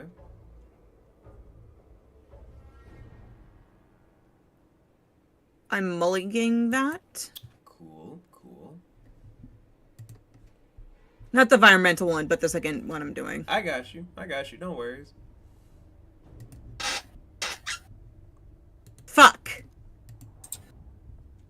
17. Okay, so in conjuncture with Tiny's hit, the arena is starting to crack open to showcase more of a watery underbed, to also have like small glowing fixtures underneath, kind of showcase more and more. But as you're throwing the hammer, a part of you is afraid it might hit someone important. So as you're willing the cosmic essence of the hammer to spin through, your weapon feels your hesitance and doesn't deal any damage as it returns to you.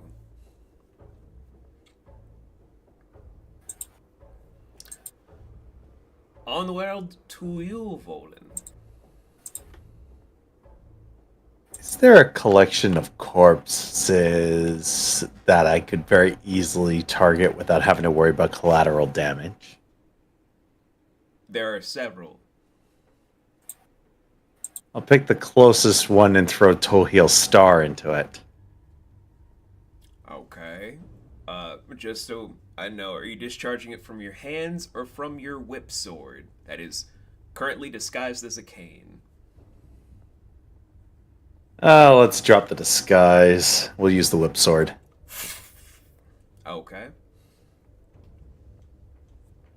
Stronger that way anyway. And then if it actually hits and makes them more vulnerable to fire damage, I'm just going to breathe fire on them motherfuckers and teach everybody that cremation is the only true solution. Then do 2 D100s for slug it out.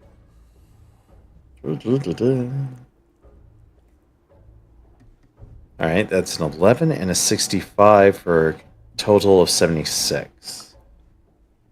Alright, so although masterfully shot from the whip sword to hit down, the effects are kind of dampened a little bit.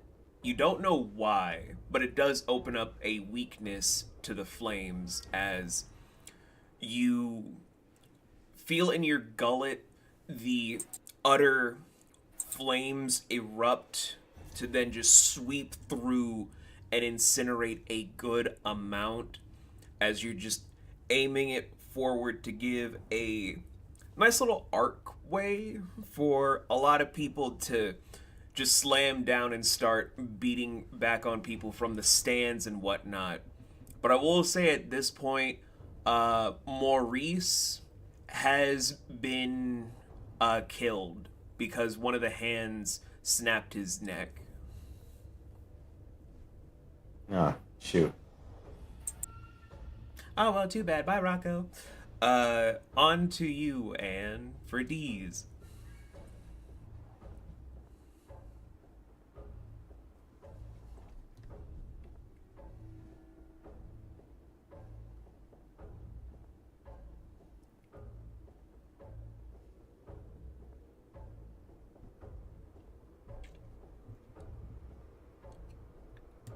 As Anne is going through all of her options.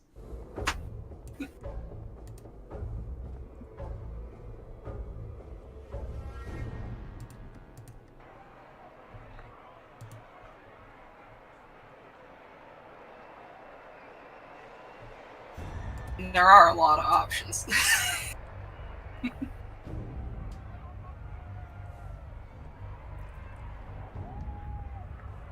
We spoil you with options.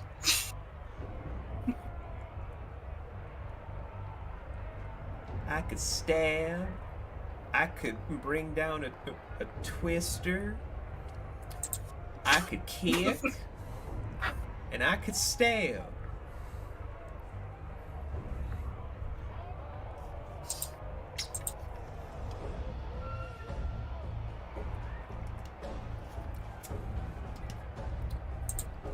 I mean, it's So hard to choose just one. It's even harder when you get to choose two. Oh my god. I can't even process two. The options are terrifying. Yeah. Dare we dream? 3. If only everyone had invigorate. Don't you dare Don't for- start with me. Don't forget your fury of the small. Go all out. Go crazy. Go wild. Go stupid. Go stupid, go crazy. Ah. We gotta make a good impression, after all. And don't forget, you're going at tiny speed. You know what? Deez is gonna draw both her swords. And she's going to just go all out. Start slashing down zombie after zombie. Okay, so are those 2 slug it outs or? Yeah, we'll do 2 slug it outs. All right, roll your 2 D100s.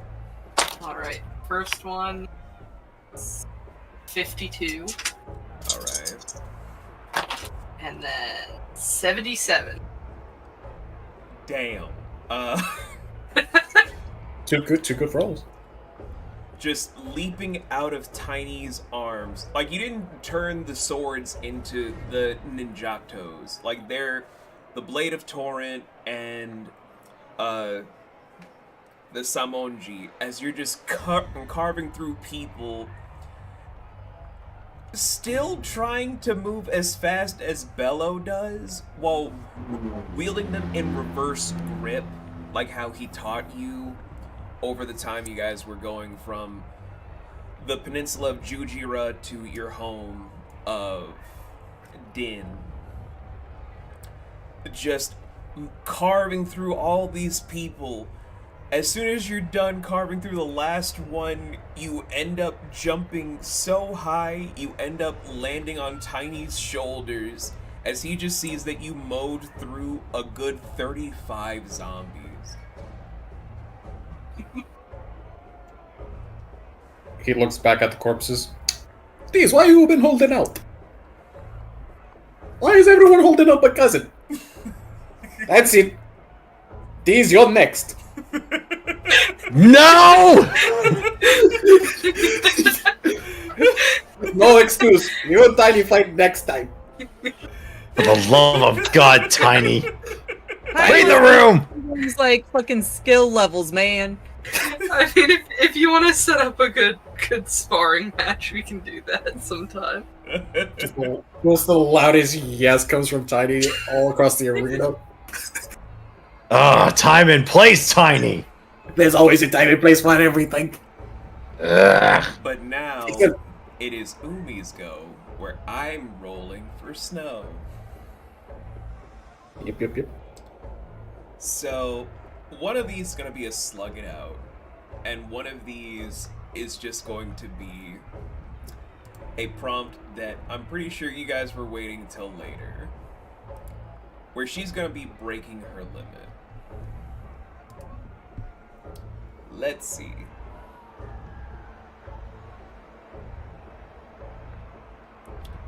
I'm only gonna mulligan one of these on Snow's behalf. Okay. So, leaping from Deez to go from ferret to her regular form, she takes out her bladed fans to throw off hitting people in the crowds, because she doesn't want anyone to die. In the process, also saving Galawan and Zarnul, so bit of a disappointment, because I know this is how Snow wanted to play Umi, so I'm a little sad about that. Damn it, Rick, you live once again! So, it's after this. She decides to use a massive spell that from the water beneath shoots up to make ice-like tendrils that wrap around a majority of people to slam down, create such a ruckus of pain and havoc that when it's all done, everybody is freed to move about, where all of the zombies in the arena are taken care of. But that doesn't excuse all of the ones outside of the dome that are still roaming about. So inside, you guys have freed it up so everyone's just like, we have to protect our home! Just running from the arena, then go outside to do what they can. But that's just the part you guys played right now, as all you guys see is that Naya has summoned her elite guard of Donovan, his sister Danica, with Topher and Thusk by her side of them, be like, alright guys, we're gonna be looking for where the fuck that fleshy bitch done ran off to. If y'all wanna try and pitch in, do something fucking useful, cause I gotta do my job as queen. And then just runs through the back way to see what she can do. All Daryl does is look down and sends off a very cosmic link message to Amy to state, find who did this and kill them. You just see Amatista booking from through the horde of zombies.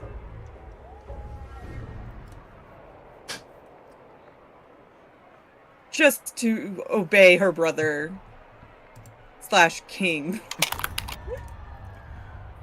I'm assuming the rest of you guys follow after. Yeah. Bones been flying overhead the whole time.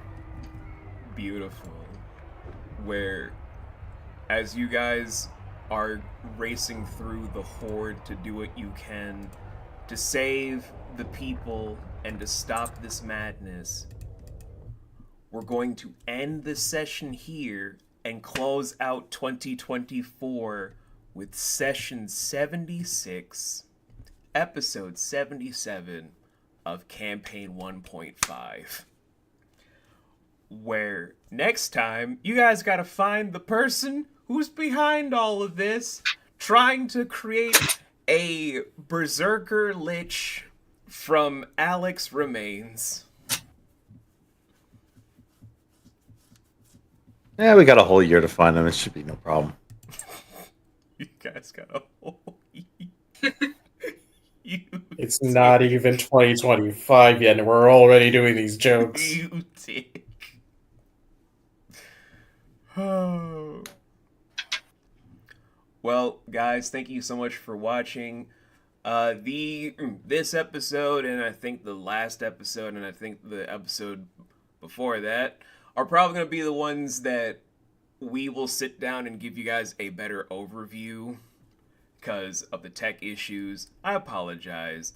Sometimes what we do for streams is very scuffed. It's not our own fault personally, but what can you do? It's a work in progress to make stuff work efficiently. But you guys have a good rest of your day. Enjoy the end of 2024.